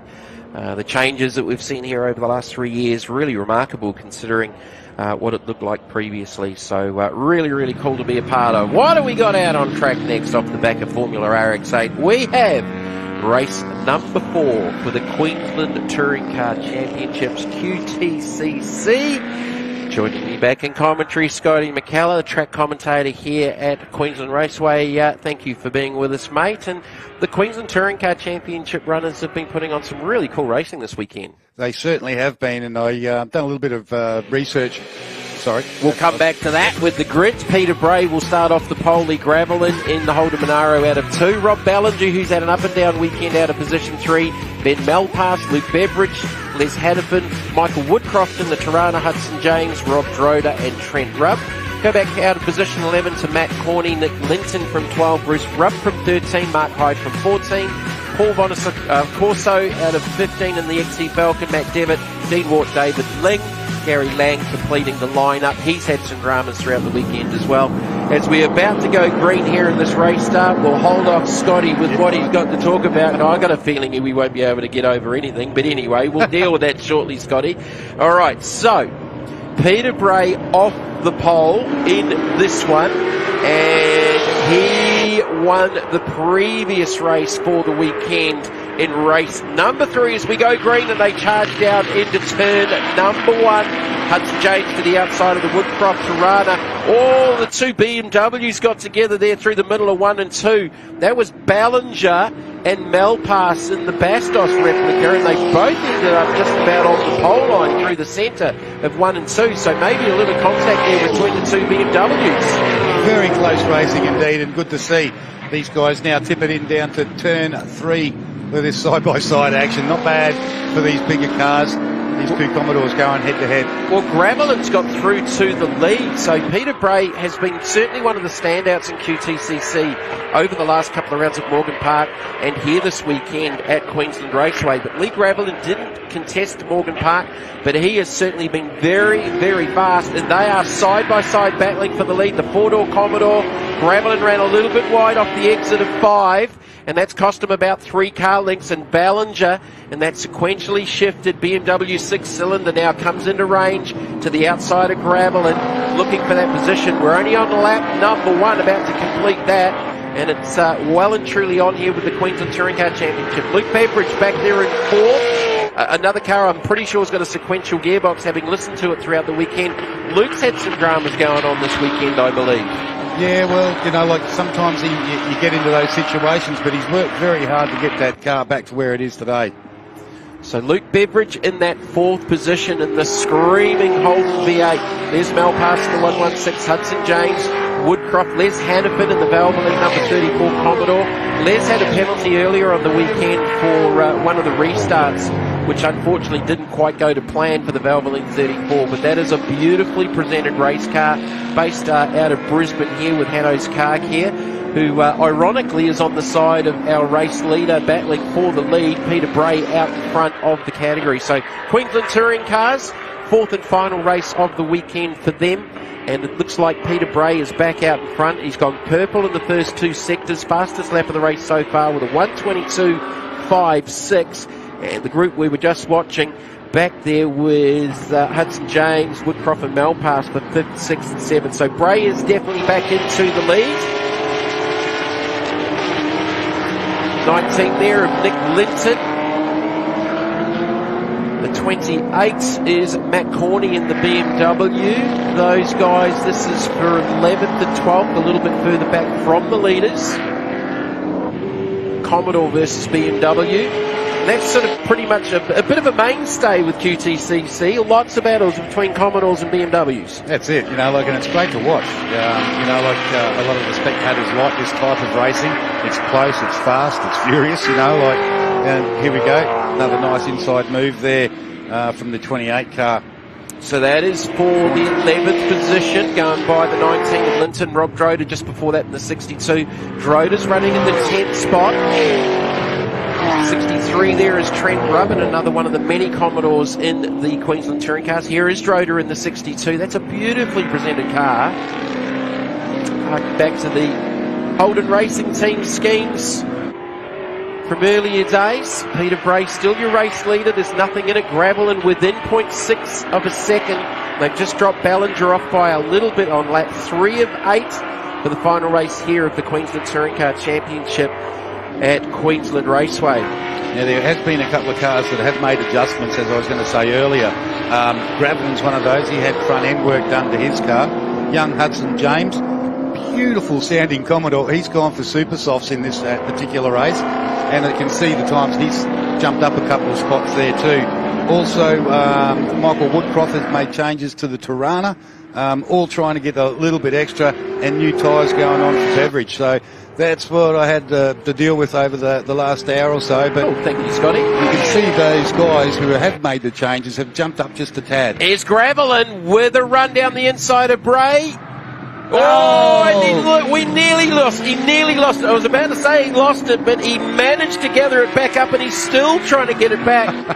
That was a wild moment for Gravelin. He was going for the race lead for a moment, for about half a second. He had it through the centre of the corner, and then it just broke the rear end free. That was a good gather up, because that car was just about stopped in the middle of the corner. Here's the Hi-Tec Oils replay.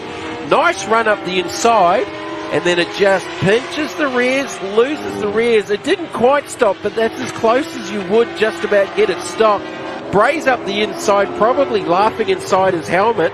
Can't believe his good luck, and he's managed to drive back up the inside and go back to the race lead and extends the race lead as Ballinger's closed the gap now to Gravelin in that second position. That was a really, really big moment for Gravelin while he was sort of challenging there for the lead.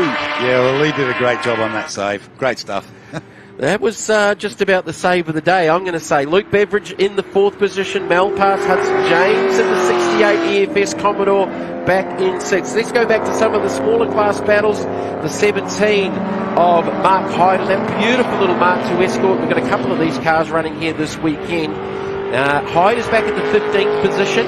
We've got the 14 of David Ling. Now, I'm not too sure if David's based out of the Northern Territory or not, but the Ling name sort of rings a bell from the EMC. But how cool, the little Mark II Escort, one of the most iconic race cars anywhere on the planet, and Mark Hyde knows how to get that thing around the racetrack. Well, haven't they had some development over the years with those cars? Well, you can buy a Shell brand new now. Mark 1s and Mark 2s. Definitely Mark 1s. Mark 2s I'm pretty sure you can as well. You see some of the rally car builds in Europe, and you're talking about a car that's worth $300,000 to $400,000 plus for a 1970s Mark II Escort. It's got some battle wounds to the right front corner of that machine as Ling in the Falcon is having a good old private battle going there. So that's 15th, 16th, 17th. With the 38 of Dean Ward just in behind in one of the many BMWs. As we go back up front, Peter Bray looking for another victory in the Hanno's Car Care number 29 Commodore. Gravelin trying to come back at him after that wee mistake on a lap or so ago. Still about 2.5 laps left to go here for the QTC finale at Queensland Raceway as part of round 3 of the Hi-Tec Oil Super Series. I'm wondering if Gravelin's going to set him up for the last lap there at turn 3. That's where he had the crack earlier on. He's just had another little look then. There's only 3/10 in it. There's less than 3/10 in it now. Gravelin definitely closing that gap. That gap was out to about 6 car lengths when Gravelin made that mistake a couple of laps ago. So he's back right on underneath the rear wing of the Bray, number 29 Hanno's Car Care Commodore. And Bray looks like he's got a little bit of better drive down out of turn number 5 because he's actually just put a little bit more of a gap on Gravelin. Gravelin's strong under brakes, but what he doesn't want to do, as we go back through the field, we go to the 97 of Bruce Rubb and the beautiful Falcon. That'll be Bonacorso in the 7. He's only just done that car up this season. Wow, that's cool. It's a beautiful livery. It's just a little baby 302 cubic inch small block. It's not a 351, I got told. Little 302. That'll be pulling some RPM. All right, Hudson James, Les Hannafin, Michael Woodcroft, the later Commodore, the earlier Commodore, and the well earlier Tirana as part of that battle group. That is for 6th, 7th, and 8th. Hannafin with a nice run on James. And I think that's for class victory as well, I'm pretty sure. So we do have the different classes in amongst the QTCC. Hannafin very, very narrow through the run through 2. He was actually up on the curbs. James with an inside run. Hannafin's not lacking for straight line speed. Yeah, that's where Huddy's is lacking. He's good in the corners. Car sounds great, but just, lacking that top end, and it's been happening throughout the weekend. So Les Hannafin a couple of seasons ago made the step up from, I think, the B category to A to run an outright with his number 34 machine, if I'm correct. Yep. All right, so Gravelin. Well, we got a new race leader. Just looking at the scoring, Ballinger's back to second. So Gravelin's managed to get around him. He's gone. There's Bray. So Bray back to third. So he's had it off somewhere. Has he and Gravelin got together? Okay, new race leader. Gravelin's out in front. Ballinger in second on the final lap. Last lap board is out. So Lee Gravelin, your race leader. I can't see any sort of battle damage or anything going on there. So what happened to Peter Bray after Morgan Park? He is human. Yes. He dominated at Morgan Park. So he's back to third. Beveridge with a run. Bray must have a problem. It may be a mechanical issue that's just dropping him back. He might not have had it off. It's a mechanical issue. Just looking at the last lap, and it was substantially slower than his previous best. So Bray must have a mechanical issue as Ballinger's right up underneath the rear wing of Gravelin on this last lap run home for QTCC. So a bit of drama going on at the end of this one. Gravelin looking for victory in the big Monaro.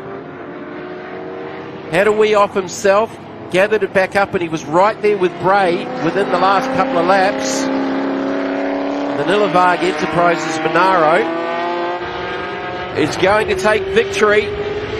Gravelin with the win in the Monaro. Ballinger in second. Luke Beveridge will get third. Bray is going to just hold on to fourth.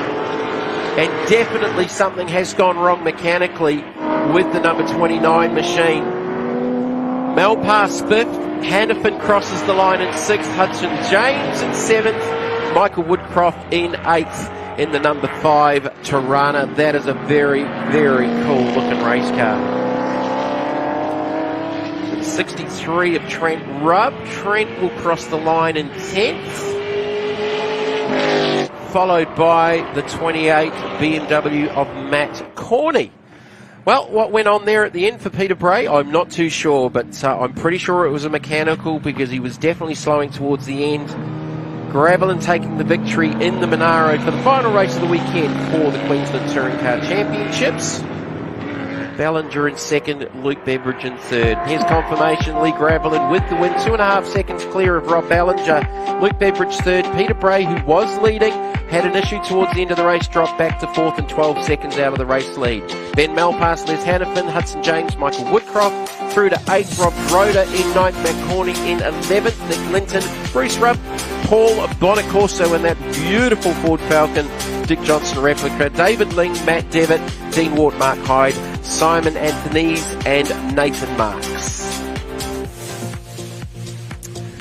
So that was the final race for the QTCCs. We've got Super TT, Stock Cars, Australian Trans Am and Invited Cars next. We had some issues out there for the number 17 Escort. We definitely didn't see that one happen. A lot of damage to the front of the number 17 Mark Hyde Escort at the end of that one, and he was definitely down the order. So sad to see that. Lots of damage to a pretty cool little race car. Hi-Tec Oils highlights. The Battle of the Holdens off the front row. Race 3 winner Peter Bray. Got jumped off the start by Gravelin. Initially, Hudson James and Woodcroft were side-by-side battling for position as Ballinger and Malpass had a little issue together through the middle of 1 and 2. Gravelin had a moment here that gave the lead back to Bray. Gravelin got his head down and actually got back underneath the rear wing as Les Hannafin made a nice pass to the outside of Hudson James here for a position that would eventually see him up inside the top 6. Michael Woodcroft part of that battle as well in the Brock Replica Tirana. can have been really defensive, but climbing the inside curve, you don't usually see that. Beveridge getting the pass to third here on Bray, who was limping towards the end. Just looking at that, there was something dragging down underneath the back of the race car by the looks of it. It's Lee Gravelin. He would go on to take victory after a moment himself in this one. Did it pretty easily in the end. And he was about 2.5 seconds up the road from Rob Ballinger in the BMW. Gravelin taking victory in the last race of the QCCC here at Queensland Raceway. Ballinger in second in the BMW.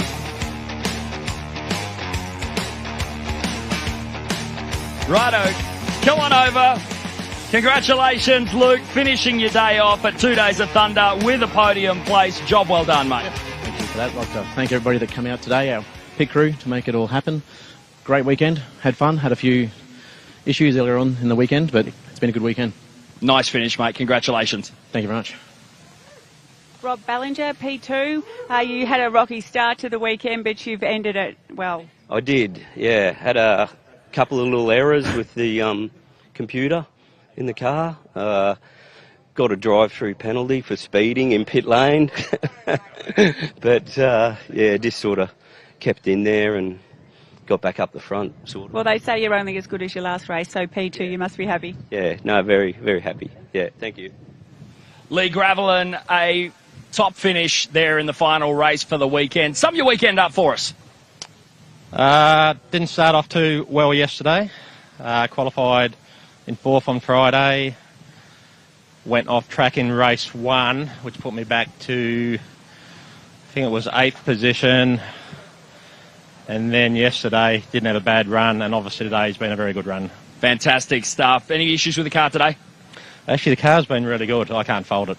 Fantastic. Great way to finish 2 Days of Thunder. Congratulations. It's a big meeting. It's the one everybody wants to go to, the one I want to go to. I don't do all the rounds, and I bent over backwards to get my car here, and it's been a really great weekend. Weather's been great, people have been great, and a great finish for the car. Awesome stuff. Mel has taken off down towards the TA2 pits. What have you found? Tom Heyman, what a cracking last race that was. You started 19th and you finished 5th. Talk about it. Yeah, it was a pretty eventful race. Obviously, there was a big shunt on at turn 4. Not a clue how we got through it, but yeah, managed to get through it, and we were there to fight at the end. And your Saturday wasn't so good. Tell us about race 1 and race 2. Yeah, well, obviously race 1 we did the gearbox, so box full of neutrals coming onto the main straight wasn't very fun, and then put us out for race 2 until we found a new gearbox to put in it. But yeah, thanks to one of the competitors in the series, they loaned us one to get out there today. Well, fantastic effort in race 3, and we can't wait to watch you in the next one. Yeah, thanks very much. Thank you, Mal. All right, building up to the final race for the TA2s here at Queensland Raceway for the 3rd round of the Hi-Tec Royal Super Series. TFH Hire TA2 Muscle Car Series framed by Hi-Tec. 4th and final race in just over 1 hour's time. Race through 3 was an absolute barn burner. And I am looking forward to calling the 4th and final race of the weekend, because if race 3 is anything to go by, race 4 is going to be an absolute belter. Super TC, Australian stock cars, Australian Trans Am and Vita sedans up next. In the meantime, we are going to cross to Matty McKeldin, who's catching up with one Mr. Jeff Rich. With Jeff Gregg, who is the technical manager for the TA2 Racing Series this weekend. And Jeff, I've got to say, it's one of the biggest fields we've had in a long time. I reckon your work's cut out for you this weekend. Very impressive field. Actually, very close in times at that last session, so it'll be interesting. Good racing. What's the main thing you look for on a weekend like this? Oh, just that everyone adheres to the rules, really. Work with the TA2 technical staff, and we just keep an eye and make sure everyone's playing with a fair field. Yeah. You're intimately involved in this series. This has got to be a bit of a feather in the cap. We've got over 215 entries here this weekend across all categories. Does it make the heart beat a little bit stronger knowing that what you're doing is having a really big effect on the motor racing scene? Oh, absolutely. I think this. Look, I think it's a great category, and I enjoy coming away. I enjoy. It's a little bit not grassroots, but real races and real race cars. And you've been involved in motorsport for a long time, the heady days of the Holden Racing Team and championships and Bathurst wins, Lounsey, Scaife, all that kind of stuff. When you're doing something like this, is this the way you thought you would end up within your career? Do you enjoy this more? Do you miss that supercar world? Oh no, look, you get to a stage where you've got a use-by date, and I enjoy this. It's a bit of a back seat from the heavy right at the top of the motorsport arena, but very, very well prepared. The cars, it's a great category. Everyone's friendly, and I just really enjoy it in the twilight of my career. Well, I know that the series loves having you. We love your experience. We love what you bring to the table. I'm not entirely sure you'll catch any cheaters this weekend, but we'll see how we go. No, everyone's been super good.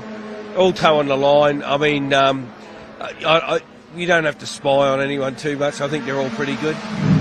Well, after an incredible 2 days of thunder here at Queensland Raceway, we're down here in the pits with George Gambino from Hi-Tec Oils and Josh McFarlane from Queensland Raceway with a massive announcement. We thought this year went so well, we've already started planning next year. Josh, the dates, that's the big thing. When are we doing this all again? Yeah, so next year we're doing it on the 27th to 29th of June 2025.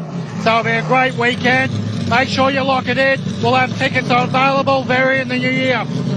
So George, as a massive sponsor of this incredible event and series, how awesome is it to be coming back to Queensland? We have a date locked in. We're going to go bigger and better. Yeah, I told the boys we need to have some dates now ready for next year so we can make it even bigger and better than it is now. Well, I mean, the biggest event in 10 years, over 230 entrants. That's had a lot to do with your guys racing under the series. You must be so happy. Oh, yeah, we're trying to push the brand everywhere we can go, and the amount of cars this weekend was fantastic, so it's really good. We got our name on this big building of Tony's over here, and we love Queensland Raceway. And Josh has been great. Him and his team are really good. Well, that's it. The big news. The date's locked in for 2 days of thunder next year. Book it off in your calendar. Back to you, Jamie. Well, I know where I'm going to be in June 2025 back here at Queensland Raceway, which for me is my home race, so I'm pretty happy about that. Let's have a look at some highlights from the earlier race for the Super TTs. Australian Trans Am, Austruck Australian Stock Cars and Invited. There was a fair bit going on right through this field because there are so many different race cars across this category throughout the weekend. You've got the wonderful Mark II Mustangs. You got the Super TT sedans. We had a problem here in the second race for the little Mitsubishi Evo, which unfortunately brought out the safety car. The Hyundai safety car has been a little bit busy here this weekend. But right throughout, we had battles in the Australian Trans Ams. Of course, Hyundai come out with the retrieval for that car. A little bit of quiet time with the awesome-looking Mark II Mustangs out front as the 21 was retrieved off track. The recovery team have done an amazing job here this weekend at Queensland Raceway. The Scottinen Mustang Xfinity NASCAR is the coolest sounding thing in the place. And there's some pretty cool sounding race cars in this joint. Axel Donaldson made the small mistake holding off Jeff Taunton for the lead, and Taunton would go through to the lead, and it was a lead that he would not give up in the end. The two Mark II Mustangs having their own private battle. Good mates off the track. A little bit of banter that's gone on between them throughout the weekend. So Taunton, he's been down in the 110s, which is super, super quick around Queensland Raceway. He would take the victory in the previous race from Axel Donaldson. In the Australian Trans Ams, from memory, it was John Prefontaine with issues for Zach Hudson towards the end of that one. So Jeff Taunton starting off the front row alongside Axel Donaldson. Scotty Nind in the Mustang out of 3. Tony Saint in the 6-litre RX-7 out of 4. Corey Gillett, another 8-cylinder Nissan this time out of 5. Brett Mitchell, Danny Burgess, Jeff Stubbs, Daniel Stubbs, Brent Edwards in the Falcon, Robert Marchese in the Chevy Silverado Austruck, Daniel Natoli, Michael Ricketts back with us. Fantastic to see. Back to Australian Trans Am. They'll be starting a little bit further back, headed away by John Prefontaine in the Ford Mustang and Alwyn Bishop. Joined in commentary, the commentary roundabout that has been this weekend by, the boss of the Hi-Tec Super Series, Mr. Stephen White. fairly high up in the Benalla Auto Club. Busy weekend for you, mate, and someone asked you to come and join me alongside and have a bit of a chat. Yeah, absolutely. I will let you get this race started, Jamie, but great to be here. All right, so lots to talk about across the different categories as we go racing with Super TT, Australian Stock Cars, Australian Trans Am, and Invited with a very, very diverse mix. Oh, the 11 with a big moment there. There's more than one number, 11. Tony Saint in the 6-litre RX-7. That would have been a big seesaw on the wheel, but he's actually managed to jump the Xfinity Mustang of Scotty Nin. Michael Ricketts back with us. I think we talked about last year as the Australian Trans Am start further back on the other side of the racetrack.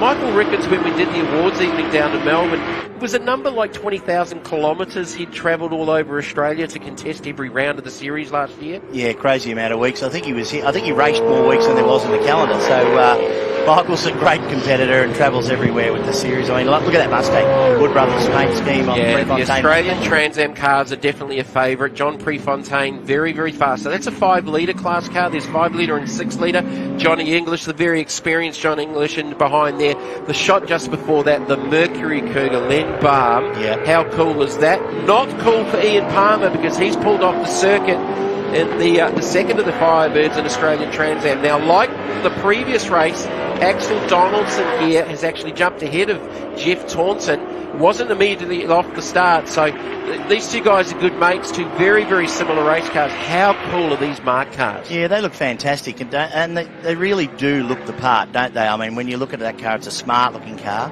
Obviously, they're a great platform. Jeff Taunton drives very well, and Axel Donaldson's got the move on him for this one, but Scott 9 down the back there. It's a yellow flag. Look like safety car for Ian Palmer's car, is it? So yeah, the Hyundai safety car will come out by the looks of it. So I'm not too sure what's happened to Ian there. I would say it's a mechanical.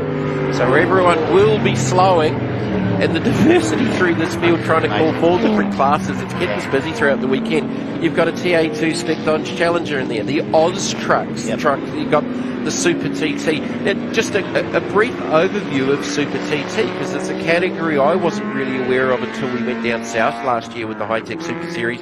Has that sort of been a class that's generated out of the Benalla Auto Club in Winton and down that part of the world in Victoria? Yeah, look, if you like, it was born out of the necessity for competitors to have a stepping stone out of sprinting and out of basic track days, and Super TT was born. It has many and varied names, and obviously up here they're running a tin top category, but Super TT in its infancy was based at Winton and Wakefield Park in Goulburn. It's now called One Raceway. And then it's morphed into, various other names. But, it was an opportunity to create a national platform for the guys and travel right around the country here. They've joined on to the Tin Tops grid.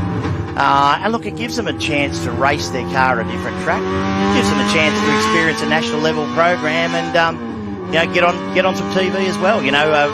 Brent Edwards, who's obviously running the Falcon, which was in amongst the Dodge, which was in amongst the Oz truck. He has won the Super TT championship previously. Yeah, okay. And look, been around the sport for a long time, and that car's been a couple of different guises, but it's an XR6 Turbo for all intents and purposes now. So, look, a great category. It just gives you an opportunity to go racing.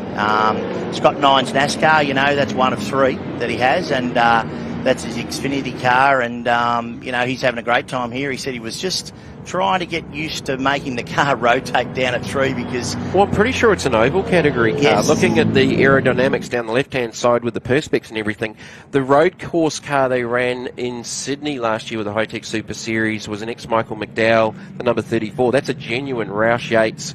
That's a road circuit car. That's actually a road course car.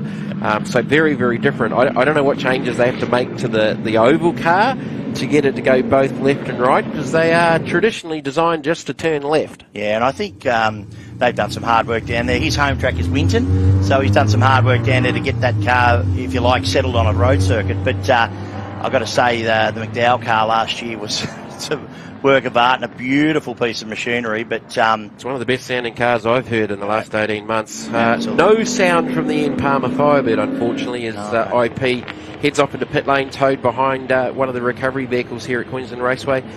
Look, a lot goes on behind the scenes with these meetings, Stephen, and you guys are sort of a fly-in, fly-out deal with your base out of Winton. But, like, from a volunteer point of view, these race meetings wouldn't happen without motorsport volunteers. So from recovery, our track marshals, fire recovery and everything. And there's lots of opportunities to contact the likes of yourselves and Winton and around the country to be a part, and the cheapest way to get into motorsport. Oh, look, it's the opportunity to be by the side of the track. If you can't race, you can get to the race meeting and be a part of the action. I mean, particularly Queensland Raceway, this event for us is actually quite exciting. We look forward to this event every year, and as the guys have just announced, we've signed again for 25 and looking forward to it. We're getting a race start there by the looks of it. We have gone green. All right, so the Mark II Mustangs back out in front. And, one of the Oz trucks launched down the outside.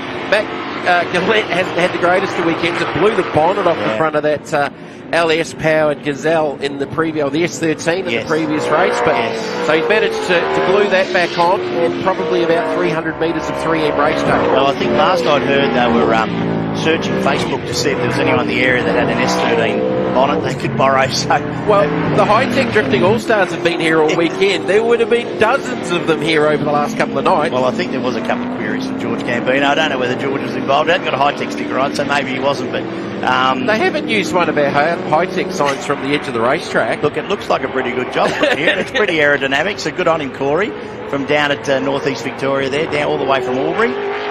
So Corey's done a great job, and he did really well the last couple of rounds. So he's a great competitor. Yes, it is a V8 Nissan, but travelled all the way from Albury, so good on him. Back in there with Brett Mitchell in the number 8 Oz truck, and my understanding with the Oz trucks, that was a category that Peter Robinson, who's then become the creator of TA2 Australia, was actually behind here at Queensland Raceway back in the day. Yeah, it's if you like, it's 360 degrees. They've come back to where they were born. Certainly Peter, that gave Peter and Steve Coulter, I reckon, from my thoughts, was Steve Coulter and Peter Robinson were the guys that brought the Oz trucks in, and lo and behold, hatched this idea of a TA2 car, and look where that's gone. So Jeff Taunton's got back into the lead ahead of Axel Donaldson. I've talked about motor racing names in the previous run. Axel Donaldson. There's a good motor racing name. I mean, the Americans, Lake Speed, guys like that. In New Zealand, we had a Chris Vanderdrift. How's that for a motor racing name? Axel Donaldson's way up there. Yeah, it's right up there. You need a J in it. Yeah. All right. So Taunton out in front, the beautiful Mark II, so the second generation of the Mark cars. There is a first generation car out there with Basili. Oh, Donaldson back into these guys might be putting on a little bit of a show here, I reckon, unless Jeff's having a few little dramas out there. The banter between these two has been quite cool this weekend. I think Axel was, after race 1, going to food poison Jeff Taunton as we go to the checkered flag, and Donaldson will take the victory here with, I would say, a little bit of a short race with that delay with the retrieval of Ian Palmer. So Donaldson with the win from Taunton. Scotty Nine in third in the NASCAR Xfinity Mustang. Saint in fourth in the number 11 6-litre RX-7. And then the third of the Mark cars in fifth, the number 33. And that is Antonio Basile in the Mark Mazda 3. Australian Trans Am looks like John Prefontaine. I don't think Zach Hudson made the start in this one. So the beautiful Wood Brothers replica number 21 of John Prefontaine taking out the overall victory in Australian Trans Am. It's not very often you get to see a Plymouth Duster circuit race car, and Alwyn Bishop's got a beautiful example here in Queensland in Australian Trans Am, and likewise Len Barnes Mercury Cougar. How cool is that? That is a cool car, and yeah, absolutely beautiful looking car. Axel Donaldson with the victory for Super TT Australian Stock Cars. Australian Trans Am invited from Jeff Taunton, Scott Nine, Tony Saint, Antonio Basile, Corey Gillette, one of the Super TT runners, Brett Mitchell and Oz Truck, Jeff Stubbs, Brent Edwards and Daniel Stubbs completing the top 10. Going back to Danny Burgess and Oz Truck, Robert Marchese, Daniel Natoli and Super TT, Michael Ricketts and Super TT, John Prefontaine taking the overall victory in Australian Trans Am from John English and Alwyn Bishop in the bright green Plymouth Duster. Hi-Tec Oils highlights for race number 4 for Super TT. Donaldson got the initial jump. That orange and white Mark II GT. Scotty Nines and the Oz Truck of Mitchell in the 8 going at it early. Ian Palmer had problems and he got towed back into the infield. We went back to the restart. Some good battles. Yes, that's the Gillette 31 S13 looking a little bit battle scarred with a lot of race tape on the front of that from the previous race. Donaldson, though, would hold off Taunton in the end. Taunton gave it a little run here, little wiggle in the middle from the Axel Donaldson Mustang down to the checkered flag, and it would be the 111 taking victory from Jeff Taunton. Taunton actually went both by him. That wasn't the finish. I preempt that. Just watching the crossed-up action of that the Tony Saint car, he was more sideways than ever. Yeah, not for the first time. So Taunton got back into the lead, and then, well, Donaldson went back by. So maybe that was, look, I've won a few this weekend, Axel. Maybe you want to have a go? Little games. Either that, or Taunton didn't realise it was the last lap, because I think they might have shortened it by one. Now Donaldson takes the win. Scotty 9 in third in the Xfinity Series Mustang. Good result for Scott, all the way from Shepparton down there in country Victoria, and he hasn't been here before, so great effort. All right, great overhead shot. J-Mac down on the pit lane with our top three in Super TT, and it's Mustangs 1, 2 and 3. How about that? A great weekend. Scotty, how was it out there? The grand finale of today's racing. Oh, it was awesome, mate. We've three for three for stock cars. Can't thank enough for Queensland Thermaking and Roush Yates for a great car, and all my team. Bloody, I keep Super Series, Hi-Tec for putting this event on. We just love coming here. This is my first time on this truck. I'm definitely coming back. Fantastic, and we're looking forward to it. We've released the new dates for next year's event. Make sure you get your entry in as soon as you can, mate. Will do, for sure. Jeff Taunton, P2 after winning every race prior to this. What happened then? Something went a bit haywire, so I thought I'll give Axel a go in front. I'll run him down, and the checkered flag came out. So, oops. Great weekend for Mark Cars. You must be wrapped. We're just absolutely over the moon, having a ball. Hey, thanks to Hi-Tec, and love us there. It's been a great meeting. Let's go. Just having a quick debrief with Axel Donaldson. Run through what happened there in the dying moments. Oh, I think we had a bit of a safety car and a bit of confusion on how many laps were left, and Jeff and I were starting to dice together, and I think he let me pass there, and he was going to keep going again, and anyway, the checkered flag came out, so anyway, we'll see what happens after that. It was good though. You'll take it when you can get it, won't you? He's a good mate of mine. Let me have one every now and again. Congratulations, mate. Cheers, mate. Appreciate that. Cheers. I thought that might have been the case. I think Jeff Taunton went to sleep, but got caught out there as we're building up to the final race for the TFH Hire TA2 Muscle Car Series framed by Hi-Tec. Race 4 in just over 40 minutes time here at Queensland Raceway. Earlier on in the weekend, our own Mel Price got to catch up with Justin Lewis from Formula RX8. We're in the pits here with Justin Lewis, founder of Formula RX8. Justin, you must be pretty pleased with how the series is going so far. Pleased. I mean, I'm all new to this. I've never started a race category before, but we're 6 or 7 months into it. The numbers are amazing. We're building cars. It's incredible what we're doing. We're going to hit 30 by the end of the year. Easy. So you must have big plans for the category moving forward? Absolutely. Look, we're a not-for-profit. We're all about the little guy getting into motorsport in an awesome platform, the RX8. And Formula RX8, you know, you've got a question, we've got all the answers. Fantastic. Well, congratulations, and we look forward to seeing the on-track action. Thank you very much. And just a quick plug, thecourieracademy.com.au for transport workers' rights. Thank you. Thanks, Justin. Cheers. Thank you, Mel. Yes, the very, very excited Justin Lewis. Let me just put it that way. A more passionate person in Australian motorsport you just about struggle to find. And speaking of passion, we love XL Racing, and it is time to go racing with the fourth and final race of the weekend with the Australian XL Championship.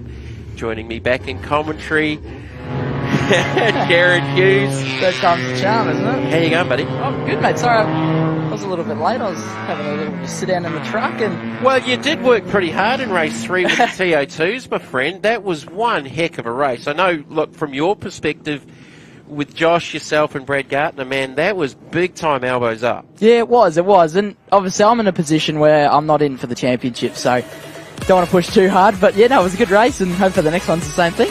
Matt Boylett starting off the pole with Australian excels from Kay Davey, Caleb Patterson, Brett Parrish, Toby Waghorn, Brad Verica, Blake Tracy out of 7, James Simpson out of 8, go back to Edward Mitchell from 11. Again, this grid lined up from the results from race number 3. Carlo Warner from 12, Mick McLeod on his return to the series out of position 13, Misty Grinsley, Josh Trappett will make up your top 15. Darren Whittington, not too sure if he's going to get back out there on track after what looked to be a pretty significant fire with the 333 machine, but nearly 30 cars out there on track, and yeah, that last race for Excels was pretty on it. Like it was up there with your TA2 race, I reckon. Yeah, it was. I saw Tyler came down to the pits before, and I had a chat to him about the world's biggest bomb into turn 6. And he said, "Yeah, I probably sent it a little bit too hard." But I said to him, "Well, at least you're having a crack." So this is the last race for the weekend, isn't it? Yes, it is. Yeah, yes, so it is. This is where it gets interesting. Points-wise, Toby Waghorn. Oh, really? Leading the round. Blake Tracy in seconds, Tyler Collins in third, Caleb Patterson in fourth. That's the overall series. I was going to say, if Boylett's not winning the round, then we got some dramas going on. Thank you for that correction. It's getting late in the day. Oh, no. That'll be series overall. So Toby Waghorn leading overall from Blake Tracy. He must have been going pretty good this year. He haven't really... Well, he had a quiet start to the weekend, but he's certainly been in the mix towards the end as we're about to go green here with the final race over. 8 laps, joined in commentary by Jared Hughes, fresh out of the TA2 seat and about to get back into the TA2 seat. Yeah. And man, I'm looking forward to that one at the end. I'm also looking forward to this because we've seen some fantastic racing. Here we go. The Excels never disappoint, whichever racetrack we ever go to, mate. Here we go, red lights. Go for it. Nice even start from the front row. Kate Davey. And the point ahead, and he's got the whole shot on the outside of Boylett. Boylett's having a look over to the right-hand side of the car. Cade should have this because he's not getting squeezed, so shouldn't... he's got to let him have it a little bit there. Boylett, it just looked like there was not more overlap than there was, but he had enough going, and Patterson's going to follow him through. And the pesky purple of Brett Parrish back there in that fourth position, the purple dinosaur, Barney. And the onboards from Verica this weekend have been awesome. I'm waiting for him to go. He's actually one-handing it down the straight. That's cruising. That's a no-pressure situation. 3 wide, so Boylett in the Fuchs Oils 80 out front. Patterson, Davey, Parrish, the 84 of Waghorn, the 96 of Verica. A lot of names to remember. Where's Collins? Actually, where is Tyler Collins? We've done a job, aren't we? Back down to 19th. Because he got the penalty from the last race. We're good, aren't we? Okay, well, it's hard if I didn't get told in commentary. Yeah, that's it. What did Tyler get a penalty for? But remember the big bomb at turn 6? Okay, so he did. All right, so he got breakers. So that's why he's back through the order, because I had him here in a good position 4 on the manual sheet I've got here. All right, let's go back racing. Harris looking down the inside of Davey. Waghorn's in there. So Waghorn leading the championship. This is the second round of the Australian XL Series. Also a round of the Track Attack here locally at Queensland Raceway. Boylett is your race leader. And Waghorn's got a few points up his sleeve too, so he doesn't need to do anything too drastic to get a position here. He just really needs to build those points up. So staying where he is isn't actually a bad thing at all. Davey dropped the left-hand wheels out. Here we go. So this is where Big Block Brett's going to come back and get him. Going to get in that toe, catch back up. Carlo up on the wheel. There's Tyler trying to work his way back to the field. So I'm just getting confirmation. Tyler did get a penalty in the previous race. All right, so that's why he started a bit further back. What I was about to say, Matthew Boylett, so impressive. He is such a quiet, unassuming young guy. But you put the race helmet on, man, this kid's got some racecraft. I don't know if you've had anything to do with Matthew. I think I've done one day with him at Norwell, but it was a very long time ago. So he's doing this off his own steam. So, that was a Caleb Patterson backed off a little bit earlier than you thought. Checked up. Yeah. He's got a rear bumper full of Brett Parrish, so there'll be a Brett Parrish-sized dent slightly in the back of the 101. Yeah, slightly more purple 101 now. There's the Patterson bump draft going on with Boylett and pulls out of the draft. He should have a run here. Boylett needs to break nice and deep. He's not going to find it. Boylett's been really strong under brakes, especially on the outside. And you just watch too, they're right rear around this corner, their right rear wheels is completely off the ground. Try to say that 3 times fast. Yeah, I know. Right, rear. But it's just all about trying to get these things rotated, so getting that wheel off the ground, a little bit less friction. I can tell you do driver training saying the word rotate. Rotate. Yeah. Rotate. All right, so Waghorn up in 5th. He is the championship leader for the round. Boyle, well and truly in control for the round. And he's probably got a good 25 points up his sleeve. So Matthew Boyle leading the round, leading the 4th and final race, but this is definitely well and truly not over. And how's Brett Parrish? He's got to get the bump, or is he going to make it 3 wide out? Yeah, Brett should probably stay there and just play this thing smart. Don't he? Really? Got the quarter hanging off of Brett's car as well. Really coming back into the equation here. Boylett's got some straight line speed again to the outside of Patterson. Caleb's been a bit too nice to him there, isn't he? Boylett's really good under brake. We like nice. We're not all like you guys in TA2. TA2. No, you behave later. We were just hanging on for dear life. All right, Patterson to the outside of Boylett. The top watch Waghorn on the outside. There's nothing what in a between move. them. If he pulls that off, what a move that's Waghorn, isn't it? What a move. And he'll stay there too around the outside of Brett. That was a ripper move. Wow. That was pretty good, actually. And it's so early on in this race. He's telling him work forward. Oh, that's keen. That's a fairly significant bump draft in a straight line. That's sort of borderline acceptable. That was a bit of a harder hit than I think. It's fine. This is a bit of chiropractic. Oh, here we go. Here we go. Side by side, 2 deep. All of a sudden, Brett Parrish is back to 5th. He was 3rd a minute ago. It's just the elder knowledge. He's just trying to bring it into play. Oh, he's using every little bit of track out there. Boylett's really using a lot of the racetrack. Waghorn with a massive run around the outside. 3 wide. That's 3 wide between 1 and 2.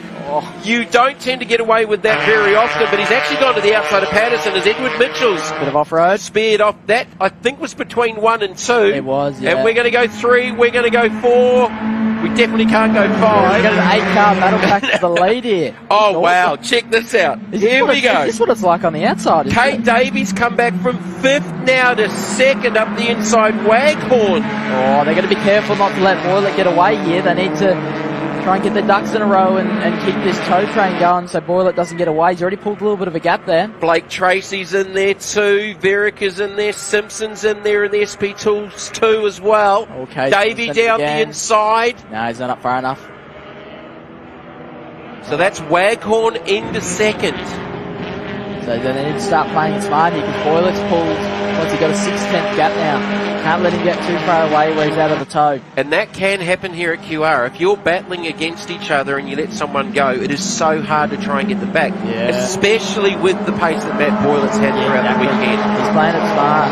But Cade sort of needs to have a real good think here and maybe just pop in behind Waghorn, but he's got a bit of speed there. Maybe he's got a bit of speed that we don't know about and he wants to really show them. Toby's across, out of the window going, that's the old classic kart one. Look, let's work together. That's the signal. Let's work together. Don't tie each other up because he's aware that Boylett isn't going to be able to get away here. Replay. Here's a Hi-Tec Oils replay.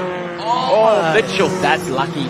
Off the outside of the curb off 1, and it's turned hard right and down through the infield. Oh, and he's got some air too. Where it think? Okay, we've got some style points going on there for Edward Mitchell. I didn't know there was an XL at the Think race. I don't think he would be overly happy with that effort, but he made the highlight reel. He was doing such a good job at the start of the weekend as well. A bit unfortunate for him, but...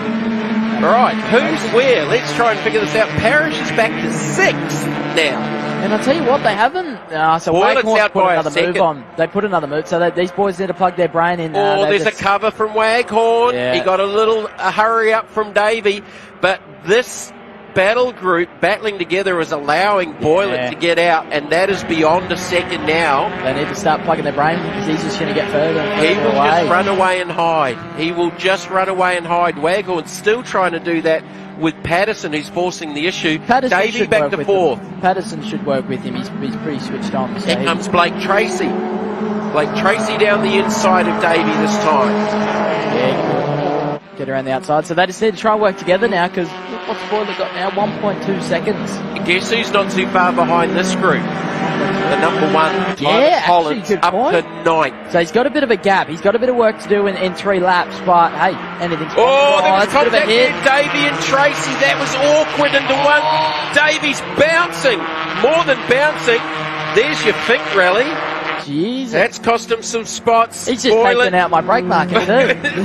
Boylett's getting out. But all of these guys battling together. Justin back a shot. There's Tyler Collins. He was 19th. He's now up into 9th, trying to minimise that points loss. Defending the number 1 title. Verica down the inside. We've got one in the gravel. Car. That's the 29. Lincoln Evans. Lincoln Evans There's actually more. a safety car. 3 wide through 3. Simpson on the inside. Verica in the middle. Tracy on the outside in the 195. Boylett still with that 1 second advantage over Waghorn and Patterson. Parrish back up to 4th. Hopefully he gets out of the sand trap. It'd be awesome for us. Oh, he's sitting there. They'll probably let him get to maybe turn 6, and then it's probably going to be called safety car if he can't get it out. Just a couple of laps left to go here. Tyler Collins, he's coming into the equation. Looked like he was battling there with Luke Rinaldi. Where's Rinaldi come from? He was on his side in the previous race. He's up to 9th, battling there with Collins. So 2 purples as well. Rinaldi started. Where did Rinaldi start? I don't know. It was a long way back. He was as far back as you can go. Thank you, Nostradamus. You called it. I know. The Hyundai safety car is out on track, and it is going to be on. Hopefully they can pull that out pretty quick, because then we might be able to get 1 lap dash to the end. It could be a 1 lap dash, and well, you talk exactly how you talked about it as we go to the Hi-Tec Oils replay here. Check this one out. He's done well to hang on to that. He's kept his pedal to the metal, that's for sure. He did Look at that. He didn't take his foot out of it, and did he? there's me brake. Oh, he's clean. Is that a brake marker for you? No, not really. Hi-Tec won't be happy about it. Oh, he's just lost the rear? Oh, no. Mickey McLeod. So he's lost the rear, and then Lincoln's just hasn't really had anywhere to go. That's a bit unfortunate. He's doing a good job, Lincoln. Good looking car, well presented. Go on, just hold the flat, G. Get him out of there. The recovery team will drag that one out, and you're right, it might be a 1 lap dash to the end. If the guys with time certain powers can hear us, don't call this. We want to see 1 lap dash. Is that possible? Is that not possible? This commentating gig. Sorry, can't say that. We know Collins was further back, but I've totally missed Luke Rinaldi. And he's got 2 purple, so he's moving. 2 purple sectors. He was on his side. I don't know what happened with that deal, but he ended up on his side in the gravel between 1 and 2. So apparently he's been clipped. He was clipped, and he's just gone on the side and skated through. I went down to the boys and saw him fixing the car up. There's about 10 of them trying to fix it. If they bring the car up on the telecast, you'll see the windows are looking a bit second hand. A little bit but that's all right. It's out there. Bit of clear race tape. Yeah, maybe it's the aero. Maybe that's why it's going so good. The bit of wind through the car. It's a good effort, though. All right, we go. Dragged the 29 out of the gravel. Perfect. And most of that gravel is now on the racing car. surface. Good looking It's a car. very good presentation across these XLs, and you know that. Yeah. Your car was pretty well presented. Did I see Tyler Cheney's been running your car? Yeah, it has we used to call it the cupcake car because it had a cupcake on the roof because my sister owns a bakery, so everyone used to call me Captain Cupcake. And I don't know, I'm glad that name didn't stick, but... well, it's going to now. It might now, but that's not good. Oh, we got lights out. Lights out. I think it's going to be well on this one, actually. It's going to be a 1 lap dash to the end. This is going to be Thank you, Captain Cupcake. Oh, don't you start, mate. Don't you start. Oh, that's priceless. That is priceless. Good looking cupcake on the roof. All right, anything can happen here, mate. What's your prediction? Where's your call? I'm going to go with Patterson back in 3rd. No, only because you did that. I did that in race 1 and he let me down. No, I shouldn't. Boylan's going to be pretty hard to beat. I reckon Parrish. I'm going to say Parrish. All right, you're going with Parrish. I'm going with Patterson, but Boylan's going to be tough to beat. Oh, this is going to... Has he gone? He's gone. Oh, they're backing up on each other as Don't they overlap. go. Boylan let them up pretty slow. Let them up pretty slow. The run into turn 1. Oh, no. This is World War. Yeah. Boylan's going to run away and hide. Yeah, Boylan's Parrish down the inside of Waghorn. Patterson to the outside. Tracy's in there. Verica's in there. Davies in there. It is like a 10 or 12 battle group chasing down Boylet, who managed to get away from the start. And I think the boy there from Boylet he let it up pretty slow. He did. Waghorn, he might...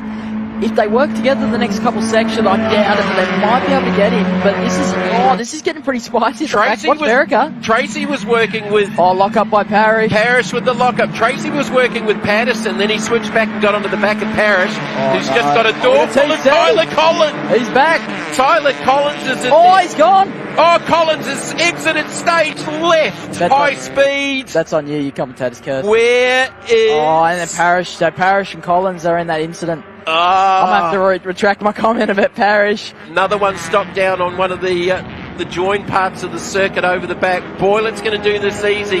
It was always going to be mayhem with a one lap dash to the end. Well, it's going to be the battle for second. First is locked up, the battle for second. What do we got? Waghorn looking good for the points for the series. Boylett's going to take the round. Yeah. Waghorn holding on to second for the moment. Patterson's going to try and get a run here. Blake Tracy in fourth. Davey in fifth. Verica in sixth. Considering Verica had never been here before, that's a good result for him. That a very good Boylett with another one. Clean sweep. He will take out. Is that it? It is a clean sweep. It's a clean sweep. Pretty sure it is. Have a look at that.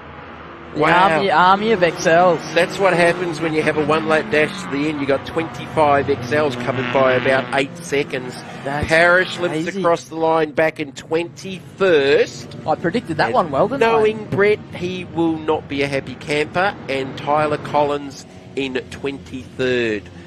More on that, I'm thinking, a little bit later in race control, potentially. But look, take nothing away from Matthew Boylett. Well, he's done a very good job, hasn't he? Outstanding weekend. He's got car speed, obviously, but he's just driven it really smart. So really good job by those guys and the rest of his team. Matt Boylett with victory, 1.1 seconds ahead of Toby Waghorn, who continues to lead the Australian XL Series after round 2 here at Queensland Raceway. Caleb Patterson in third, Blake Tracy, Kate Davey, Brad Verica, Luke Rinaldi from the rear of the field, having been on his side in the previous race ahead of James Simpson, Kobe Tucker, the two SP Tool teammates there inside the top 10. Brett Sheriff, Josh Richards, he started a fair way back as well. Josh Trappett, Edward Mitchell, Carlo Warner, Misty Grimsley, Mick McLeod, and the rest in another XL race that was super exciting, and as we predicted, a little bit of carnage there towards the end.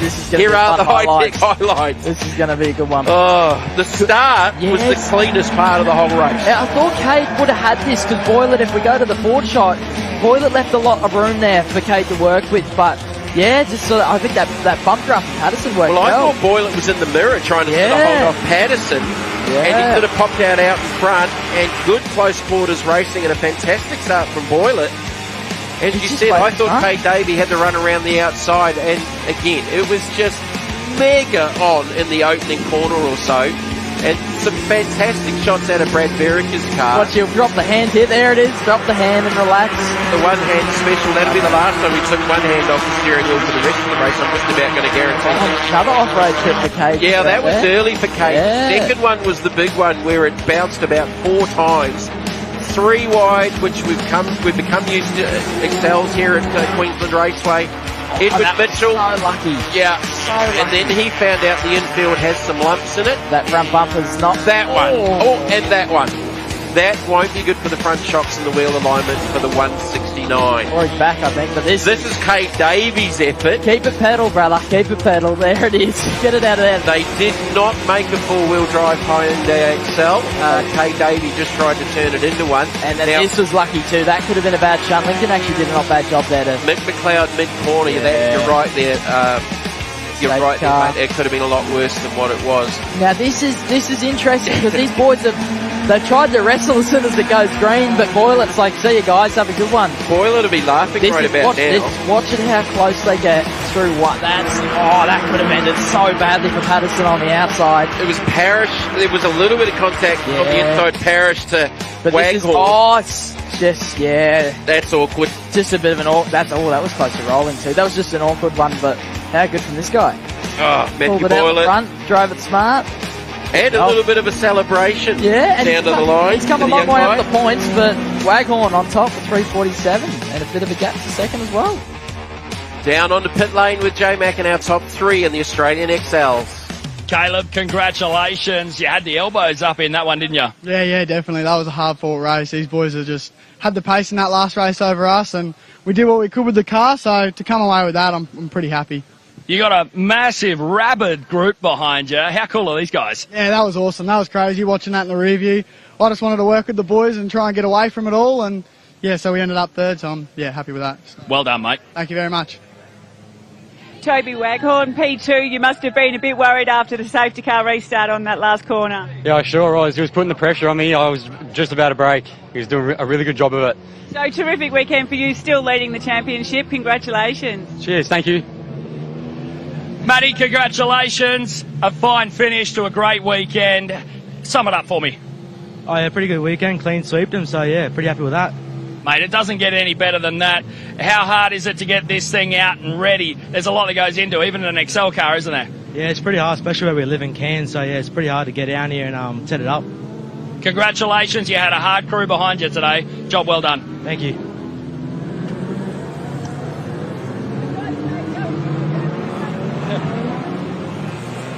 Out on track next, the action continues with the Legend Cars Australia 5th and final race. Oh, still trying to get my head sorted after some pretty sensational racing. I'm not going to have too much of a voice left as we get these legends out there on track. On board with Bruce Duckworth, Tony Ward joining me back in commentary. And Tony, what have we got to report after the previous one? Well, let me tell you, there was a few setup changes going on down there. Look, nothing bad to report. Everyone seems to have gotten back out there, which is a positive thing. So this will be race results from the previous race. Yeah, set the grid for this final race of the weekend. Progressive grids for us, for Legend Cars, yeah. And look, we've got a couple of the fast guys down the back, so it's going to be an interesting race. Scotty Melville off the pole in this one from Robert Hogan. Ben Goodrich out of 3, Ryan Pring from 4. Go back to Shane Tate, Nathan Williams from the 3rd row. Brendan Hurrigan, Nathan Locke, Darren Bradley and Lincoln Pope complete the top 10. Asper Sendell, Timothy Reid, Stuart Bond, Scotty Morgan, Chris Picer. They both had some issues in the previous race. Nathan Frito likewise.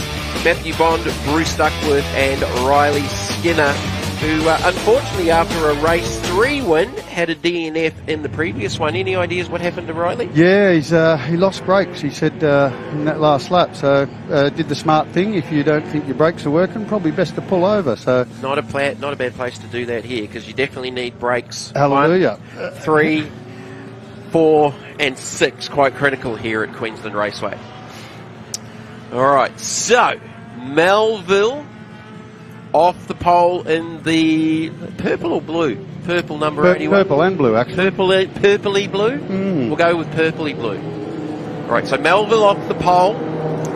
So for the championship, Ryan Pring now into the overall championship lead. Going into the start of the weekend, it was Lachlan Ward. No Lachlan here, unfortunately, this weekend. He may be watching this in Bali. He is. 3 wide. 3 wide off the start. How about 4 wide off the start? Hold your breath down into turn number 1. Let's see if everyone can get out the right side off the exit of 1, and they do, thankfully. But, so Ryan Pring taking over the championship lead going into this final race of the weekend, and into the lead goes Ryan Pring.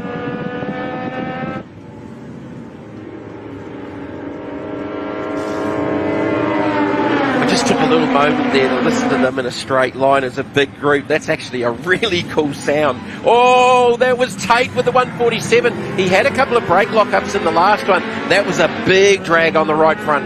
I think he might have flat spotted that tyre, and he's catching it every time now. And that's what happens. You get that big flat spot and it just picks it up at the same spot under brakes. So he may have damaged that tyre. How many tyres are you allowed to use for the race weekend, Tony? We're pretty open. I mean, there's contact.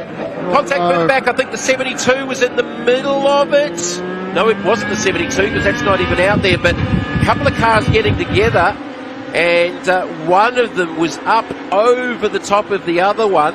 Ryan Pring leading out front. I'm just trying to figure out who that was. It may have been the 72 of Bradley. May have been the 72 of Bradley. I just caught sight of it in the background through 3 and 4 with a couple of cars getting together. Try and figure that out shortly as we complete lap number 1. Ryan Pring to the inside. 46, Robert Hogan into second, Melville into third. Hourigan from grid position, he started about 8th. Here's the Hi-Tec Oils replay. Duckworth wasn't the 72 in the air, but he was off track. It may have been he actually ended up out the other side of it. But definitely some contact there in one of the cars in the air. This is on board with Duckworth. Oh, it was Duckworth up in the air, carrying our onboard camera. So yes, the 72 was involved with Bradley. So that was Bruce Duckworth in this 160, and he's actually continued on. He's still in the 12th position. That was lucky not to go over it. You're just seeing parts go out the truck. They're an open wheeler, so yeah, you got to watch that. All right, back on board with Duckworth. So considering he got a little bit of air at the front of that race car, he's able to continue. We have a new race leader, Hogan, back out into the front. Goodrich now in the equation in the 97 as well. Hourigan's in there in the 1 as Hogan Pring back around the outside. So with the setup changes, just the guy's just not happy with the cars, or as the track state changing with a little bit of cloud cover and then the sun comes back out. A little bit of cloud cover, sun comes back out. Yeah, look, it's like any car. You've got to sometimes sacrifice your turn in for a little bit of straight line speed. So I think a few of them have made them go quicker in a straight line and taken out that caster and a bit of the toe out so they can go a bit quicker down the straight. It looks like they're all sideways, so... Ryan Pring back into the front. The battle continues out in front, so just getting the call over race radio. Nathan Preto's got a 15-second penalty for actually being too fast at the race start. So Nathan Preto back in the 11th position, carrying a penalty for this race. And from the race lead, Pring now back to third. We're only, 3 laps in? I've lost count of how many lead changes we've had already here. Well, I think there's another one there. So it's, there's contact. Pring ran into the back of Hourigan. Goodrich to the inside of Pring. So the championship leader, has that damaged the right front of the 333? As they got through 4, he got into, would have been the left rear, I think, of the, well, no, it must have been the right rear of the one, because that guard is gone off the right-hand side. And out of all of that, the one now leads. So another new race leader. 1 lap. Melville and Goodrich going side by side. Hogan still in there in second. Hourigan has come from grid position. I think he was 8th on the grid. All right, Shane Tate, he's back up there in the top 5. He had a big lock up on early. It just looks weird without the right rear guard on the 1.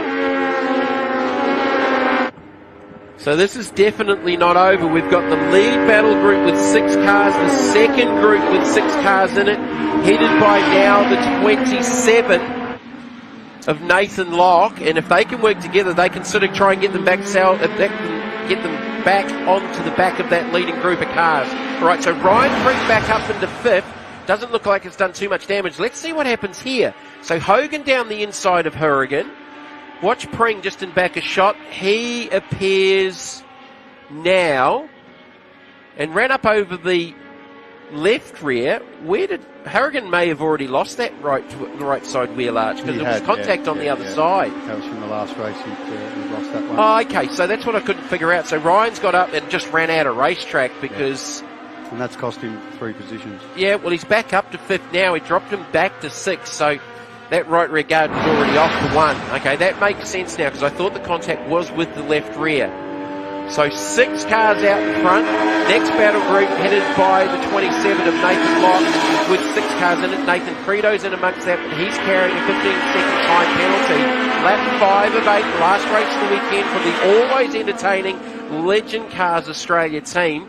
And for the first time, I think, this weekend, we've really seen Hourigan at the front of this field. Well, he pulled it, and then he had that unfortunate incident in race 1, and he slowly worked his way back. And... Quick look in the mirror, because he's got Hogan right in behind. Tate and Pring side by side, battling for that 5th and 6th position. Goodrich back there in 4th. Melville trying to get the crossover. Hourigan will have the inside line down on the run to 4, but actually clears him. And he's got a run on the leader. He's going to allow those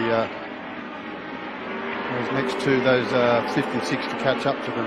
Yeah, well, they had sort of dropped off. That battle group was pretty much nose to tail, but Pring, I wonder if he's maybe struggling with a bit of contact like that with the one. Would it knock the front end out of a line? Maybe put some toe and just like... Yeah, may have knocked the radius right at the front. I mean, look, Ryan's a great little driver. He'll drive through a lot, so sometimes you can't tell. They drive that good, they'll drive around the problem. That's the sign of a good motor racing driver. Yeah, he's a good driver. 3 laps left to go here at Queensland Raceway for the Legend Cars Australia cars. Hourigan back into the lead. Hogan was leading again. I think Hogan's led this one about 4 times. So the one back out in front, as Tony said, he polled at the start of the weekend, had an issue in race number 1, and from there he's really been playing catch up and sort of getting him way back up into the top of the field. 3 wide, nearly 4 wide, not quite. Oh, as I say that, we'll take that as a 4 wide. Goodrich, I think, actually bailed out of that one as Melville was right down on the dirt. Goodrich has picked both of their pockets and up into second, and Hogan back out in front again. Wow, Pring's now on the back of that group. Hourigan recovers in third. He was leading going down the back straight. Hogan back into the lead. Goodrich was third going into turn number 3.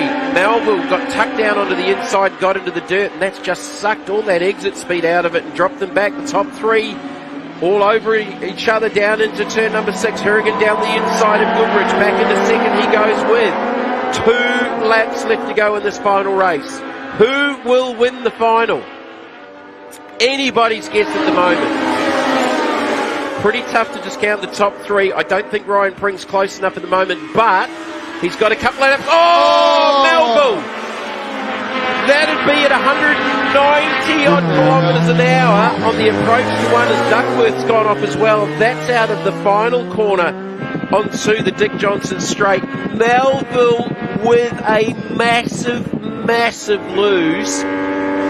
You've been talking about in the draft speeds of up to 200 kilometres an hour. On the approach to 1, that would have been getting up there as he's gone backwards and fired through the infield. As we're 3 wide through turn number 3, Goodrich on the inside, Hourigan in the middle, Hogan on the outside. Goodrich could lead this. No, Hogan got the better drive out of turn number 3. And Ryan Pring, where's he come from? He's back. Ryan Pring is back, the championship leader going into this final race of the weekend. What happened to Melville? That was massive.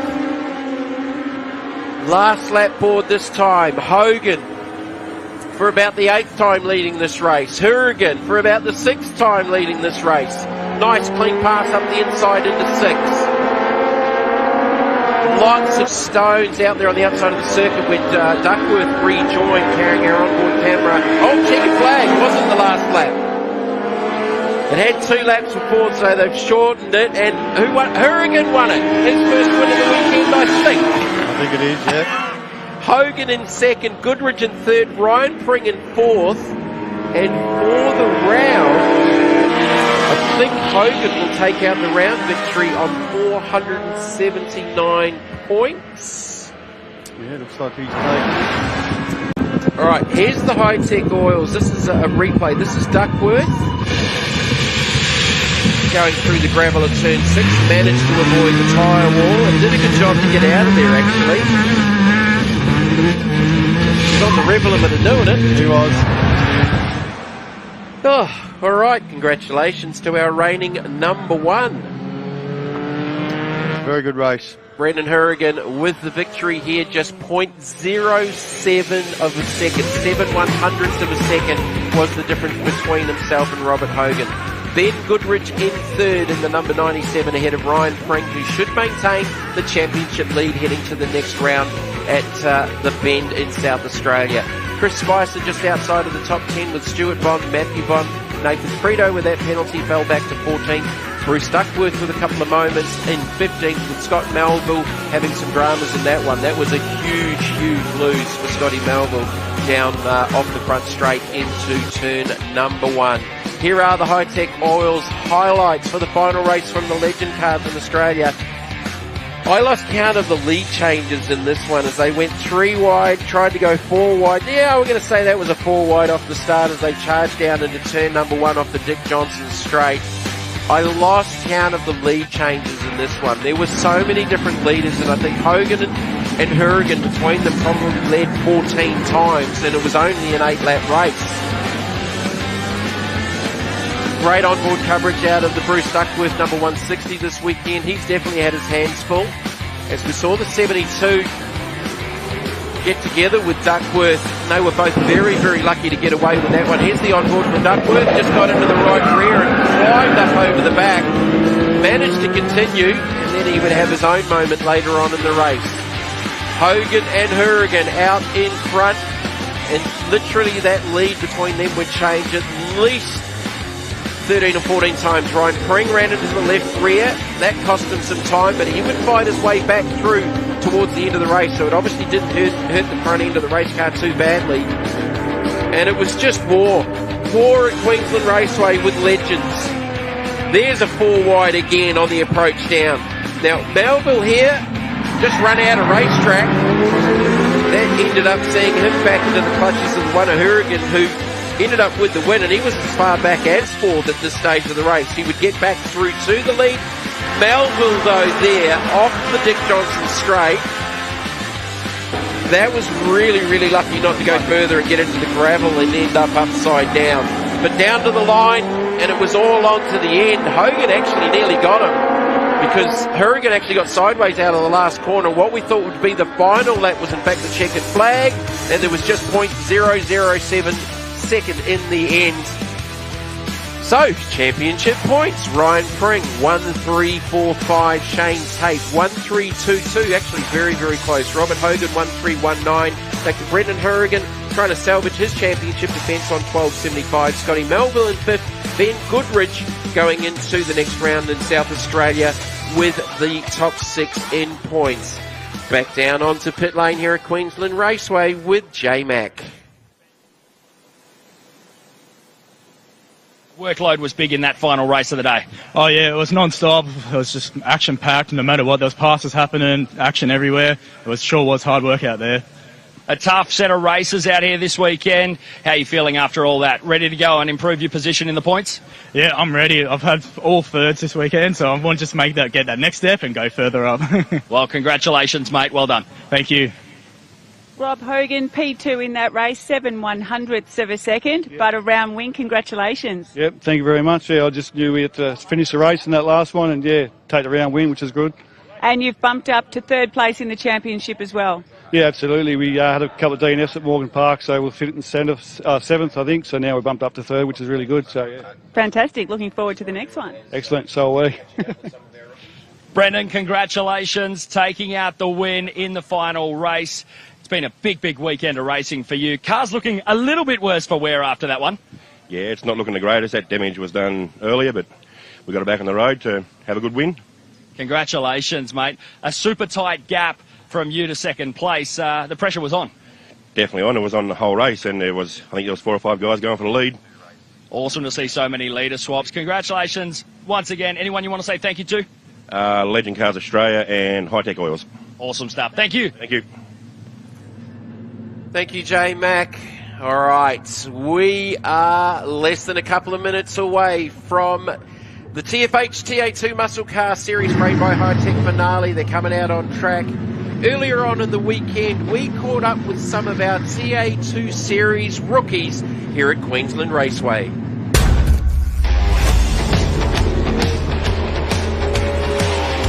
It's a massive field of TA2, and we are welcoming 7 rookies into the ranks. They're all fighting it out for the Racetech Rookie of the Year award. And we're going to go and meet some of them now. These are drivers that have come from all walks of life and all disciplines of racing. Let's go and check it out. Yeah, it's been an interesting journey. We're obviously from Perth, Western Australia, so done a few rounds over there with all the local guys, and it's been really enjoyable. There's some good guys over there, and yeah, we just thought we'd try and mix it up a bit and head over east. Yeah, it's a lot different. There's not a lot you can compare with compared to the sprint car, but this is kind of the way it works out. It's our off season, so yeah, rather than sitting at home on the couch, we thought we'd go racing. It's my second round. Our first round was at Morgan Park, which was a good fun weekend, and just building up confidence in the car, learning the category. It was really good. So excited to be here. Second round, first time at QA on one of these cars, and just had our first practice session. And yeah, things felt really good. So looking forward to the weekend. Yeah, pretty good. I learned heaps at Sydney, learned heaps at Morgan Park, and I'm ready to learn more this weekend. You know, top 10 will be happy for me. I'll be happy with that. Just learning heaps this weekend will be a big thing for me. It's been a new experience everywhere we go, because everywhere is new for us. So it's just a matter of just trying to progress and get better throughout each weekend, and trying to keep it on four wheels, but on the track as well is always a good thing. But yeah, it's just learning the boundaries, really, how far you can push things, and then the next step will be learning what I like in the car. So it's good learning experience, and I have no expectations, so I'm enjoying it. Obviously, mainly we come from HQs, that's where we started. Then we ventured off into saloon cars, category died, so we went to Aussie cars, and had a win on debut here at Queensland Raceway last year. So we've been on the Aussie cars this year, which is obviously completely different to these things. As I said, power difference is crazy different. So yeah, started from Aussie cars, we've been doing good there. So we're sitting top 5 at the moment in the series, and thought, this opportunity to come around and drive a TO2. And I think I mentioned to you a while ago, for a dream car to jump into. So to get to drive this weekend with the TFH cars, our background speedway, sprint cars, late models and midgets and stuff. Everything we do here is just different. So everything's new, everything's learning, like especially this track, 2 big massive braking zones. Speed you're carrying into them corners, it's pretty cool. I raced sprint cars for 15 years. It's a very similar feel on the tyre with the car, especially getting off the corner. So it's very relatable, these cars. Competitive, the times in the practice is very competitive. We're within a few tenths of each other through the middle. So it should be a good day and a good weekend.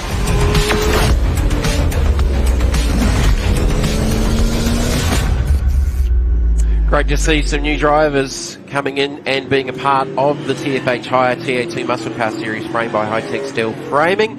As we build up to this final race of the weekend, we're going to have a look at some of the highlights from race number 3 earlier on today.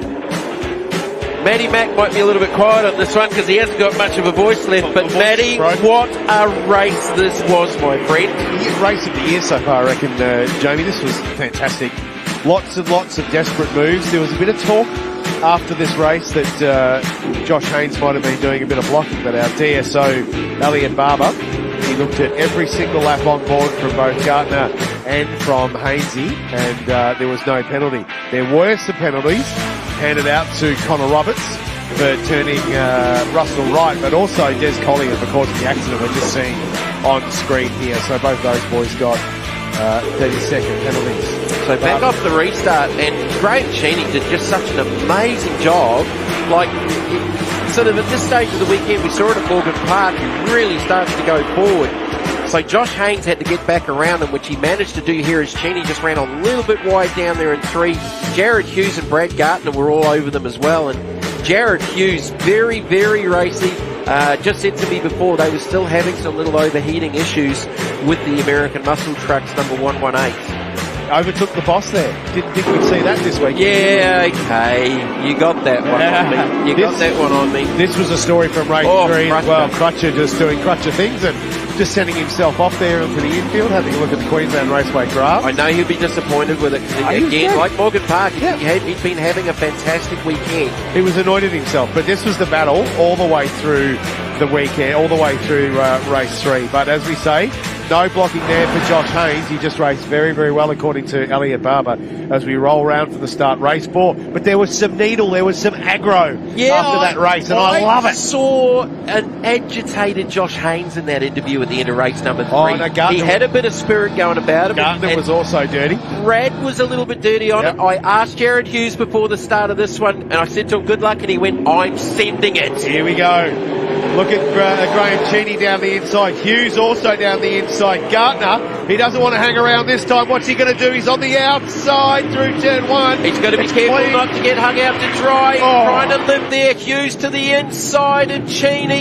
Gartner's managed to live there and slots into second. Boy, that was on. Look at Hughes, but Gartner's run wide. That's going to ruin his run down into turn 3. That might give Hughes the opportunity to have great braking ability in that last race. What's he going to do? Haynes with a little gap down into turn 3, but look at Hughes, and also look at the Mark Bailey in the Jack's tyre. And here comes Heyman. Well, Heyman definitely in the mix for the Hypercore Hard Charger Award after that last race. That was an outstanding effort riding on board with Josh Thomas. At this stage in the last race, it all went horribly wrong on the opening lap on board with Josh Thomas further back through the field. Russell Wright ran a little bit wide out of turn number 3 just in one of the earlier shots. Hughes and Heyman side by side. Locked it up, did Hughes. Now they're going to go side by side down into turn 1 as Bailey and Crutcher do as well. Crutcher just kept it on the road there, but look at Hughes. This is Josh Thomas on board. The battle ahead.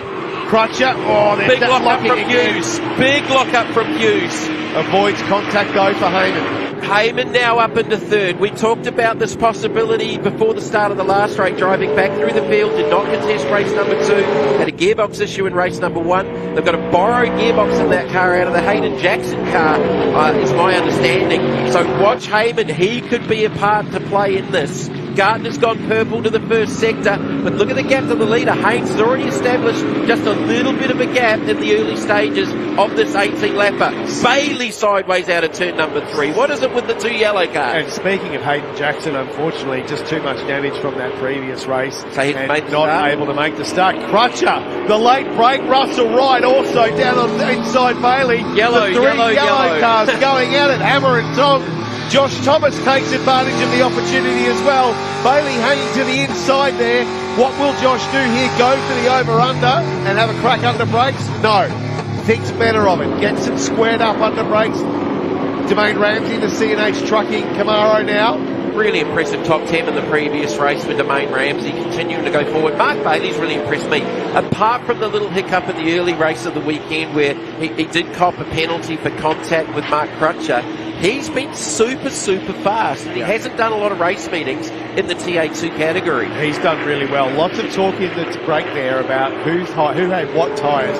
A lot of the guys ran their best tyres in that last race. That's the reason for the pace and the competitiveness. So it'll be interesting now to see what tyres you've got left in the bank to be able to run. But have a look at the brakes and Demain Ramsey. That went Pull in it deep. up, son. That Pull went it in up. deep. Round the outside, the C&H Trucking Camaro goes of Des Collier and the TFH entry. Actually, that's Josh. Yeah, Josh Thomas. So Demain Ramsey's got it there, and he's in sprint car parlance. He's run the cushion with the left rear on the high side through turn number 3.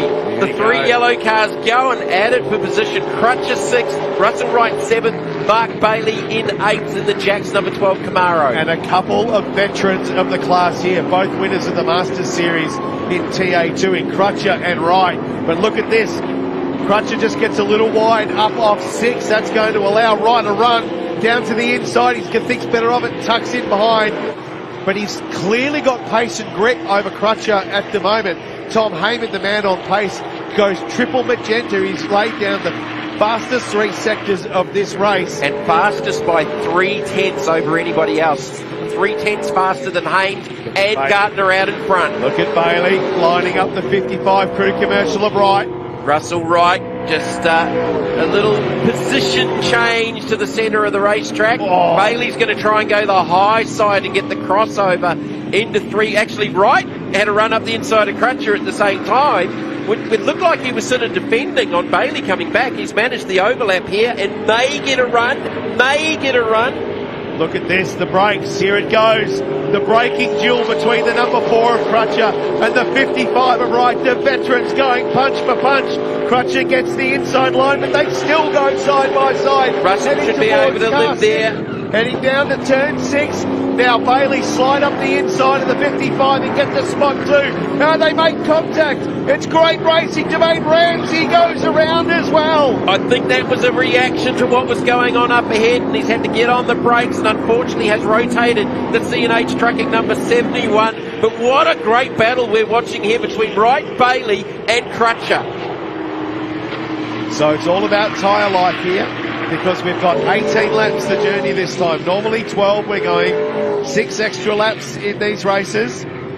So you need to be a little careful that you don't spend your savings too early, Jamie, because there's a fair chance that the tyre sets on the cars now are not their best. I spoke to Mark Rutcher, he said, no, we don't have anything in this final race, so it's all going to come down to his ability to brake. Bailey with a big brake lock up on the right front of the Jack's 12. You've got to take your opportunities when they come. Hi-Tec Oil Super Series replay. Have a look at the Jack's car of Bailey in the back. Just a little touch of right, but Demain Ramsey saw it all going ahead of him and thought, you know what, I don't think I want to play with this. And it just turned himself around there. But again, from a speedway background to be playing up with those veterans, outstanding work from Absolutely, he was in the top 10. All right, Bailey's managed to clear Crutcher now. Russell Wright's got away from both of them. Josh Thomas in behind them. Then Connor Roberts coming off a penalty in race number 3. Heard some tyres protesting in the background there. Des Collier and John Hollinger. You heard that and reacted to it in the background. Get it out, John. Get it out. There we go. Good work. All right, so Hollinger back on track. Josh Haynes out in front. 0.7 of a second over Brad Gardner. Heyman's on another purple sector, but he's actually closed the gap by 0.3 in the last lap to within 1.2 seconds of Brad Gardner. You can tell here the tyre life in the number 4 is just... Bailey. It actually turned left under brakes on the approach to the to turn number 3.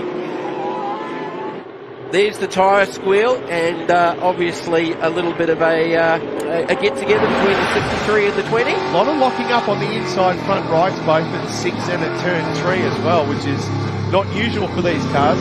If you're going to do it, you've got to get the car stopped. Heyman's had it off because that was dragging a lot of material. Might have just run wide off the exit of 5 maybe, because looking at it, he hadn't actually... It was Hughes back ahead of him.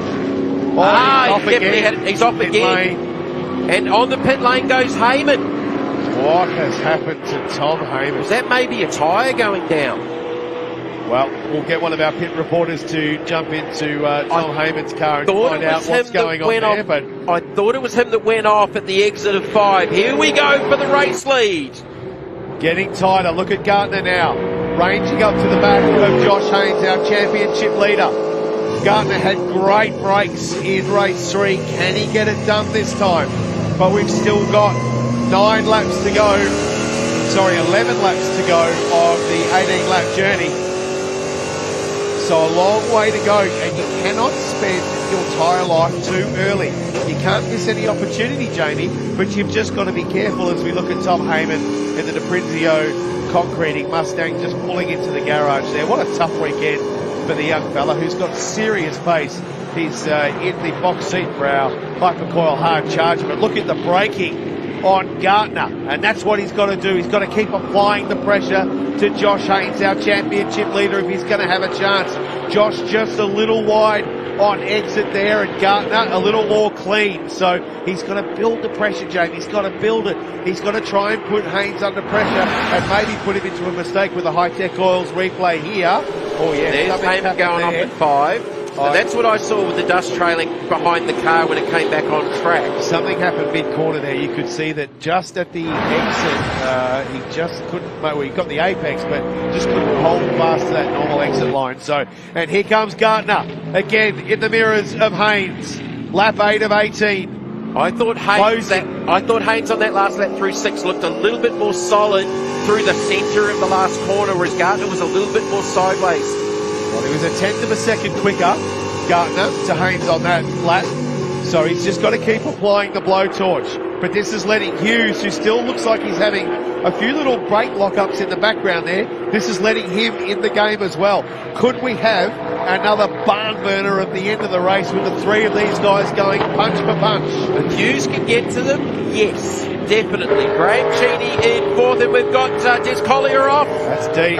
Will he be able to get that appropriate corner for him to go off there too with the TFH signage in the background? But hopefully he can get that restarted. We do not want to see a safety car here. Well, that could be a game changer because that brings the likes of Cheney and Russell Wright back into the... He's not getting that out of there. No. He's not. Is that 3? I'd say that's possibly 3 or 6. But here's the thing. It's going to close everybody up. It's also going to cool the tyres down. You're going to get some grip left in these tyres or come back to you in these tyres. So that is down in turn 3 is Des Collier.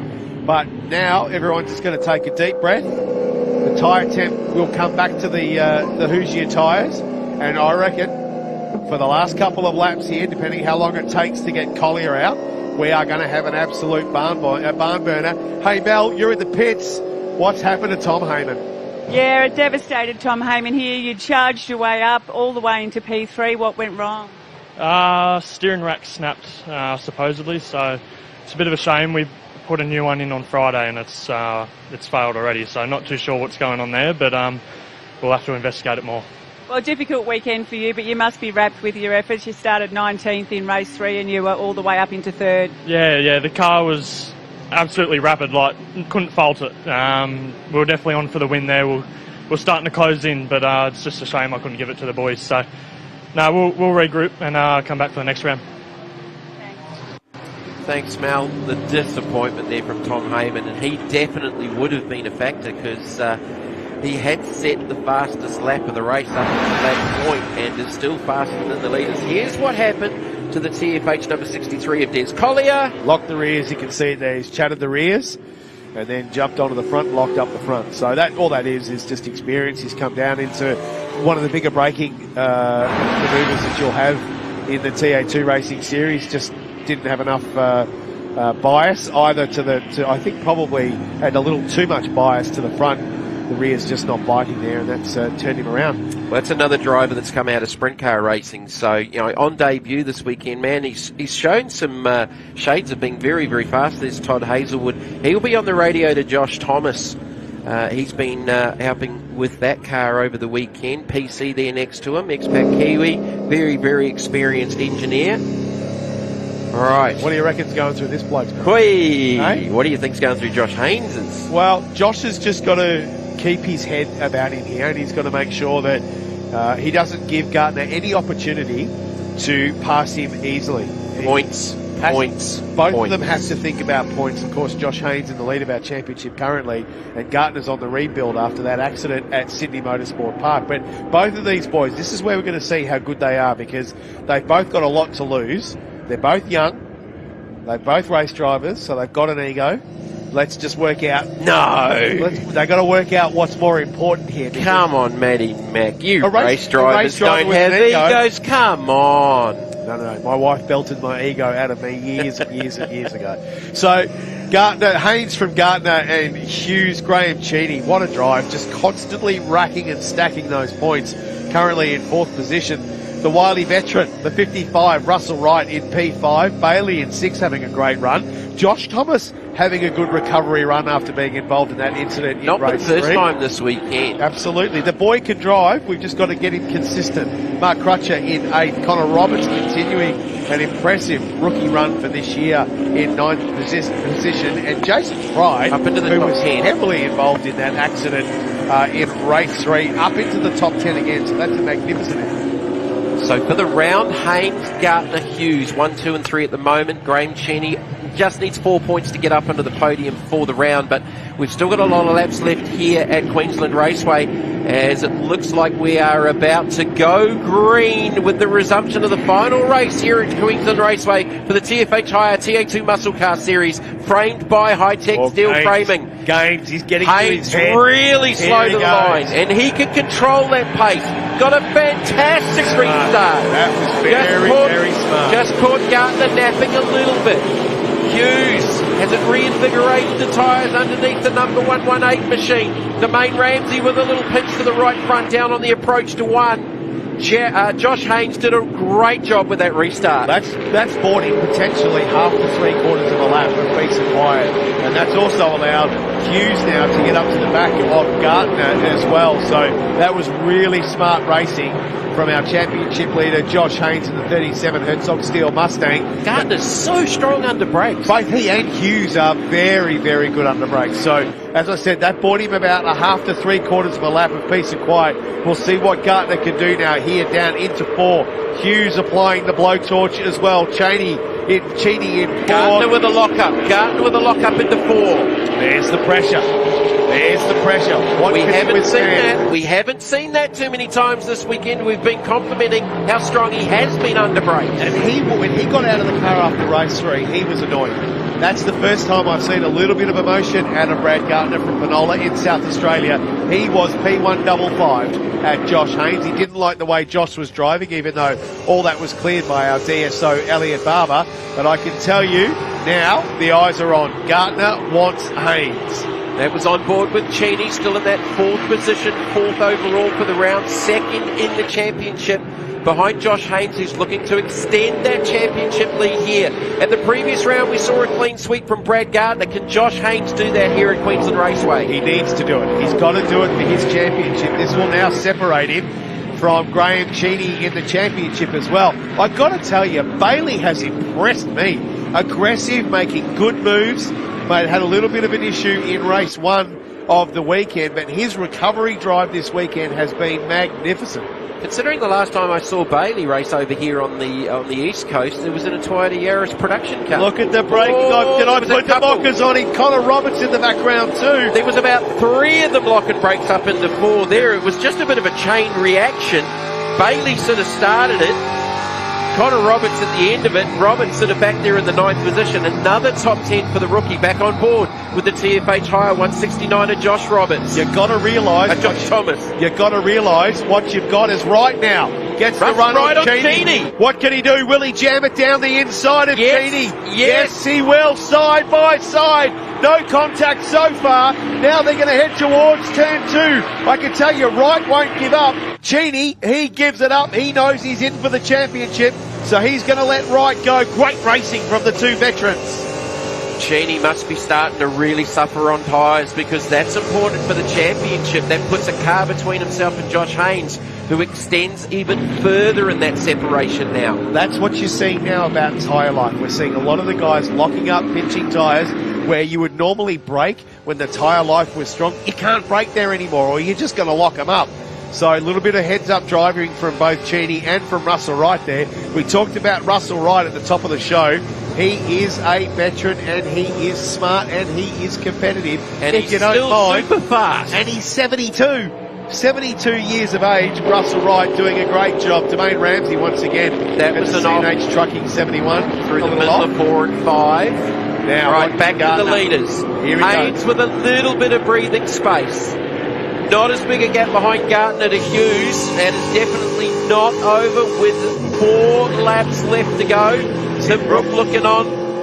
Not a lot of radio chat going on right now to Brad Gardner, but we've got 6 laps to go, and I wonder if at a point in time at the end of this season we will look back on that restart from Josh Haynes and mention how smart that was. He banked them all up, and then like a jackrabbit exploded out of the gates, and he's been able to retain that gap all the way through now with only 4 laps to go of this final race of the TFH Hire TA2 Muscle Car Series, framed by Hi-Tec steel framing.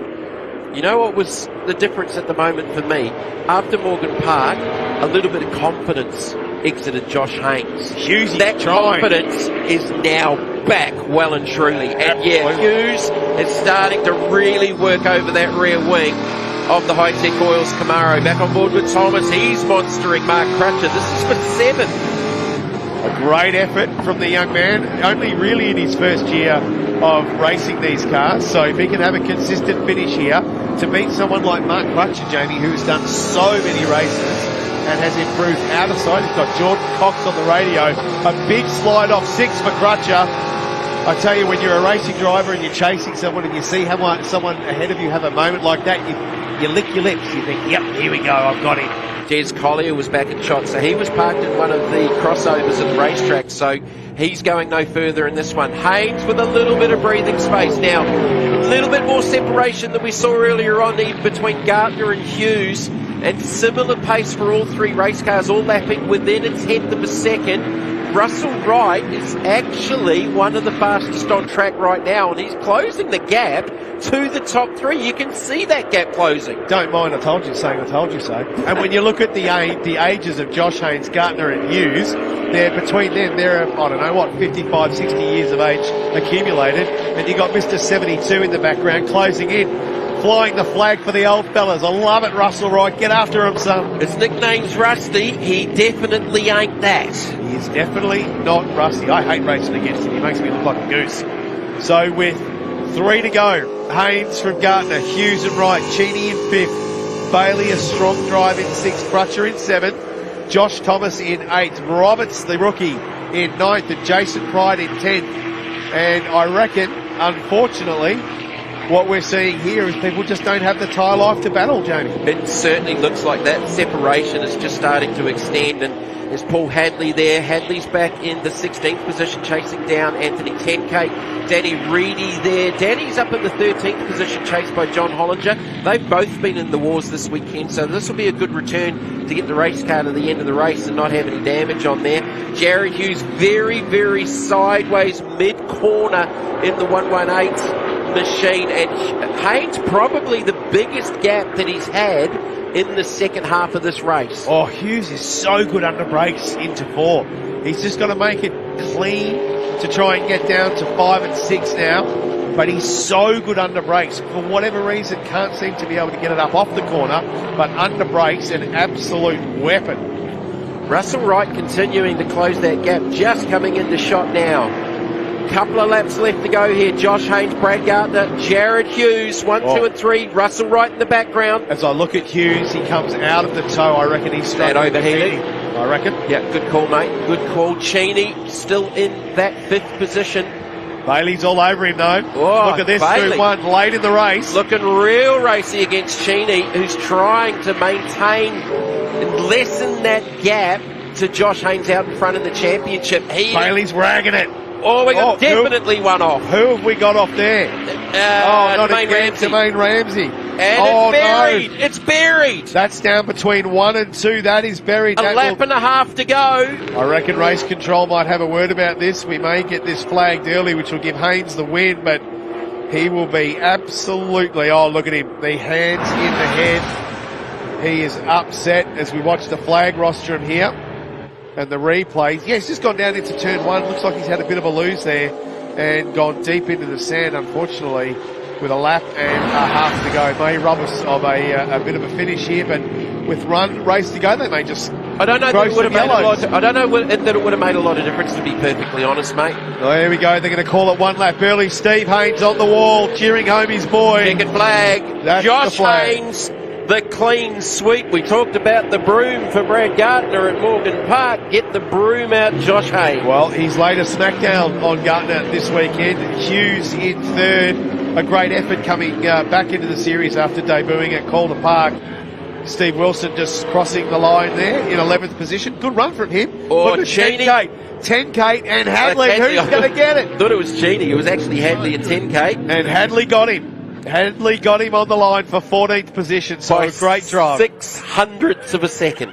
There we go. Oh, you do not want cars going through there when yours turned to broadside like that, so I'm glad race control did get on the flag for that one, because that's on a left-hand drive car, that is not comfortable. So race 4 of the TFH Higher Muscle Car Series, framed by Hi-Tec. It's Josh Haynes, your winner. And now your championship leader in the clear. From Brad Jones, Jared Hughes, Russell Wright in 4th, Graham Cheney. A good run at home for 5th position. Mark Bailey, solid all weekend for 6th. Mark Crutcher in 7th, Josh Thomas a good drive for 8th, Connor Roberts 9th, and Jason Pride after his race 3 issue up in 10th position. Good effort from Steve Wilson in only his 2nd round. Danny Reedy 12th, John Hollinger 13th, Paul Hadley 14th from Anthony 10K just across the line on that one. Jermaine Ramsey braking issues all weekend, so he'll be disappointed. Des Collier, Tom Heyman and Hayden Jackson were your non-finishers as we look at highlights. Thanks to Hi-Tec Oils of race 4 of the TA2s from Queensland Raceway, and it was a frenetic start. We didn't know what was going to happen through here, Jamie, but they made it through all really cleanly. Oh, look, there were no quarters given. Like the first 2 rows side by side, giving each other racing room. They were leaning on each other, and look, again, that's just the ever-growing Josh Haynes stomping his authority this weekend at QR. Here we go, the 2 veterans, the 4 and the 55. Mustang versus Mustang, right on the outside, Crutcher on the inside. But look how fair they are. They go side by side all the way through with no contact. Some of the young fellas could learn a lesson from watching these 2 boys. Crutcher absolutely could have hung Rusty out to dry there on the outside. And then look how smart Bailey was, and then a little touch up Thankfully, it was a little one. On for Domain Ramsey because he's reacted to it and gone, oh, these guys are getting together. He's rotated there at 6. Well, and the hard luck story, number 30, DePrinzio Concreti Mustang for Tom Heyman. A steering rack failure there. So sad because he is clearly a weapon. He will be in line for our Hypercoil Hard Charger Award for the weekend after about 20 car pass in race 3. Yeah, disappointing. So he definitely would have been part of that fight to the finish and amongst the top 3. You didn't quite get it right. No, you could just see it hop in the rear there and thought he was going to run into the car ahead of him, so took evasive action, but that landed him up in the sand. And this was the restart. This is where Josh Haynes won this race. Very, very clever to get the Jackrabbit start, put a gap on Gardner, but Gardner simply couldn't close. He really couldn't close. And Jared Hughes got closer to Gardner than Gardner got to the back of Josh Haynes. And could that be one of the defining moments of the championship at the halfway point? Could very well be. Right now on Cheney through turn 1. Again, 2 of the older guys in our category racing clean and smart and fair, and they both get on the other side of turn 2 in one piece. Good racing from the 2 boys. Fantastic racing. And look, Cheney trying to hold on to that second point in the championship. Big moment here for Domain Ramsey. Thankfully it didn't bring the safety car out, but it did shorten the race by 1.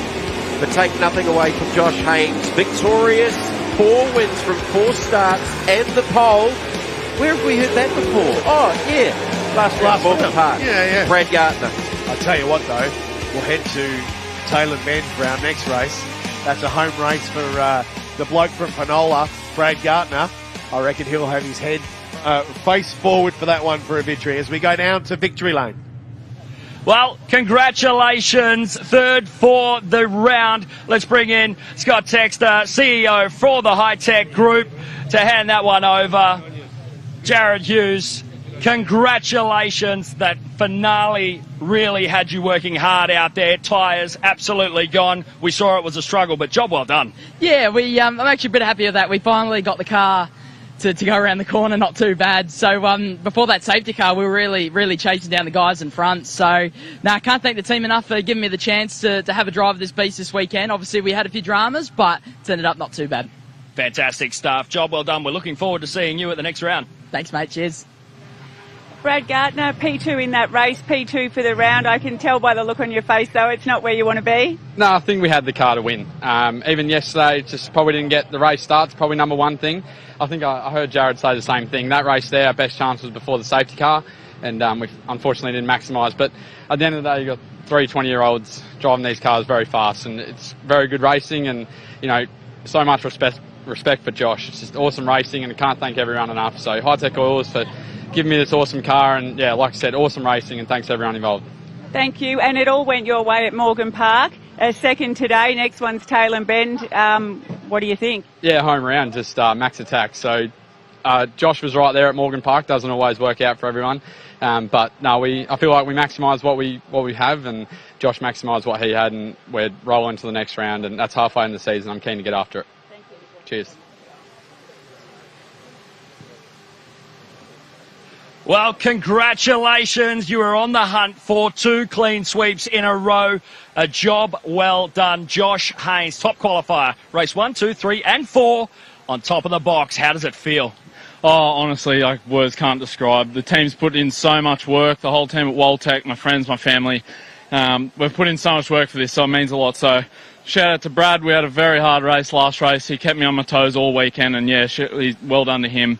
But yeah, just so happy. Another great round, heaps more points. The Herzog Steel Mustang is an absolute weapon, and yeah, looking forward to the Bend in 2 months' time. So are we, mate. Thank you for your efforts, and job well done. Thanks so much, and thanks to everyone at home.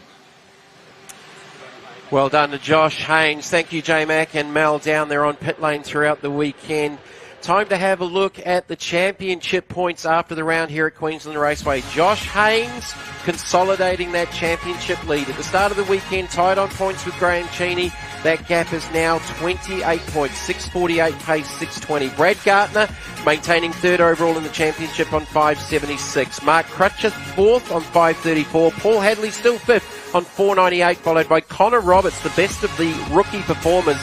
Danny Reedy, Domain Ramsey, Hayden Jackson and Stephen Wilson rounding out the top 10 in points for the TFH Hire TA2 Muscle Car Series framed by Hi-Tec. Back down onto pit lane with Mel. Jermaine Ramsey had a good start to that race, but it certainly didn't end up that way. Yeah, we're still trying to work out the limits of the car, and we felt like a little bit quicker, and then just trying to work out where I can pass and how far I can push into the corners. And I spun out and coming into turn 5, 6 there, and then we're lucky a pace car came out, so we got the bunch back up, got past a few, and then I spun out in turn 1, so I just went out a little bit too wide, pushed a little bit too hard again, so trying to catch the cars in front of us. So keep pushing, keep testing the boundaries of where the car's at, but we're getting better and better each time we go out. So I know I've had a couple of spins, but we've improved out of sight this weekend, so it's pretty cool. Fantastic, thank you. Thank you, Mal. All right, we have still got one race left to go here on the coverage this afternoon with the final race for Formula RX8. That won't be too far away. And back down to pit lane with J Mac.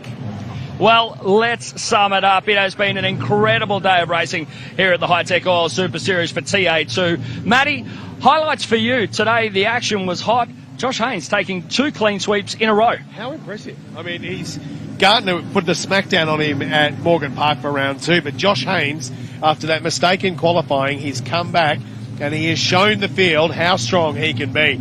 That restart in that 4th race, as I said in commentary, we may look back on that time and go, you know what, that's where Josh Haynes won the championship. It was a very mature drive for him. He drove very, very well all weekend. You can't take it away from Brad Gardner. He had that fight in him. He was committed right through to the end. There were moments of brilliance there, but unfortunately just not able to get the Hi-Tec Oils muscle car up to the top box. Just didn't have the pace this weekend. That race 3, he looked very, very strong. Race 4, I think everyone's tyre life was compromised, but certainly Gardner, after the dominance he showed at Morgan Park, he'd be frustrated with this weekend, I think. And in fact, I think you could see that in his post-race interview from race 3. He wasn't happy with the way Josh had driven. That was adjudicated to be absolutely fair from Josh Haynes. So bring on Taylor Mann. I think it's shaping up beautifully as we're halfway through our season. I think it's awesome. So I have to say, Jared did a brilliant job out there. You saw him after race 3, very deflated about how the car was set up, trying to find an answer. The performance he put on just then, gold class. He's a racer, right? He's just one of these young racers out of Super 2, loves these cars. He'll be frustrated he didn't have the pace there. But again, if he continues on with the rest of the series, remembering that that's not a car he's driven before. So that was the first time he's actually jumped into that car. It was great to have him in our championship. Hopefully we'll see more of him because he's a red-hot lead foot. He's good. Absolutely incredible stuff from our top 3, and in fact our entire TA2 field. Mel, getting out and about in the pits, where have you found yourself? Connor Roberts, you continue to pass people again, made up a few positions in that final. Yeah, had a good start that time, just kept moving my way forward, went to the front guys, and yeah, had good pace that race. It was really good. Yeah. Fantastic. So will we see you at the next round? Yeah, sure will. Looking forward to it. Cool. Thank you. Thank you, Mel. All right, not too far away. We've got the Formula RX8s about to hit the racetrack. Some fantastic racing right throughout this weekend with the TFH Hire TA2 muscle cars. Series framed by Hi-Tec steel framing. Connor Roberts maintaining a top 6 in the championship overall. And the young guy's doing a really, really good job considering he has come straight out of the XL racing here at his home track at Queensland Raceway. So Formula RX8's not too far away.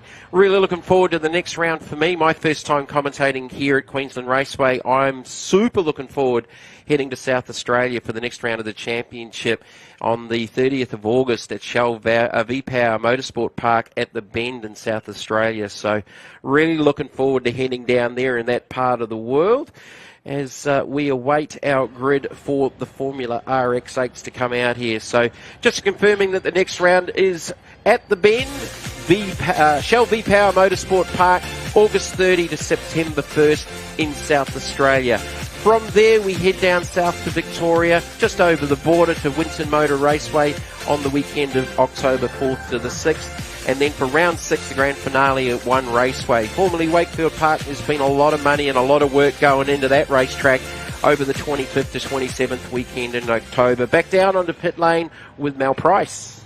Russell Wright, what a great final for you, starting I started 11th because the race before I got turned around, so I got put almost to the rear of grid, and so started 11th and got through to 4th. brilliant effort, and I think, if you don't mind... I feel like I've run a marathon. Well, I think your age is more than the first three combined. Well, doesn't that make me feel old? Oh, we're old and fast. Yeah, well, I guess I'm still doing it, and while I can still do it and turn in the right direction, I guess I'll keep doing it. So it's certainly challenging, and it gets more challenging as each year goes past. You've had a great weekend. You must be very happy. Yeah, no, I'm very happy. The car's been great. I know the track well because it's a local track for me, so that sort of gives me a little bit of a benefit. But overall, I'm still really happy. If I hadn't had that one little tap up the rear on the third race, would have been a brilliant weekend. But I'm still very happy where I finished. And the car's got good pace, and I wasn't that far behind the leaders in the end. So yeah, I'm very happy. Brilliant effort. Well done. Thank you. Good. Thank you. Thank you, Mal. We've got, looks like Danny Reedy's young family down there on pit lane, jumping in Dad's race car, enjoying themselves here this weekend at Queensland Raceway, the future of Australian motorsport. And the fans sitting up on the bank, they've been enjoying the action right throughout. A wonderful weekend here in Queensland to be off the back of two back-to-back Queensland rounds. And as I said, next up we head to South Australia later on in the season. Really looking forward to that one. It's been a pretty stunning weekend here out at Willowbank. It's a wonderful, wonderful motorsport precinct. More work down on pit lane. J-Mac, who have you got this time? Danny Reedy, it's a hard luck story this weekend. Some big damage in the third race, a massive thrash, but Ryan and the boys had you sorted for race 4. Still not the greatest, unfortunately.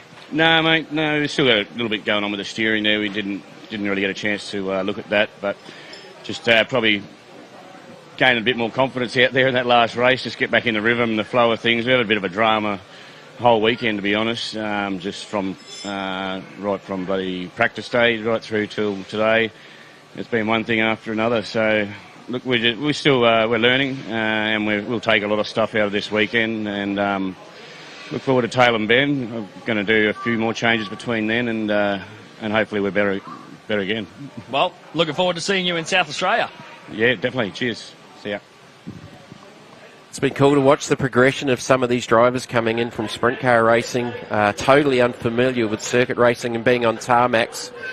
But Danny Reedy and Domain Ramsey and Des Collier this weekend out of sprint cars have done a really, really good job. All right, let's have a look at some highlights from the previous race from the Formula RX8s. They're about to hit the track very, very shortly for their final race of the weekend here at Queensland Raceway. This was the reverse top 8. Justin Lewis got a flyer off the outside of the front row, went around his brother Terry to take the early race lead. And there were various battles throughout the track. Mr. Derwin didn't want to be a part of the battle and exited stage right. And within a lap and a quarter, Brock Payne was through to the lead from grid position 8. Went by Justin Lewis, who had some issues later on. There was some contact there with the 79 and the 99. 79 Andrew Thompson and the 99 of Derek Lack, unfortunately. And the ongoing battles between Diesel Thomas, Jeff Connell and Ivan Vantiago was one of the highlights of the third race of the weekend for the Formula RX8s. So Dev Jack was just up ahead of these guys. Connell with a late braking manoeuvre down around the outside. Diesel Thomas has been one of the big improvers in the field throughout this weekend at Queensland Raceway, his home track. Brock Payne, pretty sure he's on for the clean sweep. 3 wins from 3 starts, and he'll be looking to make it 4 from 4 very, very shortly. Payne taking the victory in the reverse top 8 race 3 in the TFH hire number 33. Diesel Thomas got a little bit sideways out of the final corner, and that allowed Jeff Connell to go around the outside, and I'm pretty sure he got the spot by .001 or something similar. As the RX8s are about to come out on track, back down on the pit lane with J-Mac. Down here with Domain Ramsey, and race 4, a race that I'm sure you'd rather forget. Oh, not necessarily. We learnt heaps, moved forward, learning where the car's limits are, I guess. And I made a few mistakes. Then I parked it in turn 1 in the kitty litter down there. But I just kept pushing and pushing and pushing. And Nathan's given us a really good car to drive and helping us keep progressing. And we're sort of getting closer towards the front group of cars. We're not quite there yet. And I've got to learn to be a little bit more patient. I think wise words there, Matty McKeldin. They had the guys busy. Nathan, you're a two-time Trans Am Championship champion. You know these cars so very, very well. He's doing a good job, your boy. Domain, he's done unreal. So, and what a lot of people forget is, this series, a lot of these guys have been in this series for 3-4 years now. So for Domain, this is his third ever racing in a car, let alone one of these things. So it's, the progress we've made this weekend, we were running P15 in practices, and then towards the end there, pushing on the back of the top 5, it's unreal. So, yeah. But you've taken on Trans Am in the United States. We saw you just a couple of weeks ago. You were at Trans Am at Tailem Bend as well. What do you love about these cars? I don't know, to be honest. I've been with these cars since I was 16, and me and my dad, we ran it initially ourselves.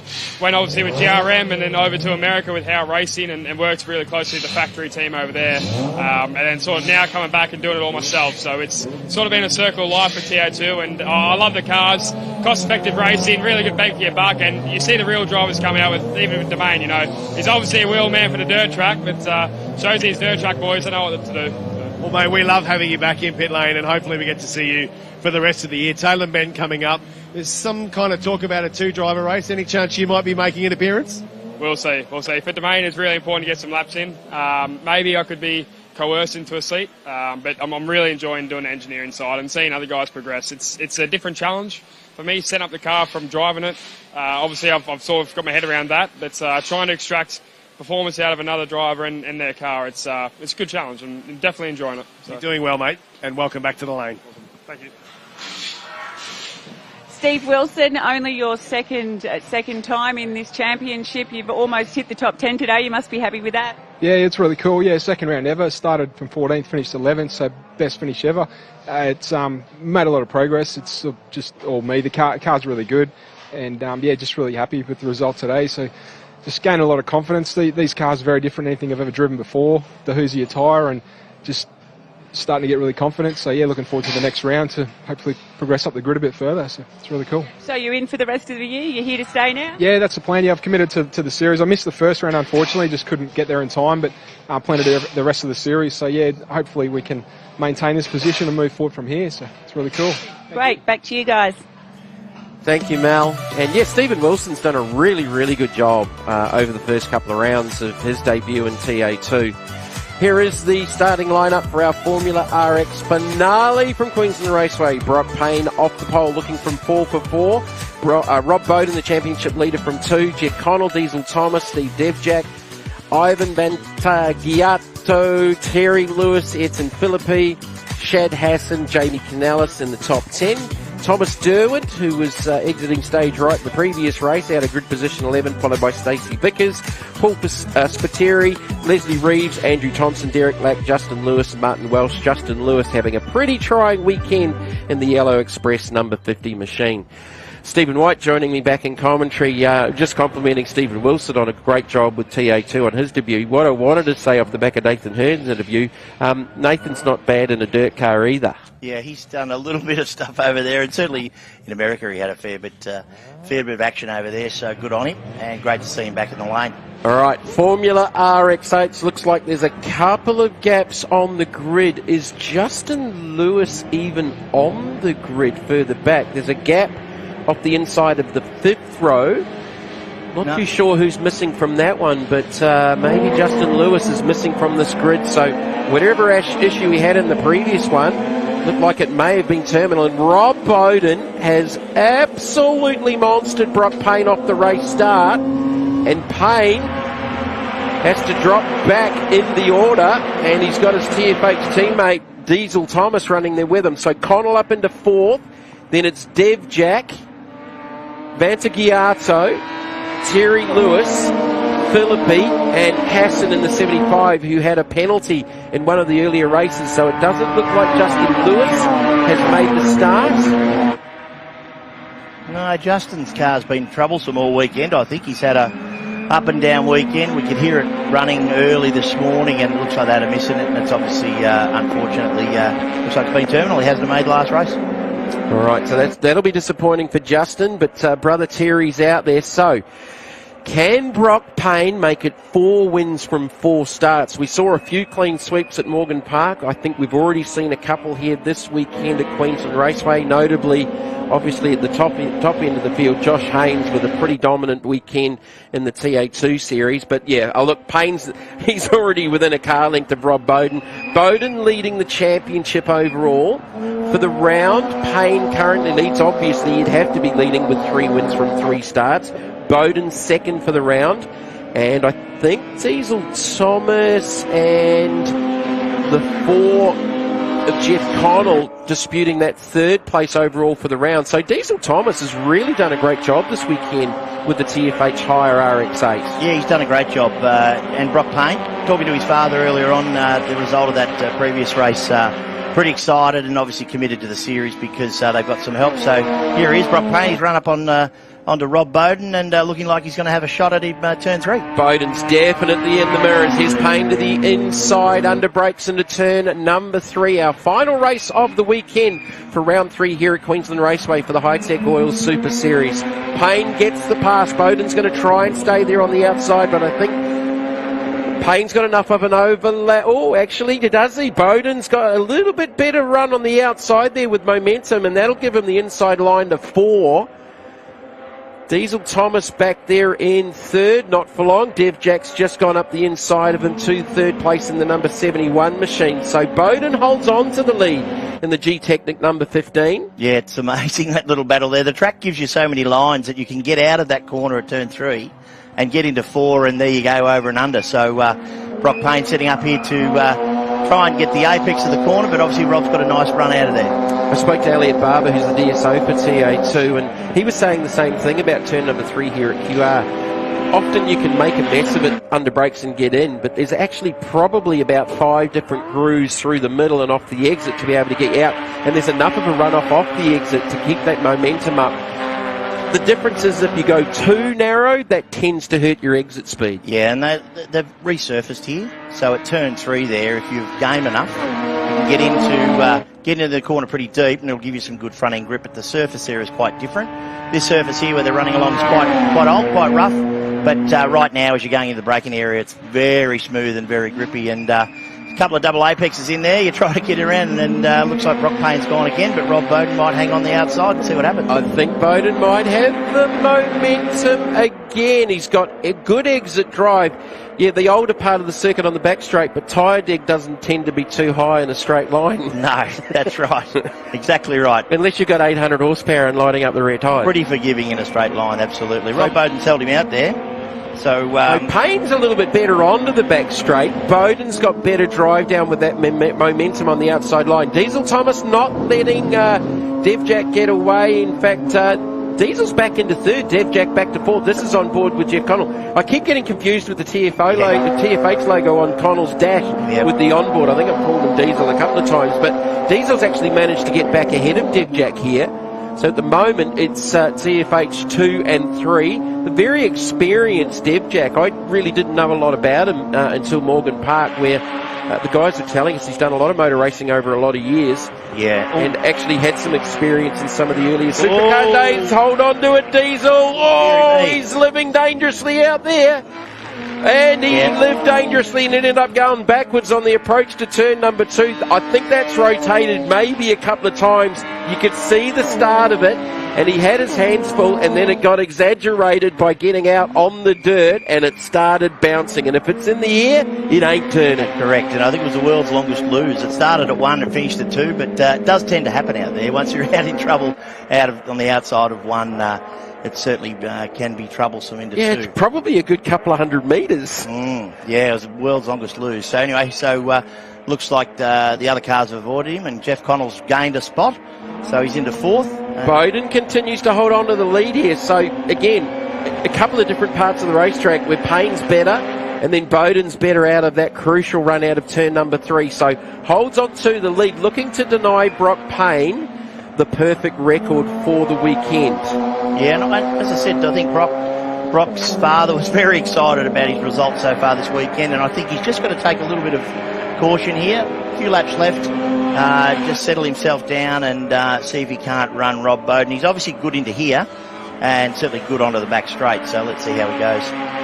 Oh, Bowden was a little bit sideways, and I thought their Payne actually made a gain. So here's Diesel Thomas up on the curb. That unsettled the car. It got on the left rear. He tried to correct. That's when it really went wrong, and it's picked it up and fired it and spun it around, and he was still going backwards. Look how far this goes.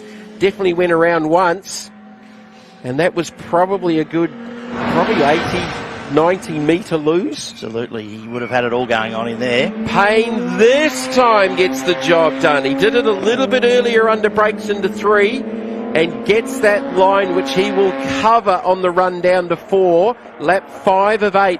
So I missed Sydney. Did Brock Payne have a couple of issues down in Sydney that allowed Rob Bowden to have a pretty decent championship lead coming into this weekend? Yeah, he did, and Devjack was obviously very good there too. So that allowed these guys to get a bit of a jump on him. But Brock's been very consistent since then. So look, he's putting together a championship. Good on him, and he's driving the car very well. It's not.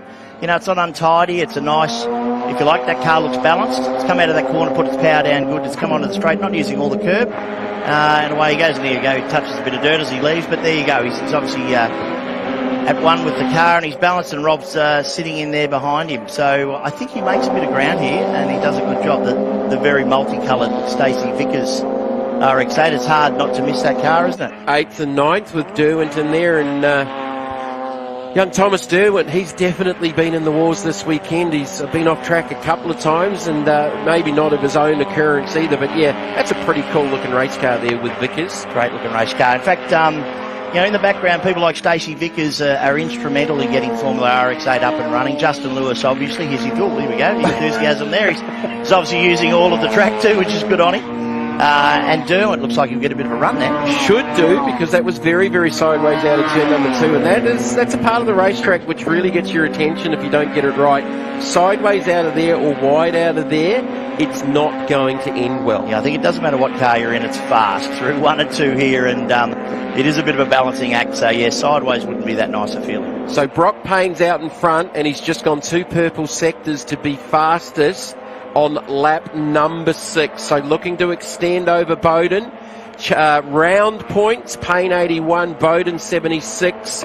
And I think Connell will now be up to 3rd on 69 points, because Diesel Thomas, with that off, has obviously dropped back to 13th. He was in the mix for a podium for the round, but unfortunately that off has seen him drop down the order back into the 13th position. Thomas Derwent with a nice pass there on Vickers. And look, he'll learn from that. Diesel will learn from that and know that he's got to put the full race meeting together, and he'll come back stronger. So that those sorts of things happen as you're learning the sport, and good on him. He's had an effort, and he'll come back stronger next time. Terry Lewis. So Terry's in the 6th position. He's chasing down Ivan Vantagiato. Former Australian production car champion, Terry Lewis, well known in the sport, has come back obviously to support not only Formula RX, we've got one off there, Formula RX-8, but that was Philippi in the 46. Yep, he's going to clean the tyres off on the back straight, he'll be good to go. Yeah, so Terry's stalwart of this type of racing, and been around for a long time, and obviously helping a lot of the competitors out. In fact, this particular category, you see a lot of that. Right, here's the replay. So this will be the 46 going off track. Yeah, you do not want to be out there off turn number 2. What can happen is if it grips up and off that side of the curb, it just fires you across the racetrack down onto the infield. And that's where all those bumps are, and you do not want to be down there.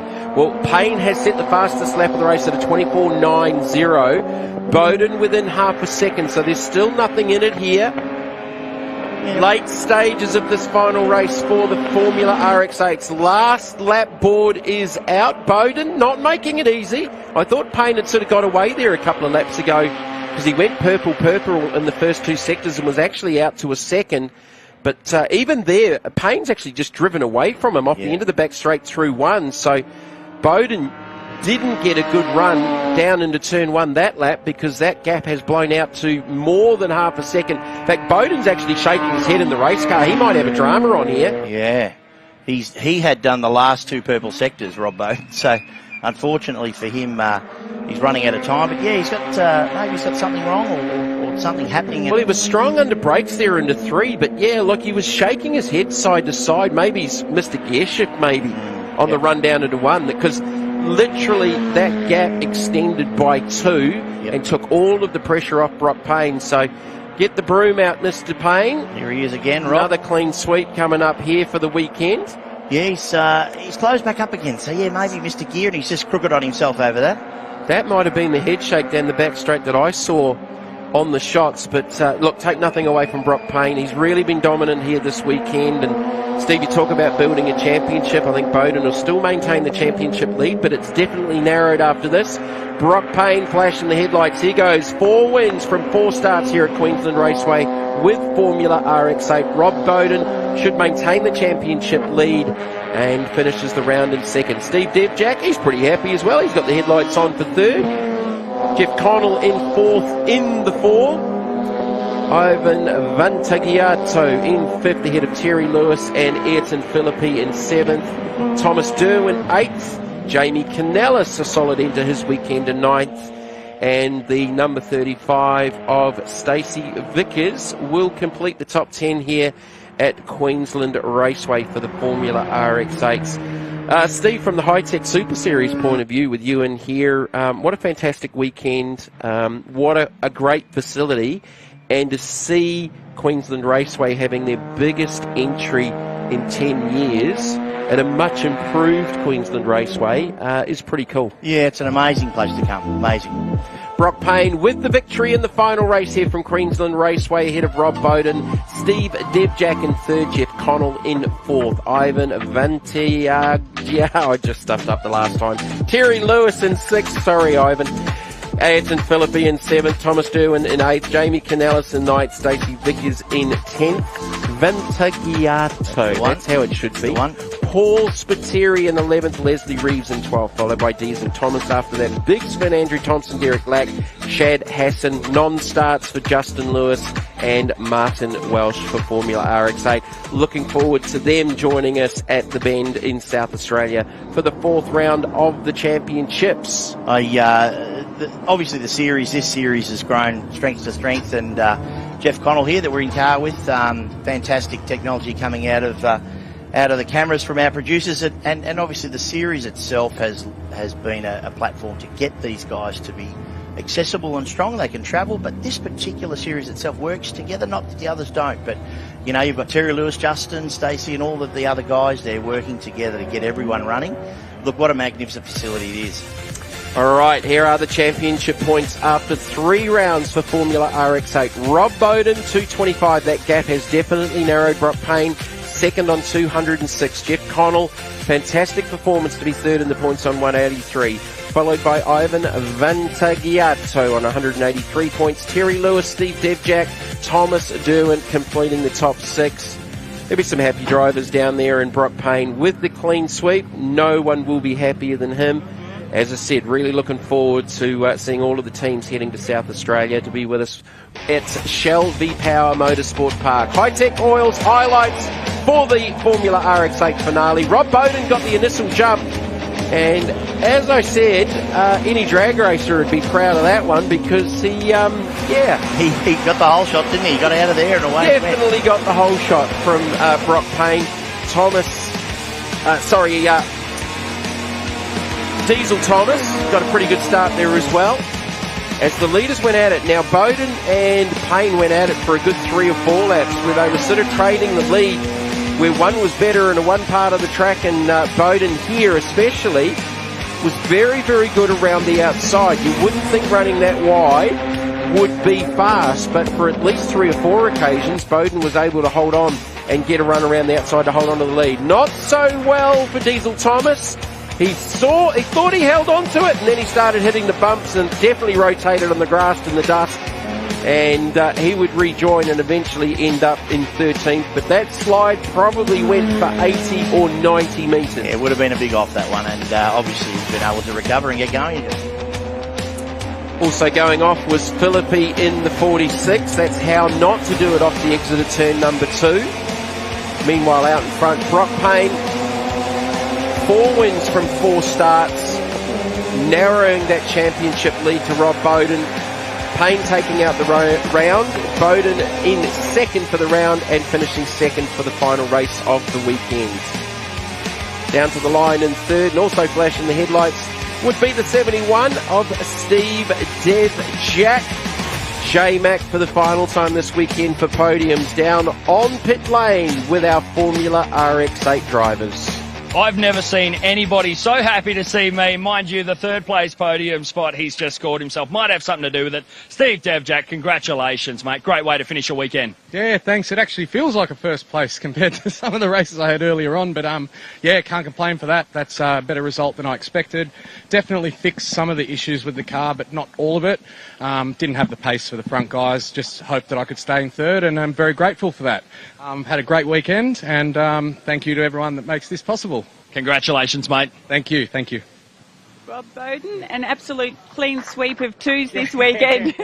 Yeah, Brock was just a bit too quick for you, so that's right. We hit one up. We're up in Queensland on his turf, and he come down to New South Wales earlier in the year, and we beat him there. So you know, fair's fair. I think we're pretty square in the championship now. So yeah, we'll move on to the Bend where it's new for everybody, and we'll see what we can do. I was going to say, who do you think's got the upper hand in South Australia then? I've got no idea. Whoever does the most sim work or just gets a good setup for it. You can see by today we're pretty even on pace. So fingers crossed we can put our good foot forward and go from there in South Australia. Thank you. Well, Brock Payne with a clean sweep in the TFH RX8. Well done, mate. Take it away. Who has been so helpful with this deal today? Firstly, I got to thank Brett from TFH Racing, all their crew. They look after me a lot. I couldn't do it without them. As well as the Hi-Tec Oils Super Series, they're doing a fantastic job, as well as the Formula R88 category. I had some fantastic racing there with Rob. He's a quality racer, very fair, very clean. Stoked to get the win. Congratulations, mate. We're looking forward to seeing you again. Cheers, thanks. Thank you, J-Mac. Congratulations to Brock Payne for the clean sweep here at Queensland Raceway. Just a reminder of what's coming up for the balance of the season with the Hi-Tec Oil Super Series. Round number 3, obviously, here at Queensland this weekend. We move on to South Australia, August 30th to September 1st for round number 4 at the Shell V-Power Motorsport Park at the Bend. And on to round number 5, Winton Motor Raceway, which is home for the Hi-Tec Oil Super Series on the weekend of October 4th to 6th. And then for the final, One Raceway on the weekend of October 25th to 27th. The halfway point here for the Hi-Tec Super Series. Back down onto pit lane with J-Mac and Maddie McKeldin. Well, they said 2 days of thunder, and they were absolutely right. Queensland Raceway and the Hi-Tec Oil Super Series turning it up for a major weekend of racing. It was big, wasn't it? We had lots of action in all of the classes of racing, from the Legends to the TA2s and the RX8s just there. A great crowd roll up, and I can tell you the curtains are starting to close here at Queensland Raceway, and it's just getting a mite chilly as well. Well, we've had a beautiful weekend for weather. I know that everybody is pumped for the rest of the calendar. We've announced the dates for the next 2 days of Thunder event next year. Queensland Raceway is going to go absolutely off. It's been mega, and I don't really know how to wrap it up. I mean, TA2 was just wild from start to finish. Josh put a smackdown on everyone this weekend. After a dominant performance by Brad Gartner at Morgan Park, Josh has just answered beautifully, hasn't he? He made that hiccup in qualifying and then was able to come back. He topped every session this weekend. That's dominant. That is just a smackdown. So I think he'll carry a lot of confidence heading into Tail and Bend. But that restart today at race 4 after the safety car, we may look back on that sometime in the future and think that's where he might have done and won the championship. Well, she's done a brilliant job this weekend. Let's go to her one more time. Mel, where have you found yourself?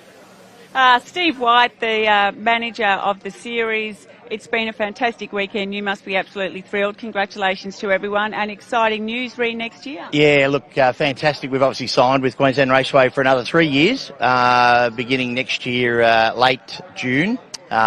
Towards the tail end of the school holidays up here, so another 3 days or 2 days of thunder, but 3 or 4 days here at the track. And there's some exciting innovations that we're going to start to implement, certainly here at Queensland Raceway next year. But what a fantastic event. You know, it's been such a success. Thank you to Josh and the team. Thank you to George Gambino, our series sponsor. All of the categories, TA2, etc., RX8 behind us, Formula RX8.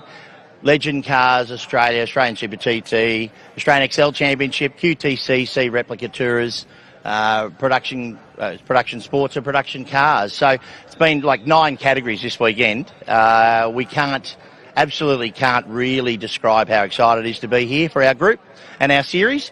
And we roll on to Tailem Bend in just over 6 or 7 weeks' time, so we can't wait. Yeah, there's been nothing but smiles from every competitor, every category this weekend. It's been absolutely fantastic. Great job. Yeah, look, and it's pretty nice to be up in Queensland when it's -2 from the family down to Victoria there every other day. So it doesn't hurt to be 21-degree heat every day. So, look, it's been fantastic here. We've had a couple of race meetings here in Queensland, so looking forward to going forward. Thanks. Back to you, J-Mac. Well, with that, round 3 of the Hi-Tec Oil Super Series is in the books. We look forward to round 4. Join us at the Bend. Looking forward to it. We'll see you then.